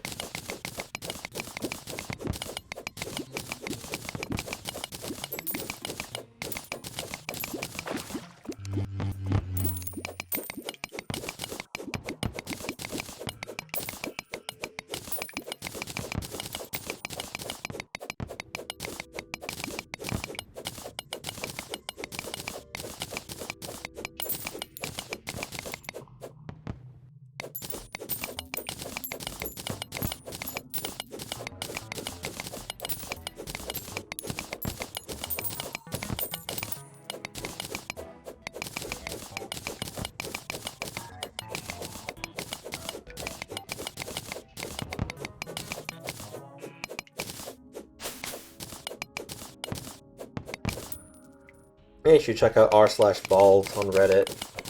They're very, they're pretty much any time anyone posts in there, like, I don't know, man, I'm losing my hairline, but I keep trying to hold on, and everyone's like, it is time, brother, join us. You will look so much better, join us, shave it. Go clean.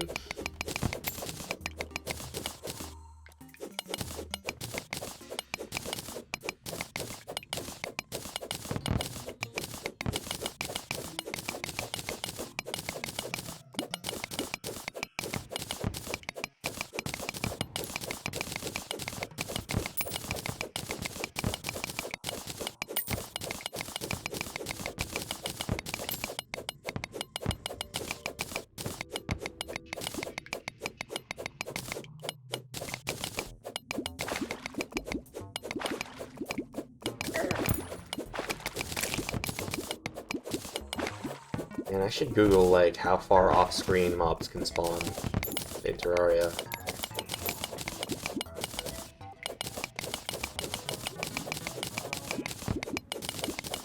And that would tell me how far out I need to do this.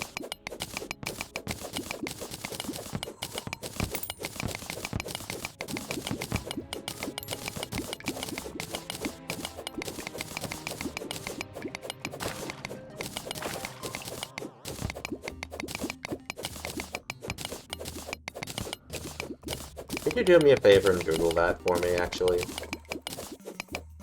Do a little research.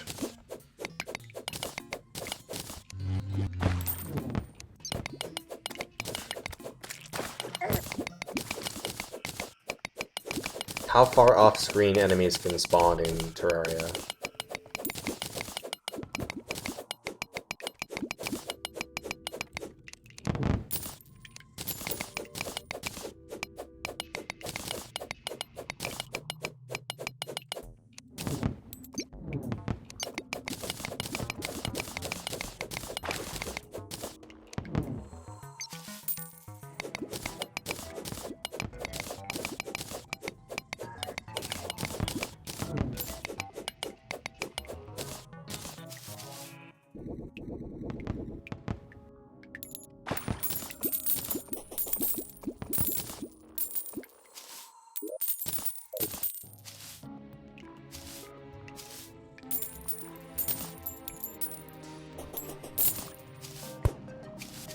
Old. It's not that much.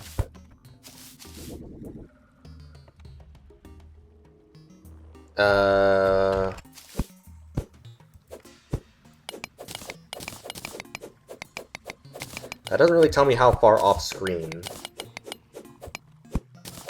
Because I don't know how wide the on-screen area is.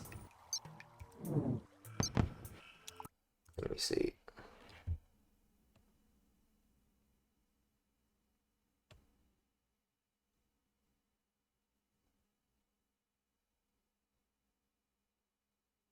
So, like, what? Like...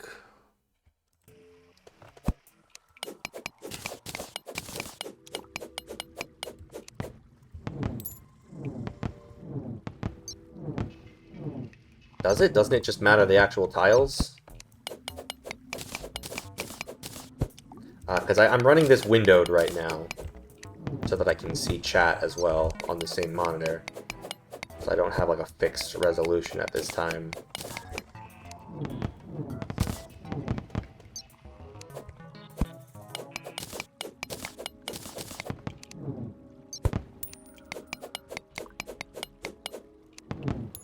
Oh man, take a screenshot and count the tiles. I'm sure it will be very easy to do so.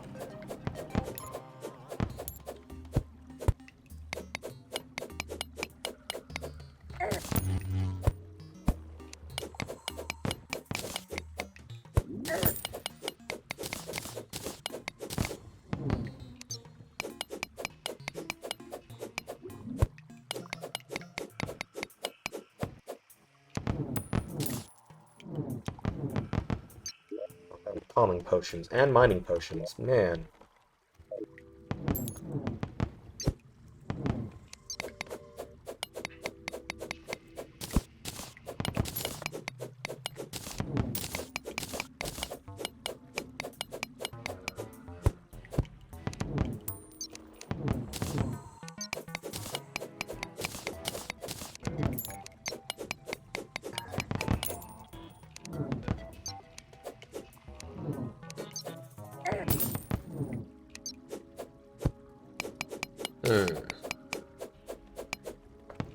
Just doing an extra 5 on each side is almost certainly not going to be enough.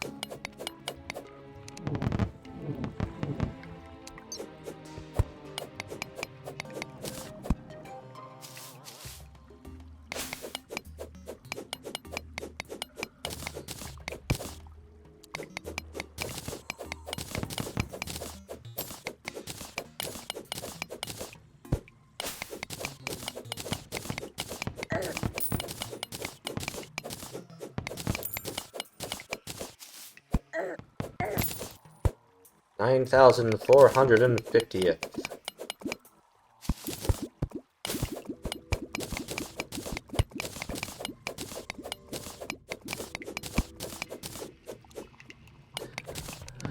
Oh yeah, I've seen a whole series on YouTube of someone analyzing like how strong, how much can Steve Minecraft lift? What's his carrying capacity? And it is insane. I think last count is somewhere around the weight of like a star.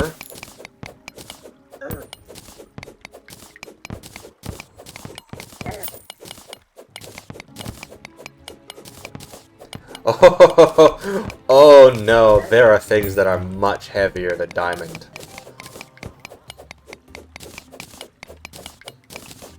Oh no, it's not an ore at all. I believe currently it's breeze rods, actually.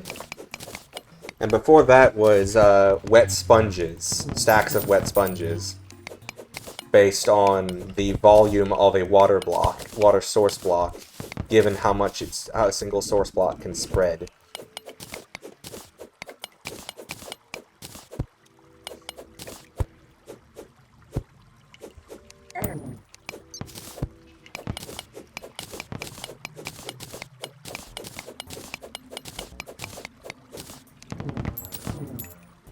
Because, like, you know how if you place a water source on top of a water source on top of a block, it'll spread out and flow in multiple directions, and then if it hits another block, it'll spread out again, and then again, and then again, and then again. And then if you do that from the top of the world to the bottom of the world, and all of that is one source block of water, and then you put that in a sponge, and then you get a stack of 64 sponges, and then you take a shulker box, and you fill that to the brim with wet sponges, and then you fill the inventory with shulker boxes of wet sponges and stacks of 64.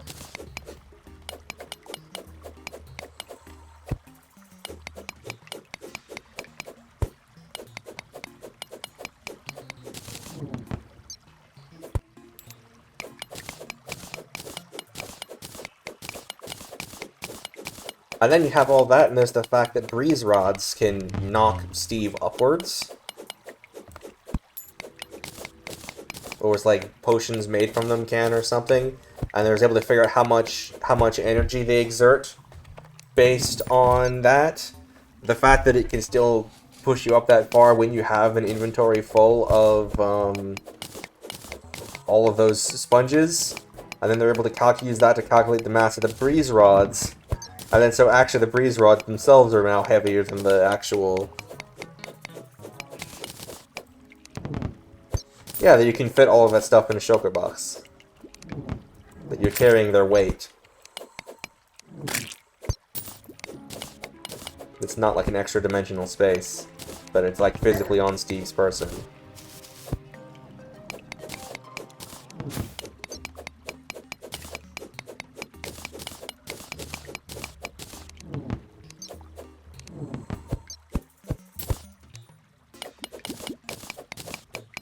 In case you're wondering, he's also done a series on the Terraria Kai as well, who is still absurdly strong, but nowhere near Steve tier. But may be able to hit much harder.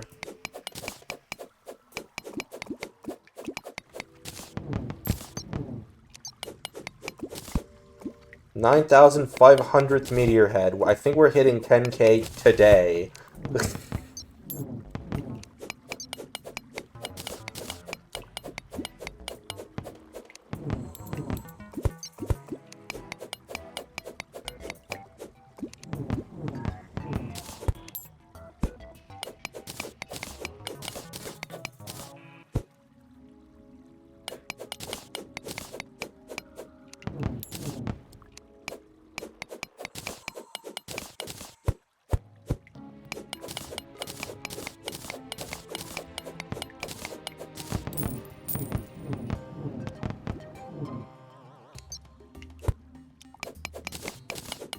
Yeah, just do a search on YouTube for how much can Steve lift by Schmedley, and you'll find the whole series, which he has come to call gym scaling, like power scaling, but it's just how much can Steve bench at the gym, and other characters, because he's also done the guy from Factorio now. Oh, he takes some of that into account.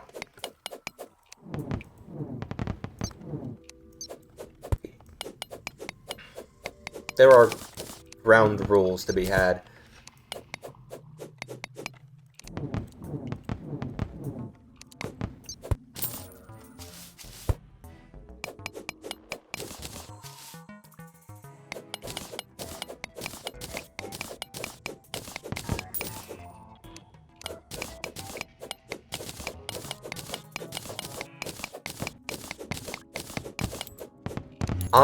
I don't think so, but bundles have come up at some point. I remember that much at least. I had to figure out how much does a bundle weigh, like the leather in a bundle.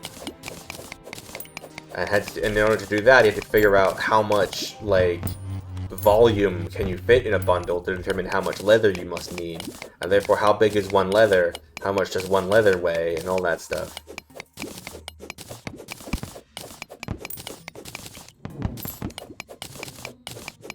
He's done a lot of research on a lot of very complicated subjects. You will likely not have think of anything that he has not either already thought of or has had suggested to him. It is a very in-depth series.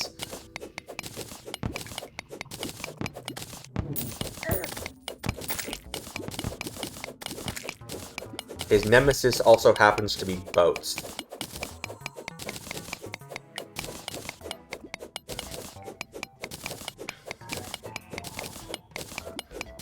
Yeah, unless proven otherwise, yeah. He's also going with things like infinity is boring. For example, you could say that since, you know, if you put 2 water source blocks in a corner, they'll make infinite water. Therefore, Steve's carrying capacity is infinity because you can carry buckets of water, and that's just boring.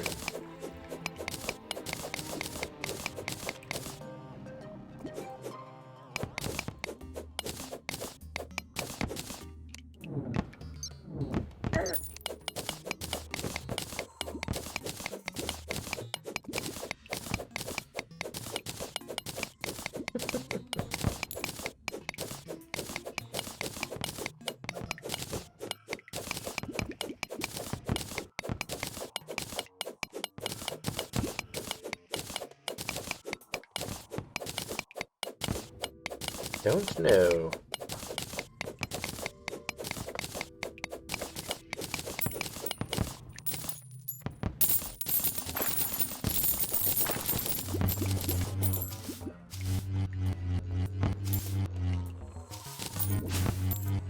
I mean, the lightest inventory would just be carrying nothing. The lightest inventory Steve can carry is empty inventory. Case closed. Like, what a... Well, how do you define full? Do you need full stacks? Do you need just something in each slot? Like, that's a lot more... It's a lot more ambiguous than, you know, maximum carry weight.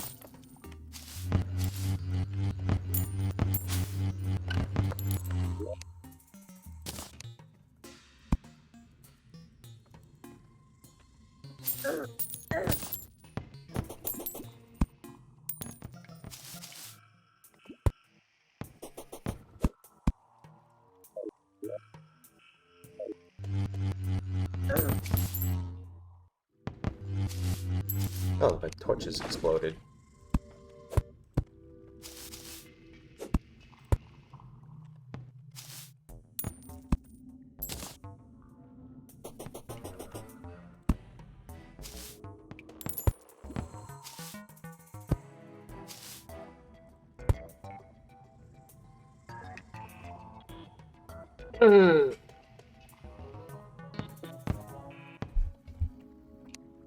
Oh, we're not even gonna get into this.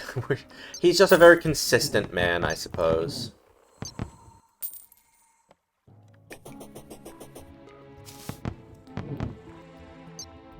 I guess really it's his max carrying capacity before he would presumably need to slow down. I guess not even necessarily max carrying capacity, it's just max demonstrable capacity. Yes, that has been brought up. I think there's diminishing returns on that, but he will get to that, apparently, in his next video.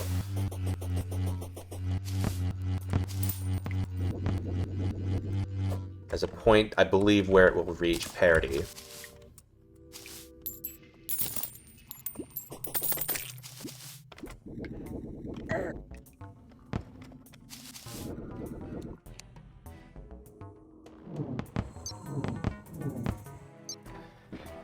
Okay, I think we need to count some tiles. So these are each 50 long. I want to have it be that it's, you know, no spawns, you know, from this corner. And, like, from this corner. And from this corner. And from this corner. So we're going to need an area that's bigger than our 168 by 94. I guess we probably just add 50 vertically, or horizontally, and then 40 vertically, I think? 10, 20, or 30 vertically? So that'd be like so it'd be like 218 by 124-ish. Okay. Let me write that down. I'll round up slightly to be sure. So I'll say 220 by 125. That means we need to count how much we've already got.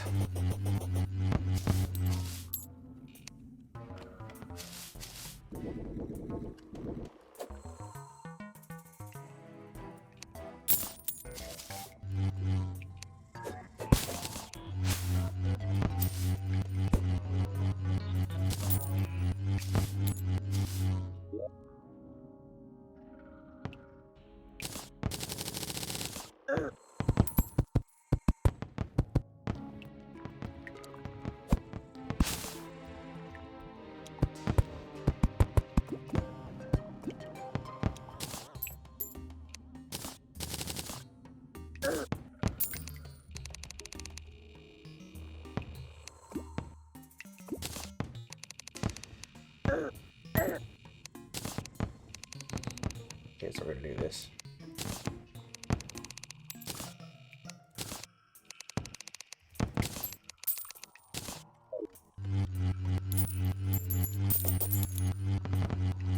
Alright, let's check our height. Current height. Actually, after all that, I'm actually just going to do it over here, because I don't like the idea of putting it on the platforms like that. Oh, God. Right, back walls. That'll complicate matters slightly.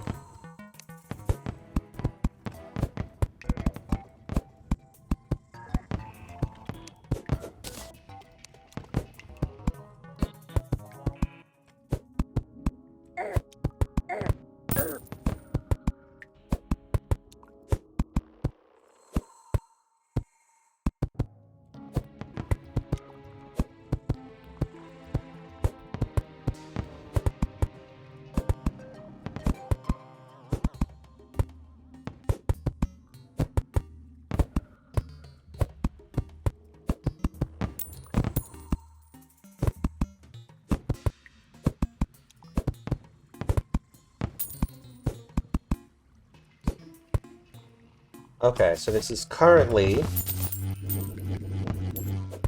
201 tall, which is plenty, actually. It's tall enough already.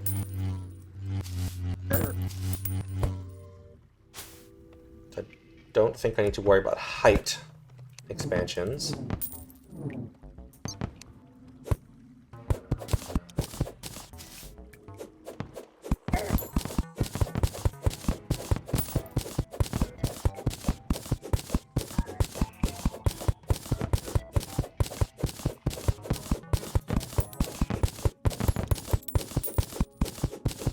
I'm 5'8", actually.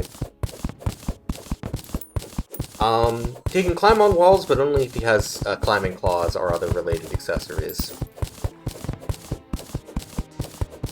I'm using a grappling hook to, you know, lock on like that. It's 9,750.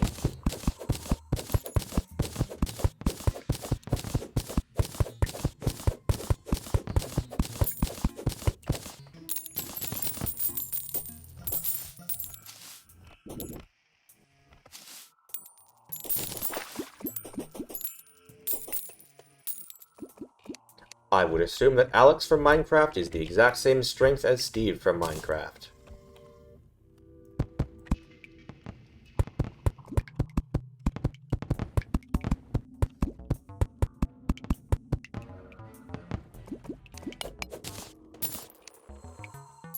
No, I will not.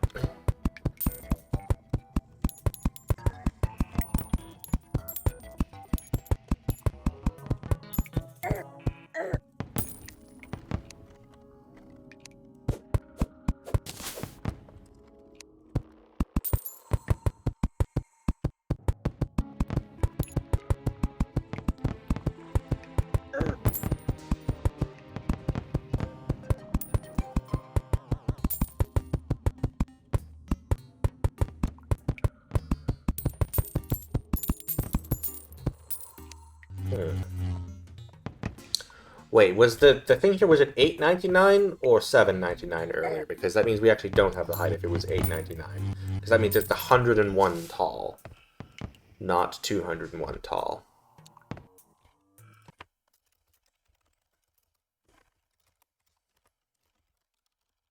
So this is 164 wide currently. So we do need to get quite a bit wider.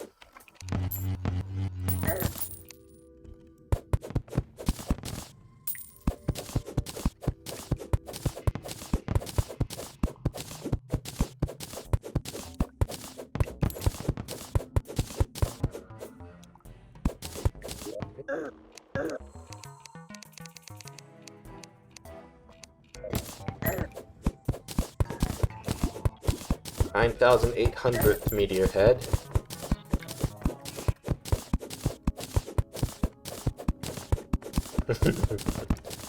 Oh no, we would still have to gym scale the rest of the series. And this isn't necessarily the amount of damage Steve is capable of doing, this is just how much he can lift.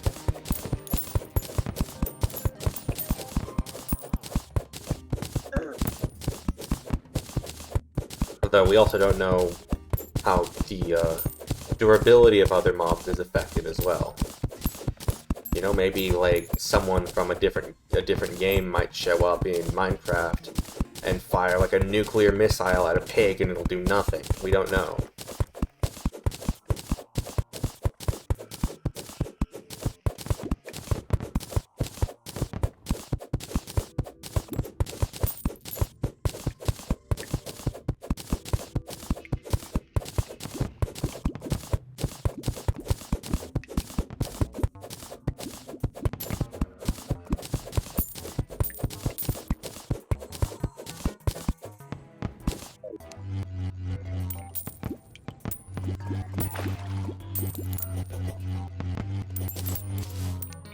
So let's see. Math. We need another 24 blocks of height, which means we need another 12 blocks on either side, up and down.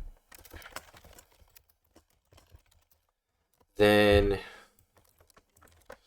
220 minus 164 is 56.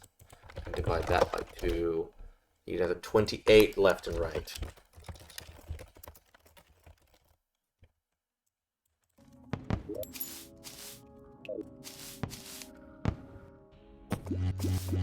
Given the positioning of the temple, I think some of the left is going to have to be moved to right, and I'll have to actually move the mud instead further to the right.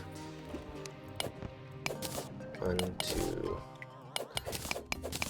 6, 7.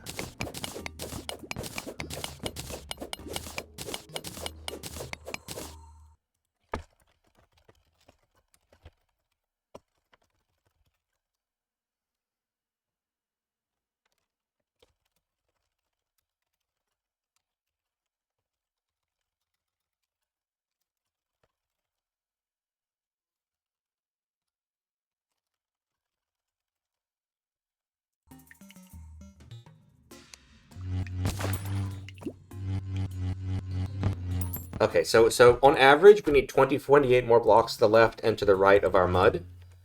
I'm only going 17 blocks to the left because of the temple. And I think the math on this, if you could double check my math here, I think that means we need to go 39 to the right, and we need to move the mud blocks 11 to the right.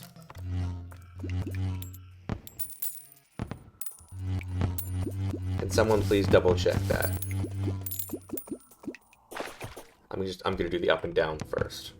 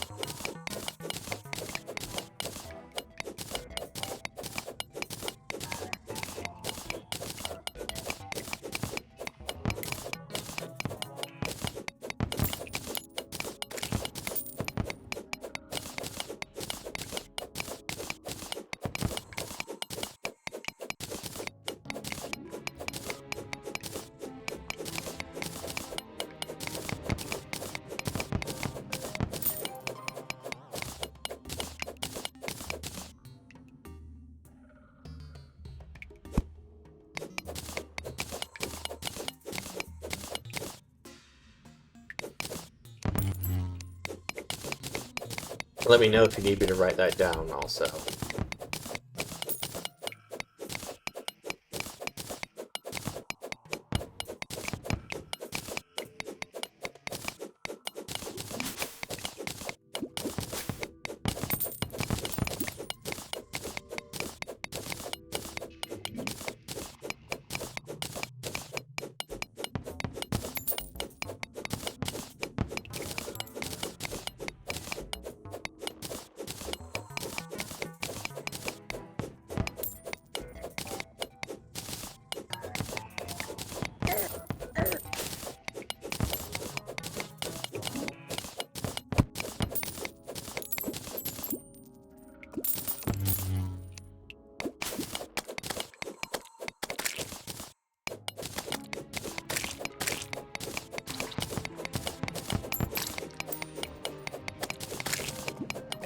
Be the 50th piranha.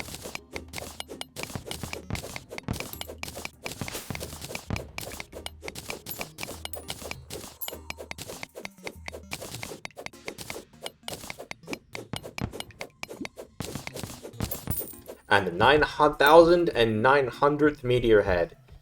We are so close to 10k.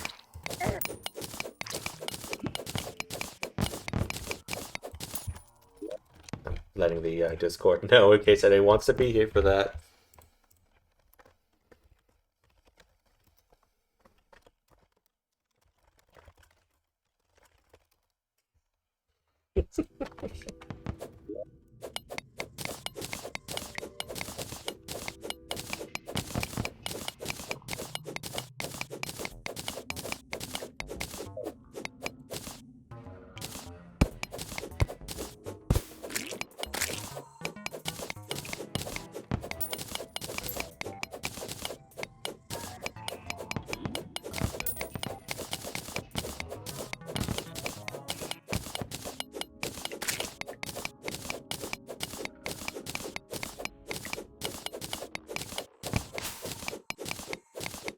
Hey, some more jungle grass seeds. Nice.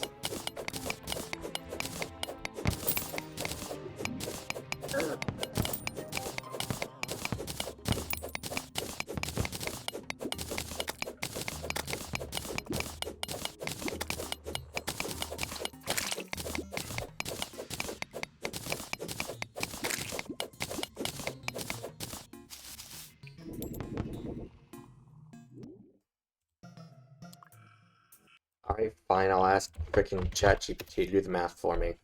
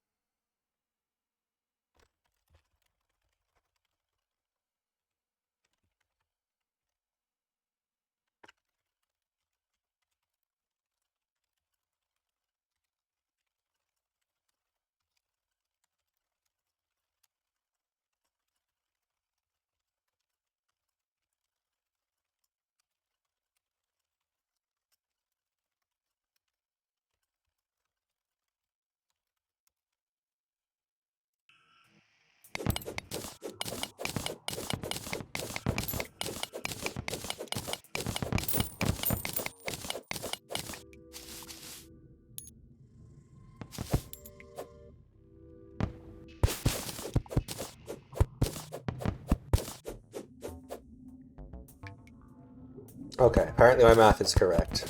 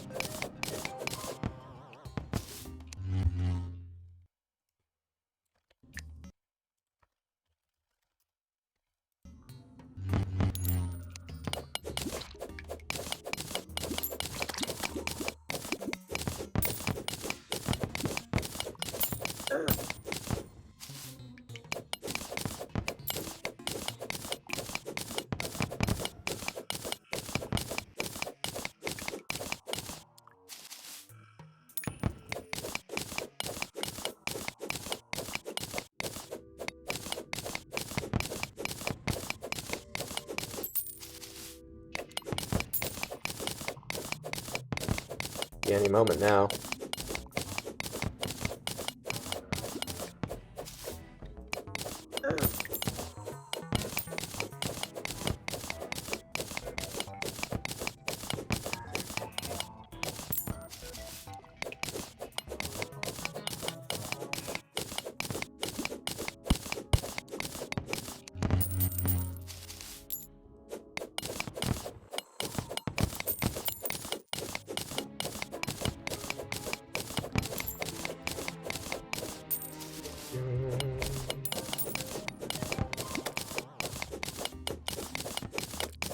Go, my frogs.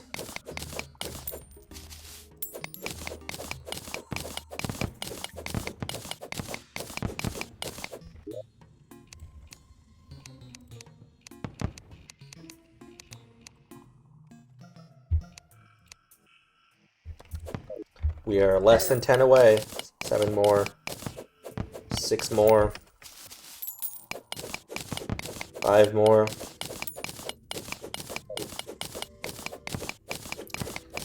4 more. 3, I think. I think there was 2 there. 10,000th meteor head. There it is. Oh, boy. I really should go reforge this pickaxe to light at the tinker.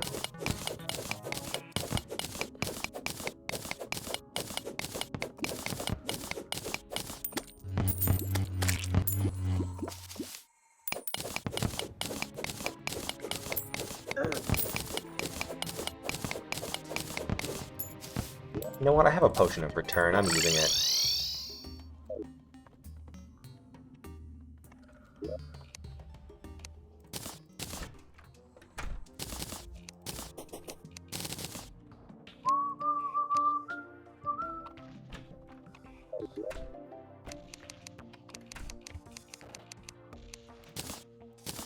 NPCs all wondering where I've been, probably.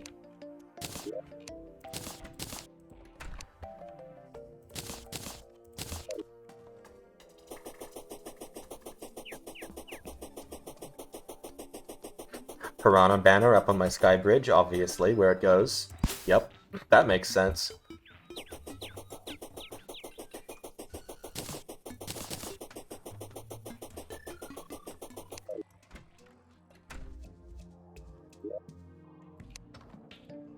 Where do I keep gems? Oh, I know where I keep gems. I keep them down in the mines. I can split my statue sorting at some point. This should be split into, like, accessories and other things that aren't that. I don't need 2 nature's gifts. Probably. I will put the compass in there, though. These can go in here.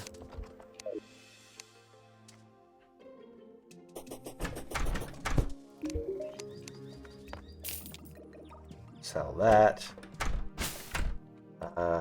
What was I? Right, the tinker. We'll make sure that it needs to only be light. Light pick. Some of them can tie with legendary. Oh, this is one of them. So I can go light or legendary, or deadly, or agile, or quick, or nasty. And it's already agile, so it's already at maximum mining speed. Okay, well, glad we got that established. I must have already done that previously. I don't think Builder Potion affects my mining distance. Google it.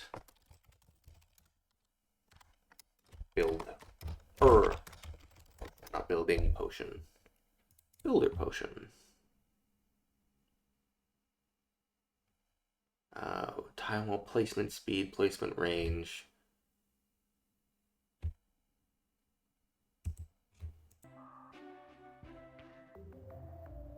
Toolbox. Toolbox increases tool range.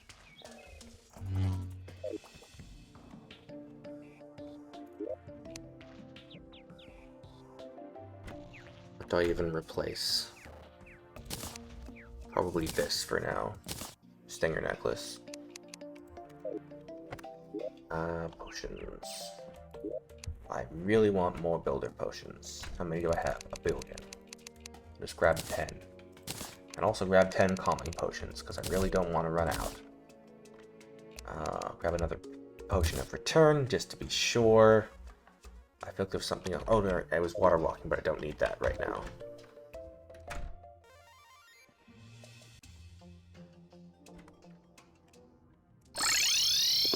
Yes, back again.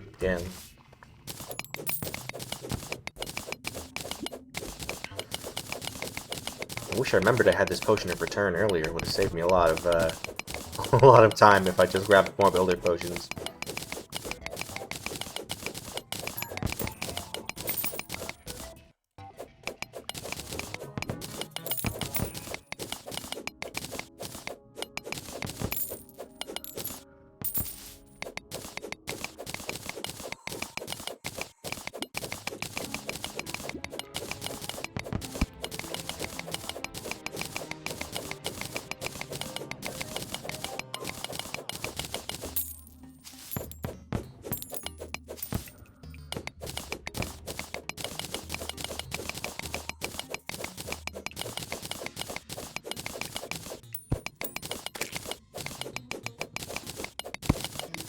yeah, this episode is definitely called Welcome to the Jungle. Unless it isn't. People watching the VOD will already know the answer to that. Because they are from the future.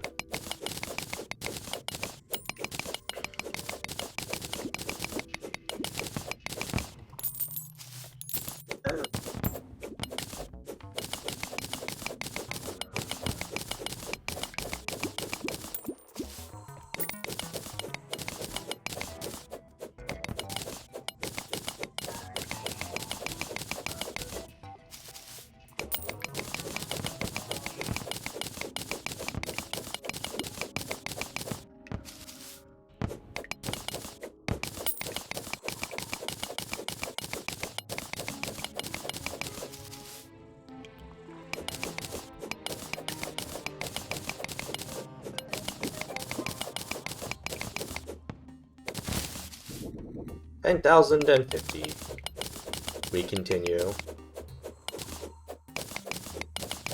Oh yeah, that's so balanced. I actually tried to make a retrain of Graceful Charity some time ago, if you're curious, to make it keep the spirit of the card while being, you know, actually maybe like a side deck card.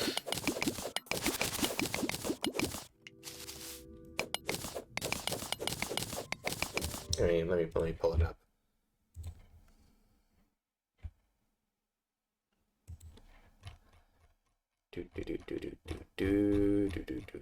Scrolling.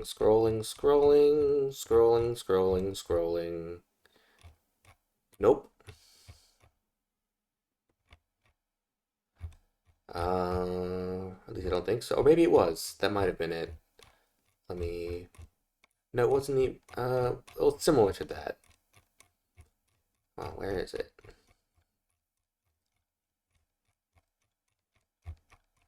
More scrolling. Okay, here we go. Gracious Charity. Excavate the top 3 cards of your deck, and if you do, add one of them to your hand. Also, banish the remaining cards face down. You cannot add cards from the deck to your hand during the turn you activate this card, except with the effect of Gracious Charity or by conducting your normal draw during your draw phase. You can only activate 1 Gracious Charity per turn.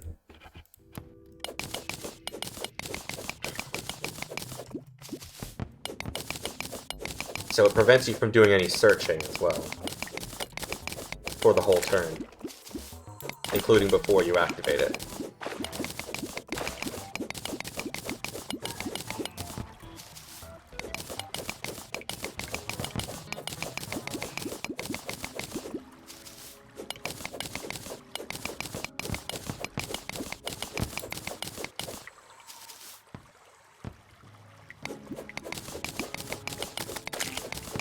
Yeah, it's a +0 in card advantage because you activate it to gain 1 card. Although I don't know if that counts because you're banishing 2 cards from your deck. Or I think it's technically a -2.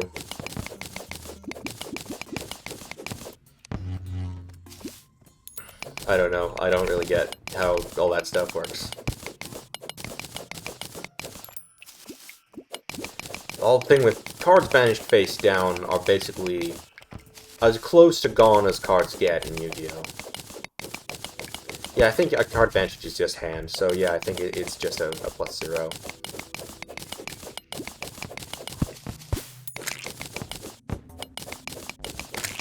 Plus, there's the hard ones per turn, and like I said, the fact that it prevents you from doing any other kind of search for the entire turn. Which means I think that even though it's digging you 3 cards into your deck, I think it's actually okay.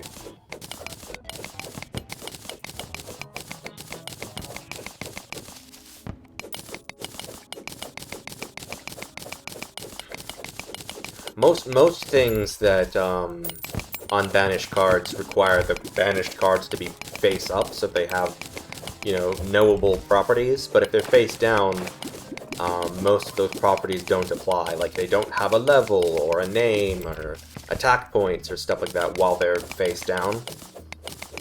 So anything that's like, add a banished card with 0 attack points from your banishment to your hand, doesn't work if they're face down.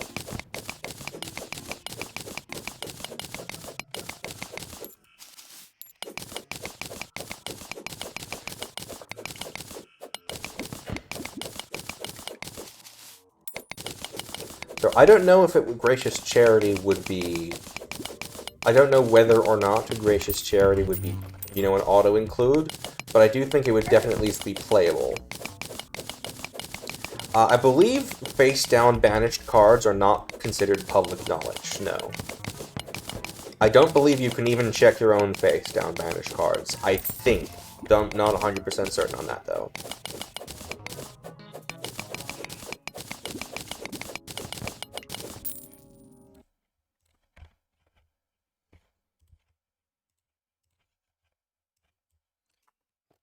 Well, down complete.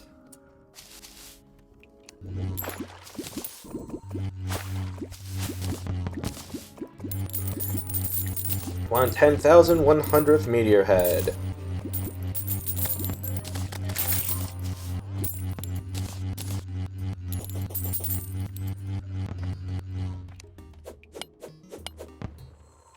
Yep, you pretty much just have to... Yeah.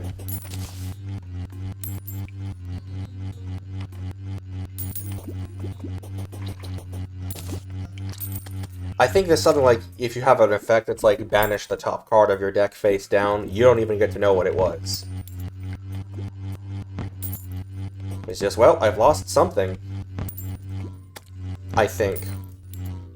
Face down attack was a thing at one point, but unfortunately it no longer is. They errataed the one card that made it possible, and I'm sad about it.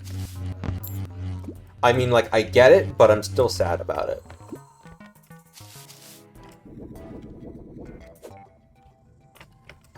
Oh, hey, cool. By moving everything 11 blocks to the right, also don't have to deal with this freaking demon altar anymore.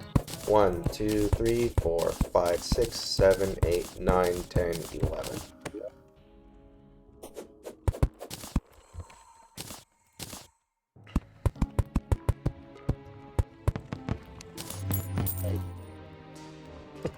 Probably. It's one of those things where it's like, it's not something that would ever be good, it's something that would be a card, a game state that people would only ever set up for the express purpose of being annoying.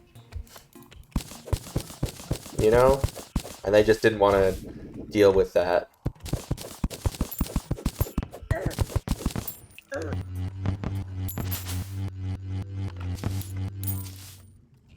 It would just be someone being intentionally disruptive.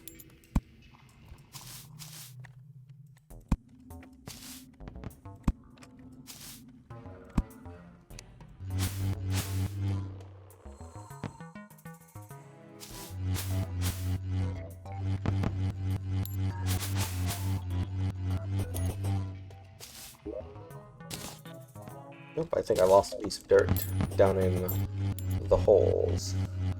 There it is. Mud even, not dirt.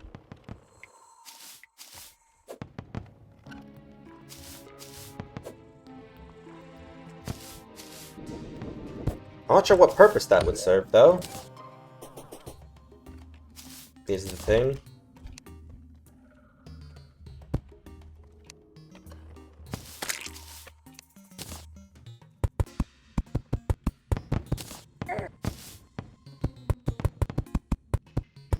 Aside from to be annoying and confusing.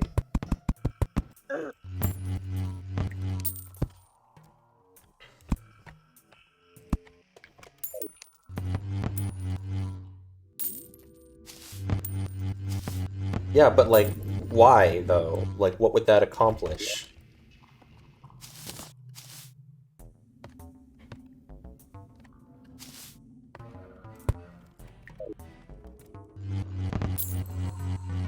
Like, you could put that in a card, but I don't see why you would want to.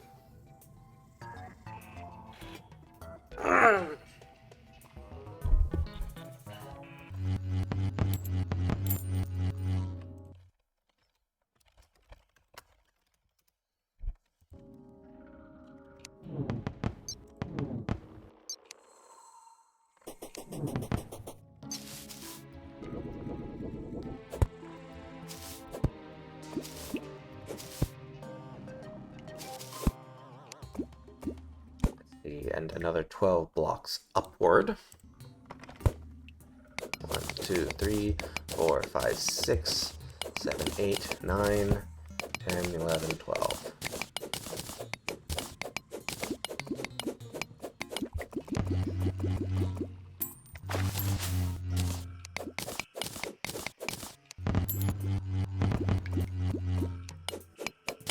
Yeah, but you would still need to reveal the card to declare an attack. Because your opponent would need to know the stats of your monster. It's just like how when a face-down defense position monster is attacked, you flip it up to see what it is. How do biomes exist? That is a great question that I'm glad you've asked at this exact moment, because I'm currently attempting to make one exist. Aside from there being, you know, your standard artificial biomes, like I have surface corruption up here, I am attempting to make an artificial underground jungle, both so I can have a pylon for the temple, and also eventually Plantera. That means I need to remove all of the meteorite within a spawn radius of my jungle blocks. So that meteorites don't spawn.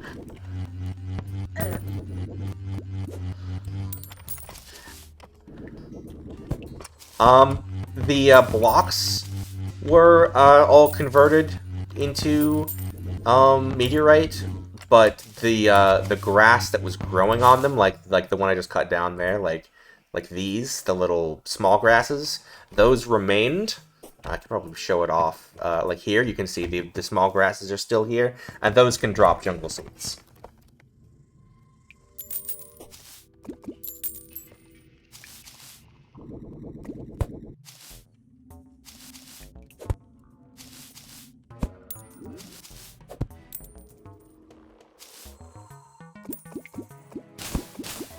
What have I just done to myself? Okay, give me out here.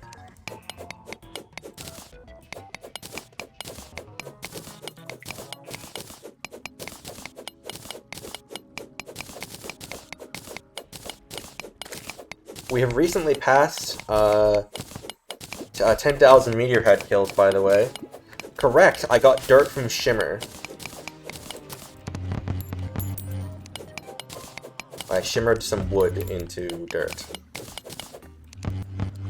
Yep.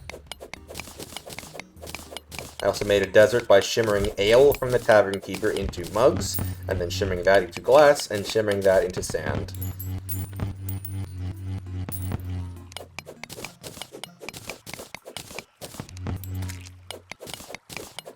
Oh, and an ocean the same way.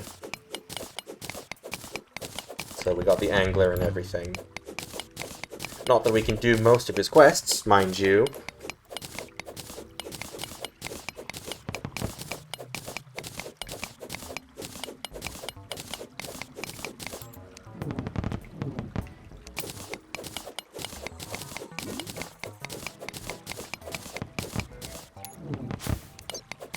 Like, oh, catch a fish in surface jungle. What surface jungle?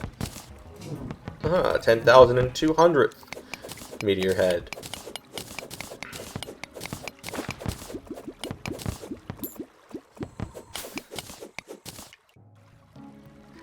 I do have Tabletop Simulator. I haven't really touched it for much of anything. I mostly just play Yu-Gi-Oh! On, like, you know, Dueling Book or maybe Master Duel.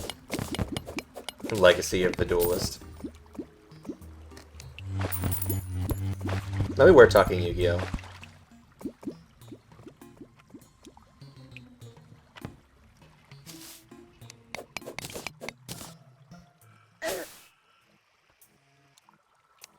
To recount here.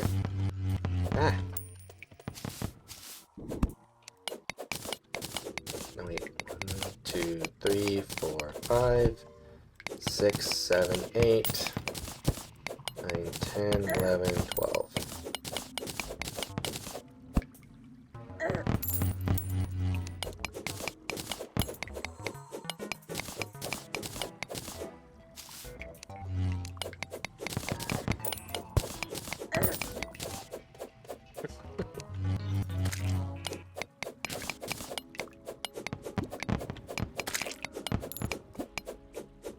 Nah, we were just talking about, like, hypothetical face-down attack position monsters, and I was like, I mean, you could print a card that lets you do that, but, like, why?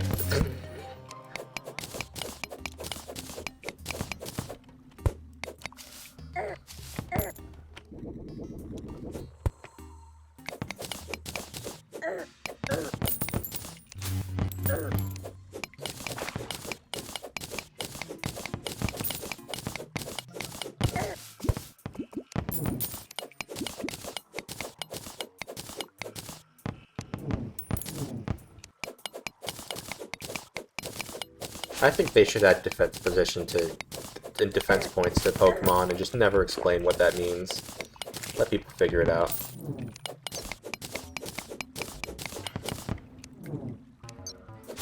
Yeah, magic has like health instead, I think. Or life, or whatever they call it.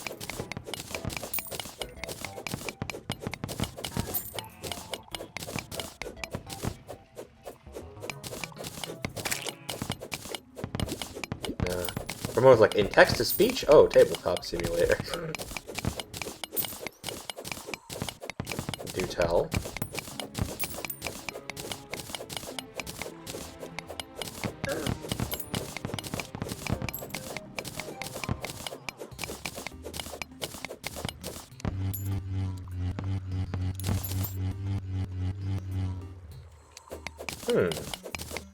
A tabletop simulator.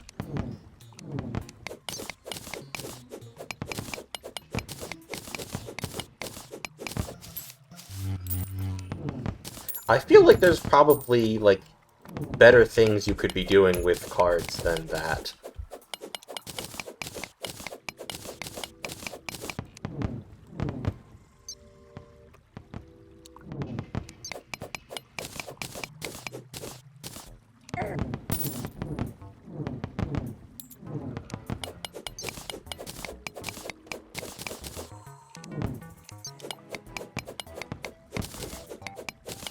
Sure, how about any modern archetype?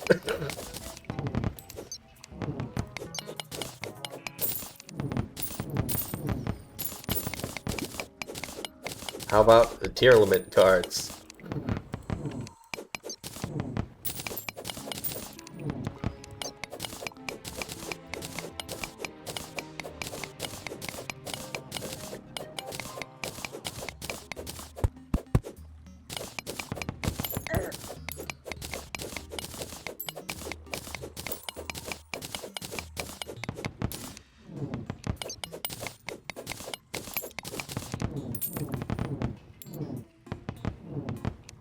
You know what archetype technically exists that they should add support for? The. Add a card with the in the name from your deck to your hand.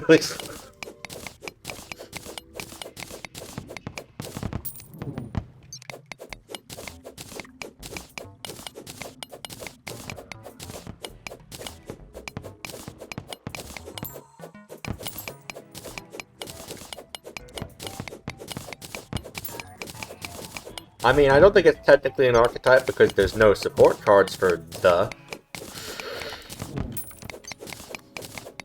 But they could make it into what they could if they printed a support card for it. They could make it one. Any arbitrary string of text could technically be considered like that. It's like how 100 Eyes Dragon, they had to remove the hyphen between 100 and eyes because the red in 100 meant that with 100 apostrophe eyes, it became a red eyes card, and they had to errata it to remove the hyphen so it did benefit from red eyes support.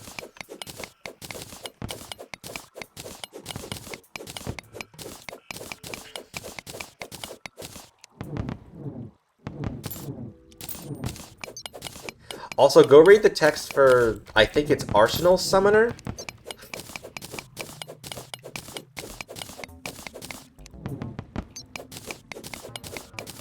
I mean, there's Black Wing.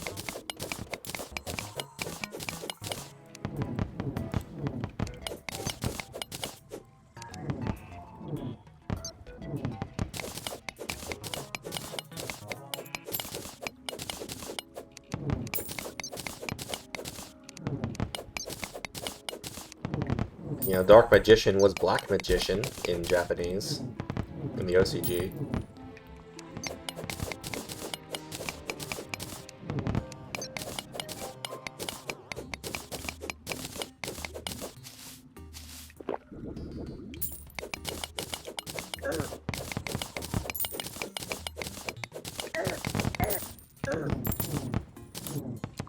Yeah, Dark Magician.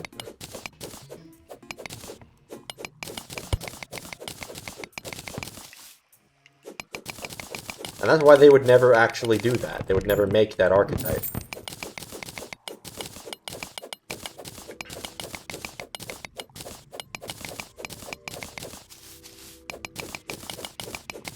Or if they made an archetype that isn't supposed to include stuff like that, they would have it be something like, you know, add a black wind monster or something like that with 300 defense.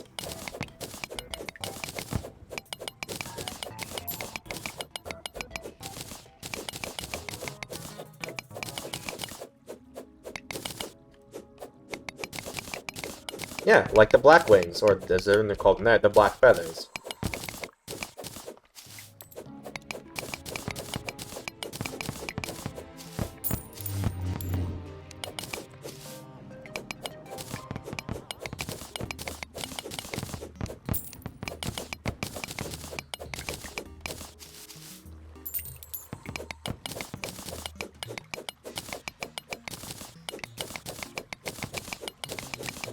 I have no idea.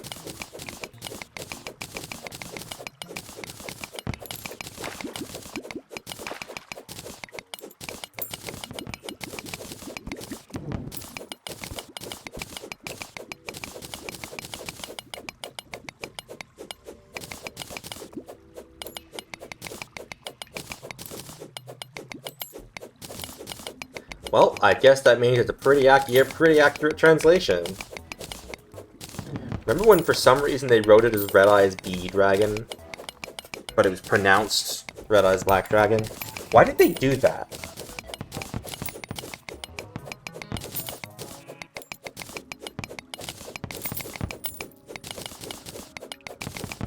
And stuff like, you know, Lord of Dragons is Lord of D. Why?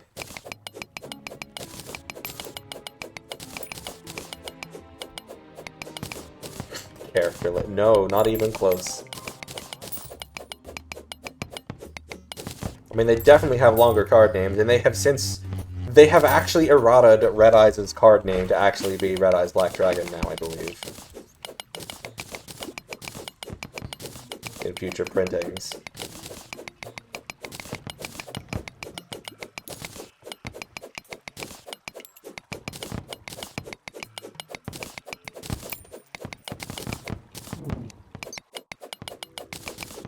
Oh, by the way, is it Jakoots? Jeff. So, I don't know how much you know about this little guy we have here, Spiffo. We have had insane Spiffo luck in this playthrough. I think he's like a 1 in 1,500 drop or something like that, and within like 2,500 drops, we've gotten 7 of him. It is insane. Absolutely absurd.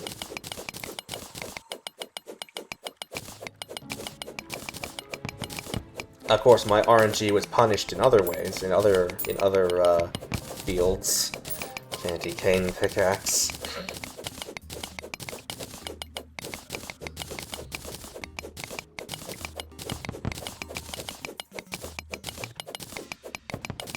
Sorry, that's not his name anymore. He's Sky Scout.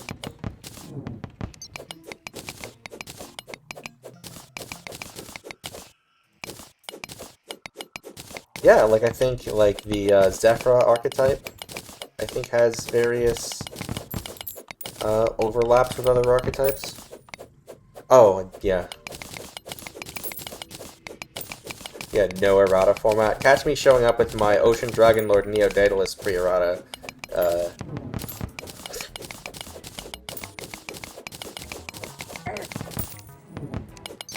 Where they forgot to include the summoning condition that said it can only be special summoned via X way.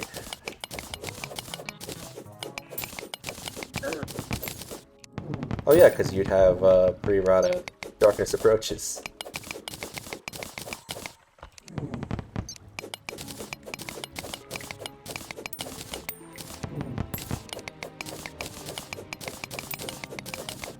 Nothing could possibly go wrong with that.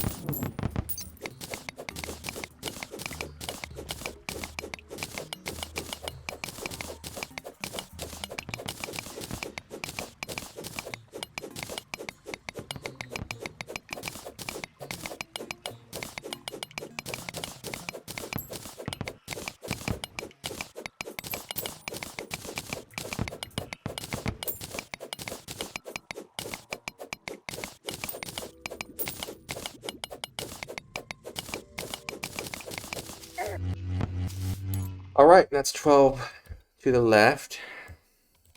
Or to the up, even. Oh, obviously.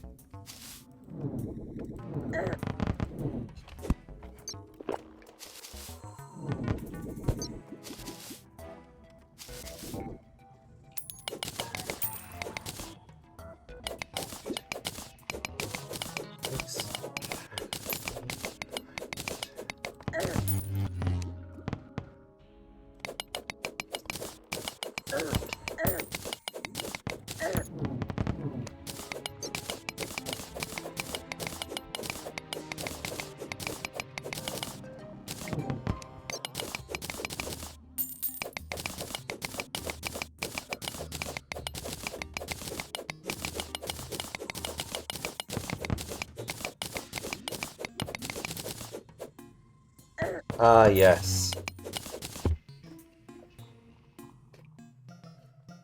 Frog the jam. It's Frog the jam.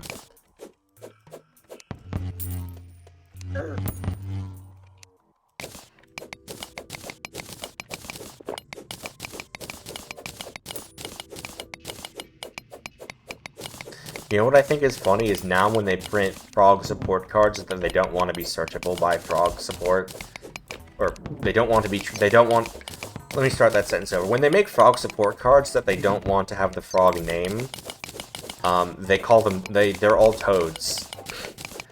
You know, there's... aside from Frog the Jam being changed to Slime Toad, there's, you know... Trade Toad. There's... Frickin' Ronin Totem. There's... there's Totally Awesome.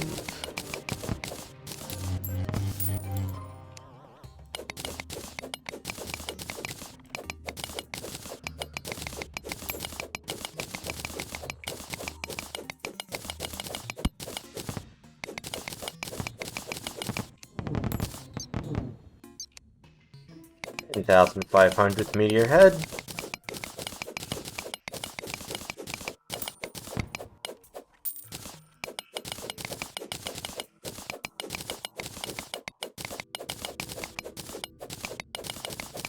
Still going.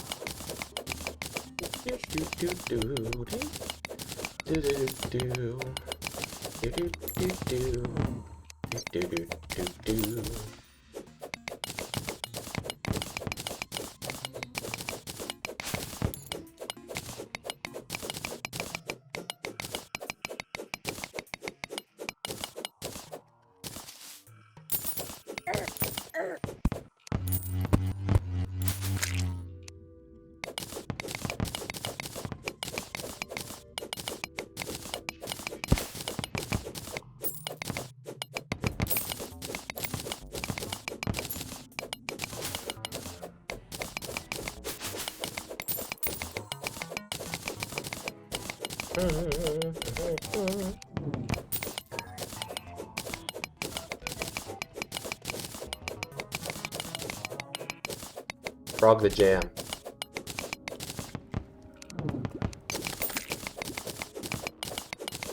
Or Slime Toad. You can't make him frog the slime. You'll make everyone angry.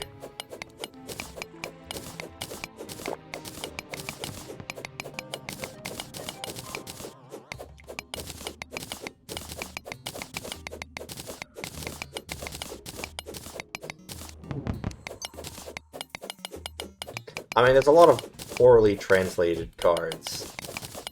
Like, you know, Fushio Richie, which was where Richie was supposed to be Lich. Or Buster Rancher, which was supposed to be Buster Launcher. Or Magical something, where they kind of just gave up.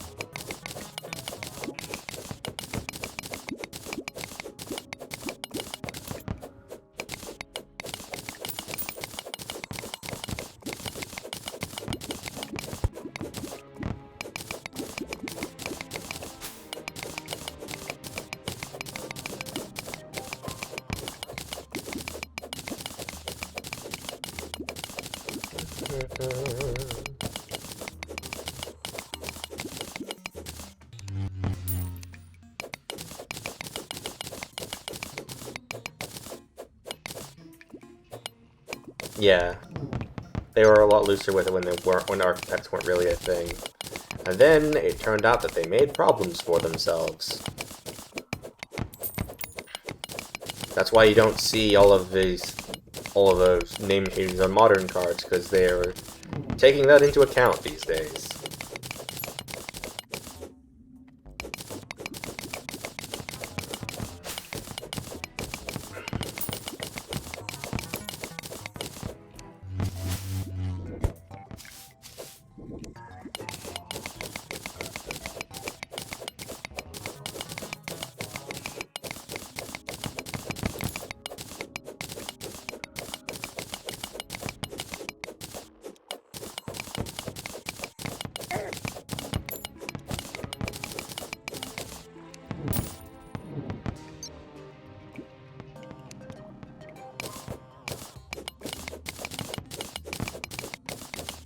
Pretty sure there is a Valkyrie archetype, but I don't think that the Japanese names are the same.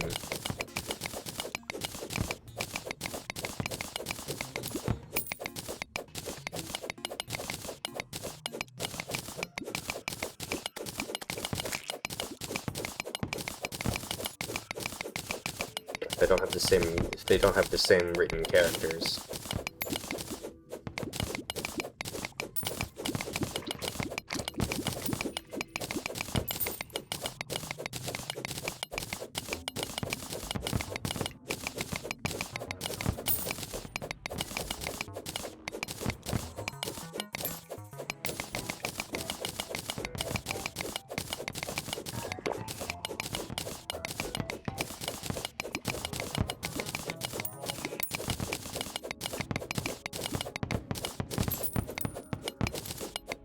$10,600th Meteor Head.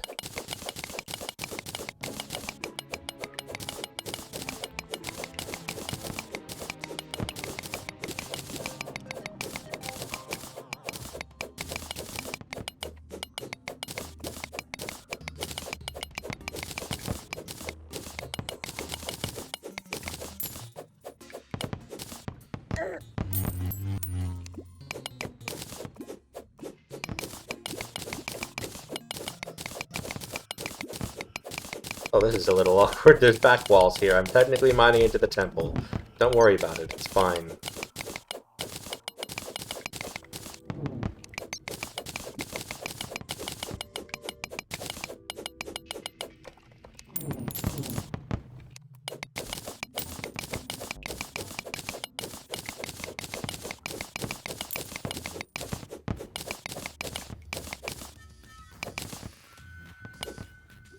I'll just block it off with, like, wood or something.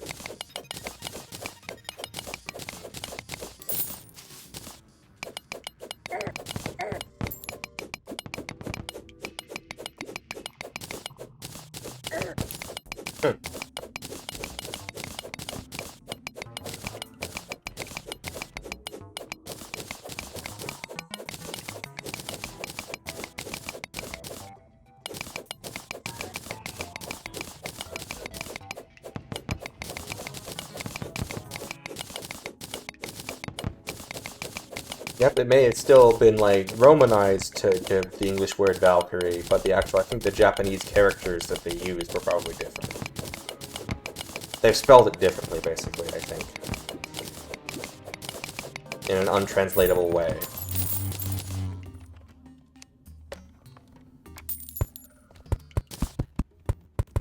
Anyway, the strategy for these temple walls is we're just gonna not worry about that. We're just gonna make it go away.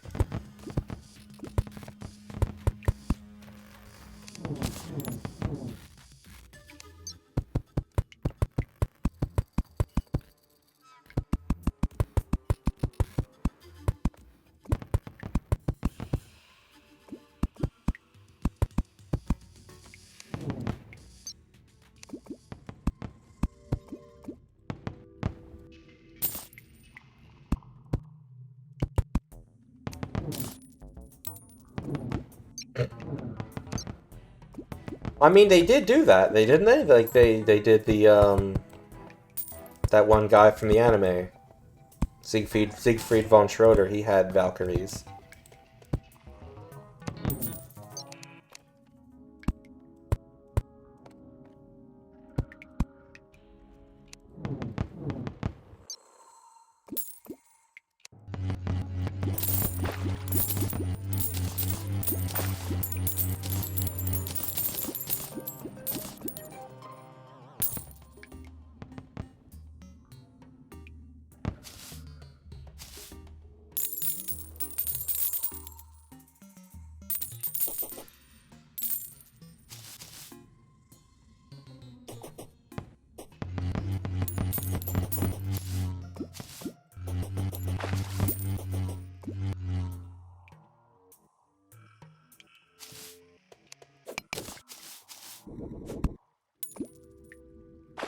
Right, that's 3 walls done.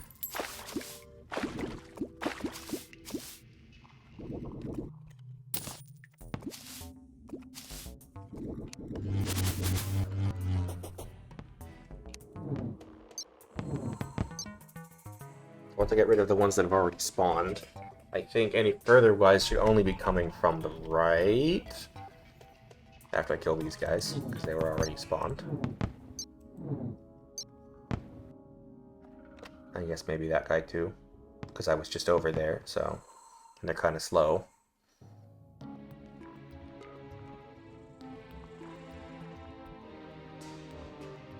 Hmm.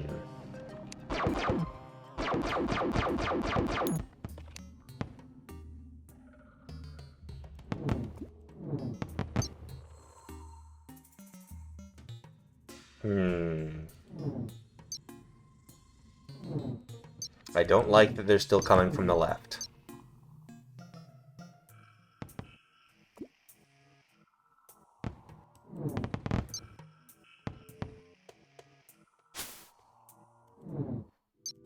But again, they're slow, so I'll give it another minute, just in case. In case it really does stop. Oh, yeah.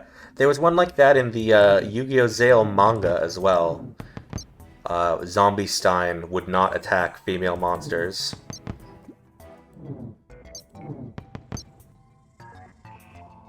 Uh-oh.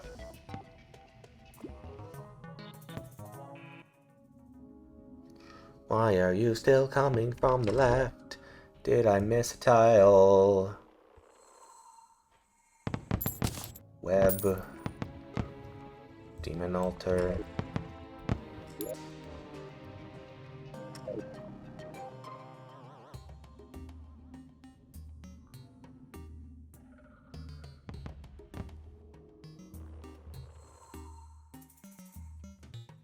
Okay, what direction specifically are you coming from? Don't tell me it's spawning on the Demon Altar platforms. Just because it's still in a meteor biome, and it's just considering those valid spawn locations. That might honestly be what's happening. I think I won't really know until I've taken out the right side then, so it stops being a meteor biome.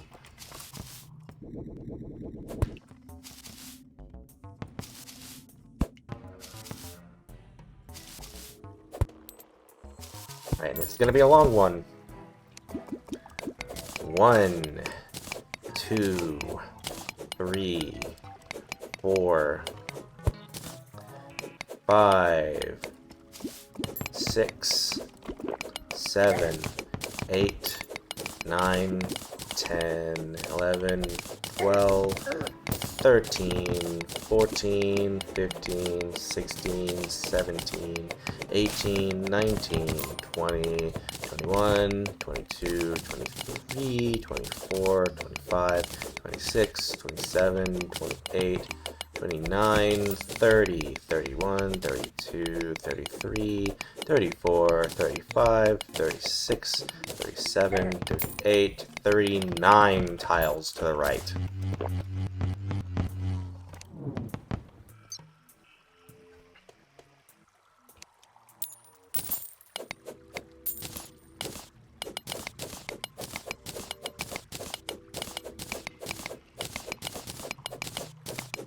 Good luck with your focusing.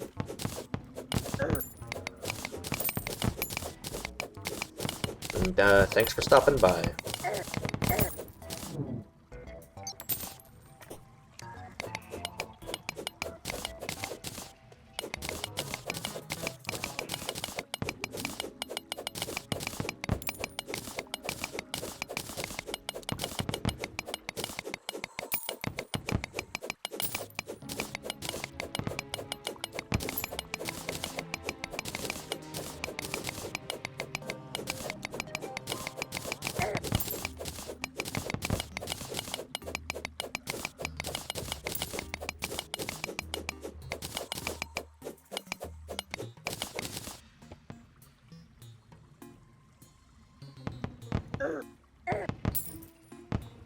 Hold on.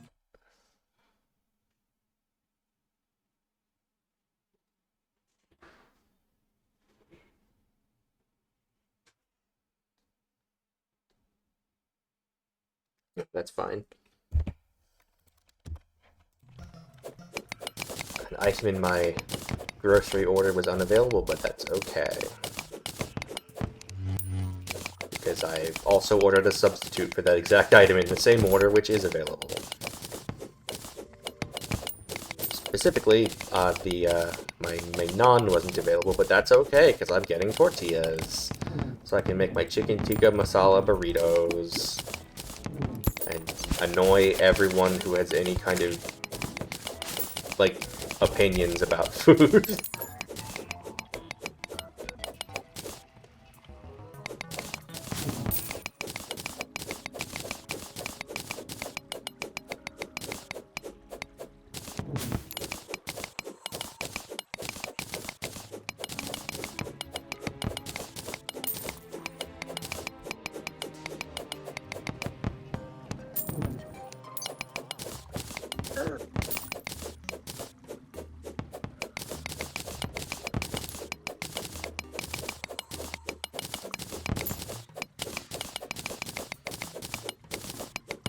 You know, it's annoying that despite the fact that I'm immune to being on fire because of my obsidian shield, the meteor heads still set me on fire anyway. They're just like, don't care, be on fire.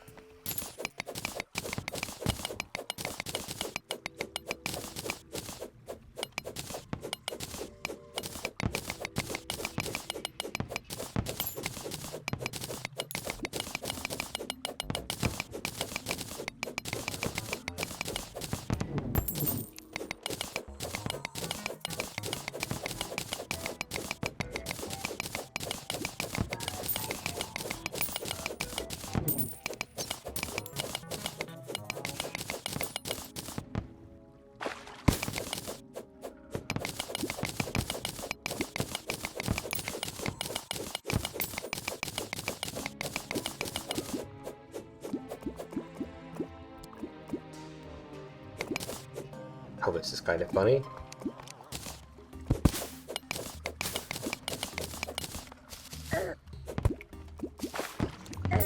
Oxygen.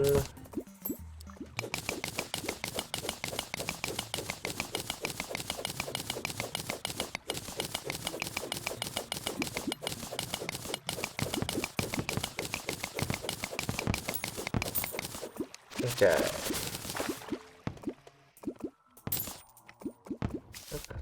crystal, I'll grab that. Said I'll grab that. There we go.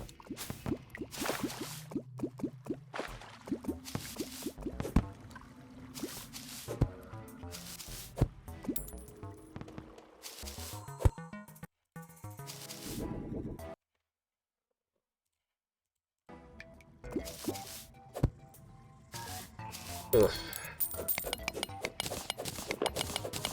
So much mining.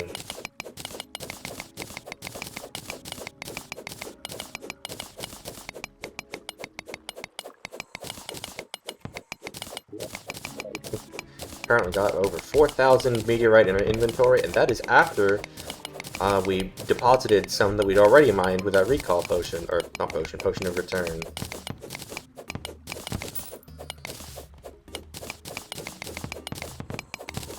That's not even all of it.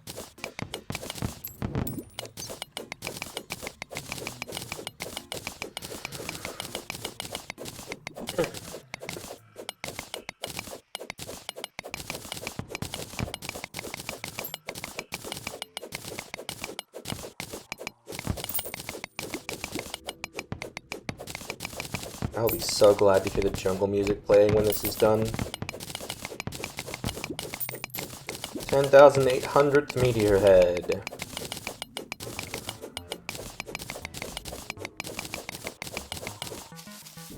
I just remembered that it's not even going to be the surface jungle music, because there's underground jungle music now. I don't know when they changed that, and I don't like it.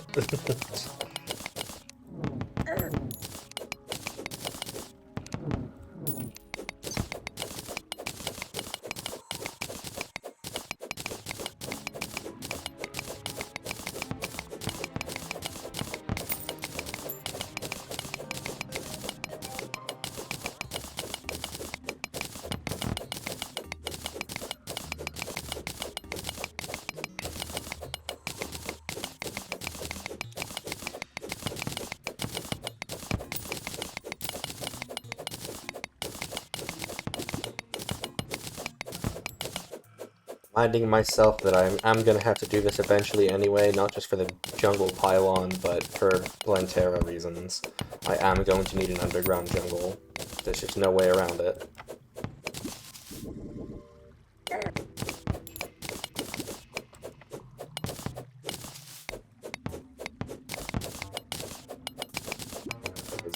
The bulbs need to spawn in the jungle, and then the boss will enrage if he's not in the jungle, and it's bad. Unlike Golem, who if he enrages is not so much of a big deal apparently, because he's kind of easy from what I've heard. But Plantera, though, Plantera when enraged is a very different beast that I think we want to just not deal with.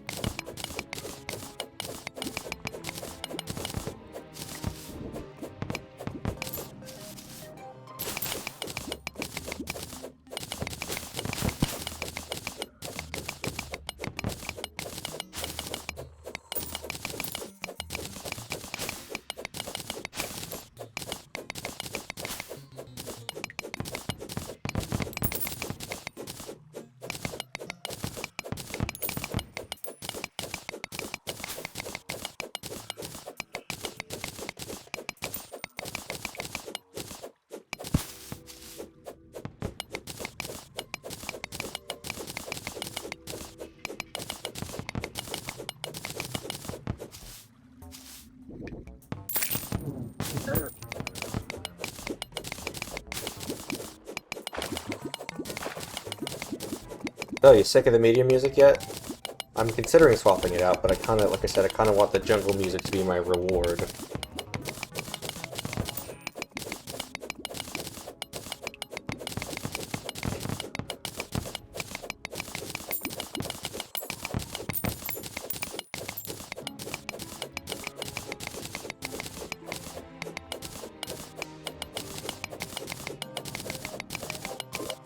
Oh, 46,000 meteorite. And again, that's not even all of it. I don't know how much we're going to have in our chest at the end of this, back at base, once I stack it. 10,850th meteor head.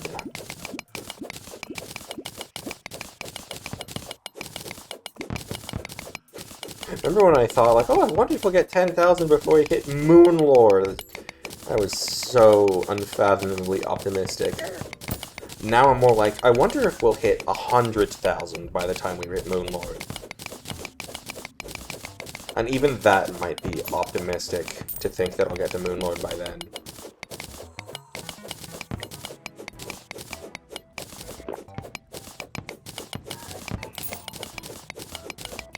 I truly don't know. Another one has like, oh, what if I did a Master Mode playthrough after this? And like, maybe not. If I do Meteor World Master Mode after this, it would be multiplayer. Like it would have to be multiplayer. I'm not doing this by myself again. Harder. I would need a second player, or more.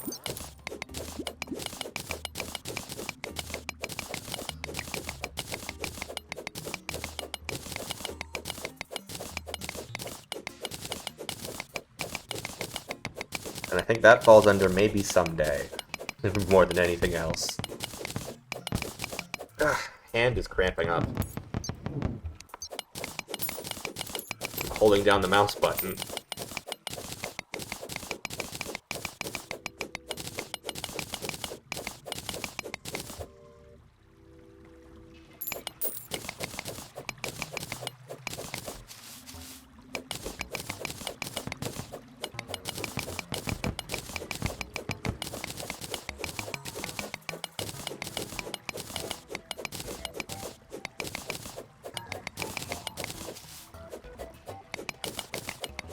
Do-do-do-do-do-do.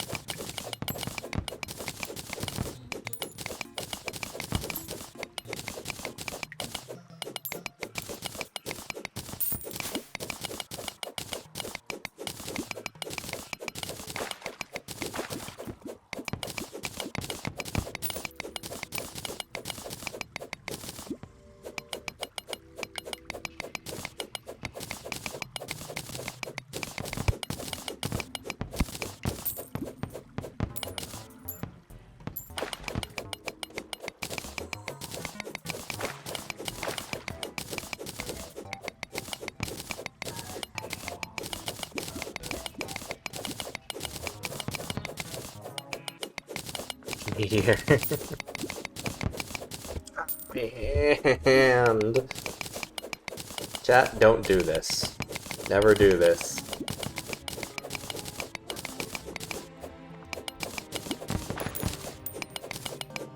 It sounds like someone is very excited about something elsewhere in the house. They're very loud, very deep. Let's go.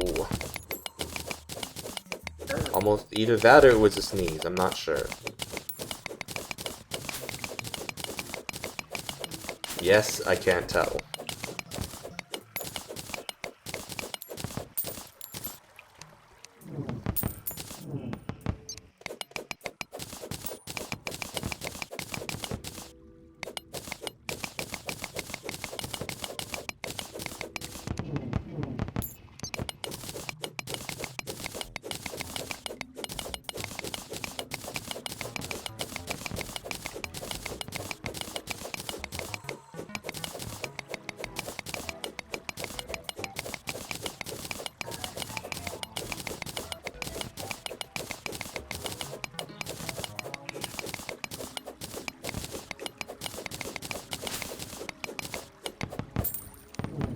It was definitely Let's Go, because I just heard another one.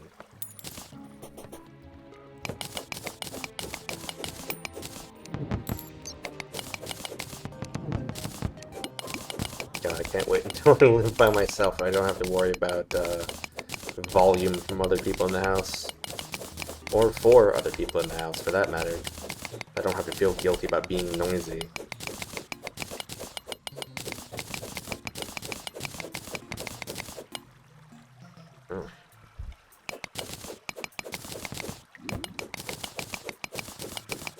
I think my thumbprint is cramping, which is a very strange sensation.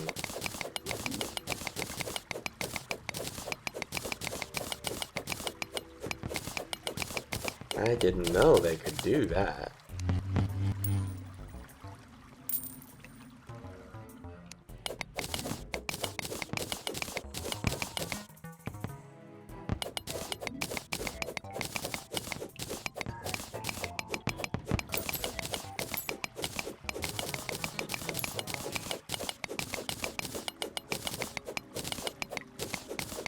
I hope I'm not gonna have to go in and delete those demon altars with T-Edit. Because I'll tell you, I'm not moving this entire structure by hand. No. I would sooner delete the demon altars. I don't care if it's cheating. I'm not doing this somewhere else that doesn't have altars. And I also don't want to mine any more meteorite if I don't have to. Like, in general. I don't want to make it, like, wider and stuff. And it's just, all I can say is this had better be enough to stop the center of the mud blocks being considered meteor biome. If it does still end up being meteor biome, I will be so sad. And I will probably call the stream to do more research. This has already been going on for 5.5 hours, and it's the blood moon. Yippee! That just means meteor heads are gonna spawn more frequently. Yippee!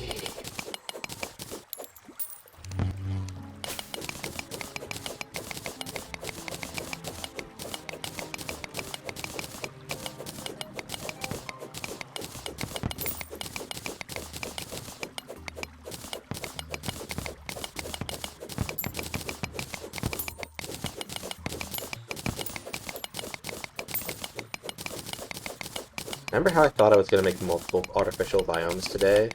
Like, I thought I was also going to dig out the underworld in probably this exact same, the area above the no, not even the area above, just the underworld for this exact scale of removing meteorite, so that I can get voodoo demons to spawn, so I can get the guide voodoo doll. Oh, that's going to be a pain. Because there's also going to be lava when I do that one.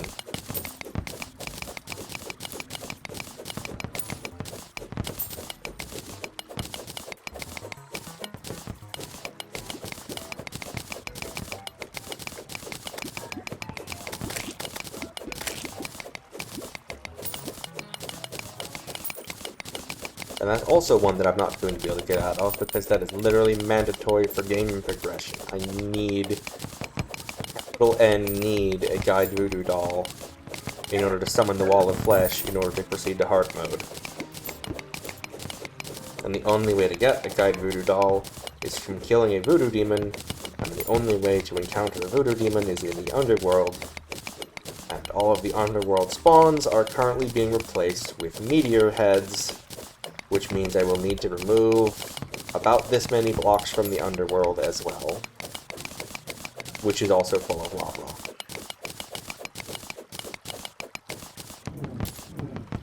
So, you know, you can look forward to that stream.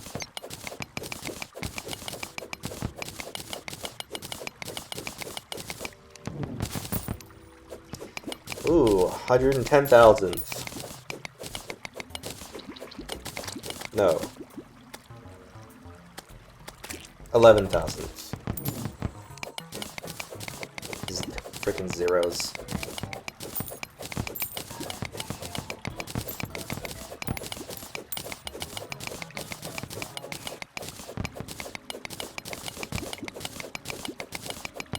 Yeah, next time I do this, I am gonna conscript people to come in to literally. I'm gonna host as a multiplayer where I'll conscript people and be like, "You, help me mine."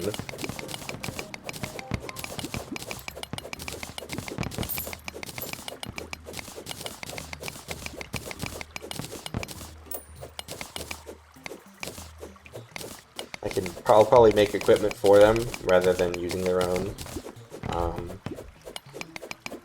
because they don't bring anything from outside of Meteor World with them, and then give it back when they're done, so I can just decraft it all, but, you know.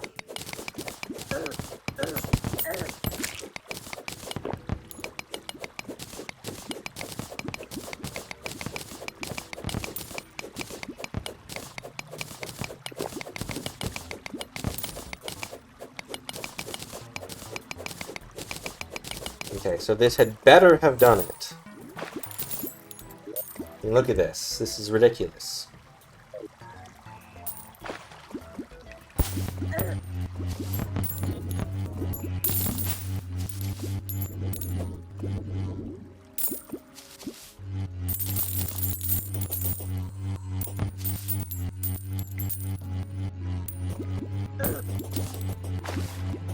Just for posterity, I don't think I can break these walls. No.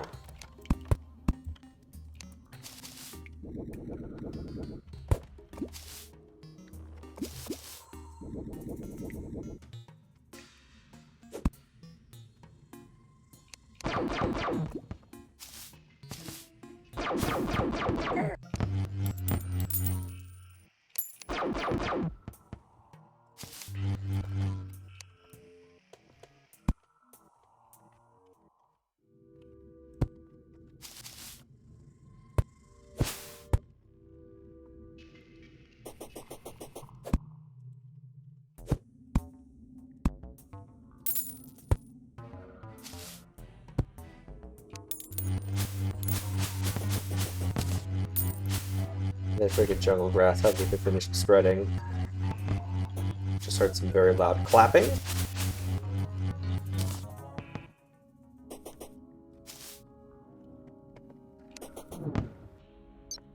And I will stand so that that altar is on screen, so that things can't spawn there.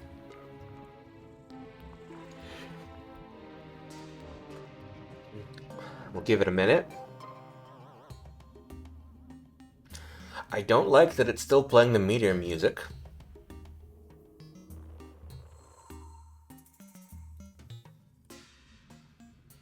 We will see, once the jungle biome is fully spread, if it will take precedent, take priority.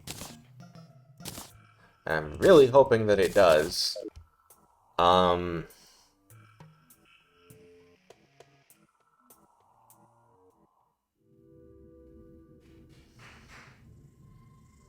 Where are you coming from?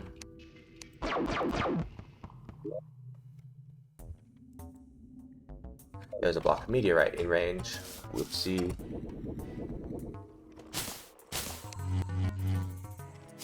Oh, that won't be helping.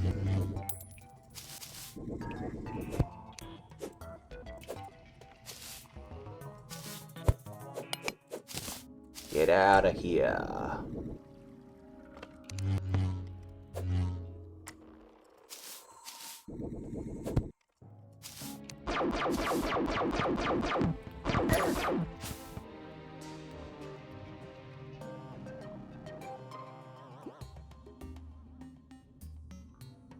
Okay, we'll give it a minute.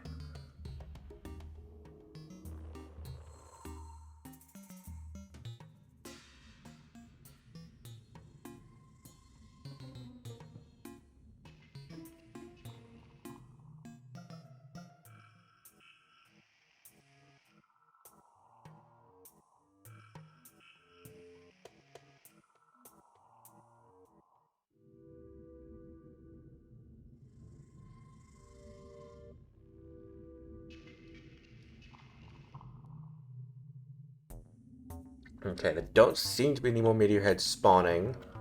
I'm gonna move to the right and see if any come from the altar. If we need to execute it with T-edit. Yeah, no, they're spawning in the altar. We need to execute it with T-edit. Well, let me look up at the potion of recall, or potion of return goes away upon exiting the world.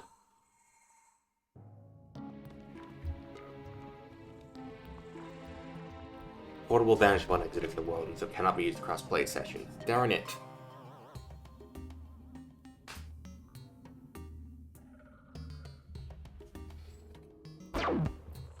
Well, that's annoying. So I'm just going to use my ice mirror because I don't want to be here anymore. I don't like it.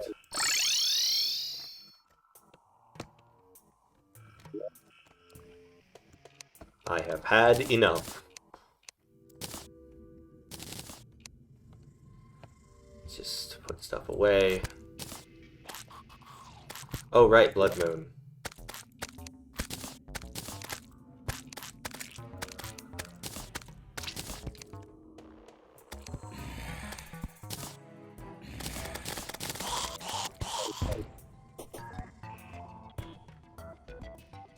There you go, Blood Moon's gone. There's the workbench, there's the workbench. Tiger climbing gear. And then, does that combine with this, or... That makes frog webbing, okay. I don't remember what else you need to make the frog equipment. TM. I don't remember what it's actually called either. I can ask the guide, but I truly cannot be bothered right now. Why purify the world when you can blow it up? You know what, man? Garvel, Demolitionist, I feel that. I feel that. Oh, well, I think we're calling it here for today. And, I'll do a little more research, figure out, why it's still considered meteorite, what the actual borders need to be.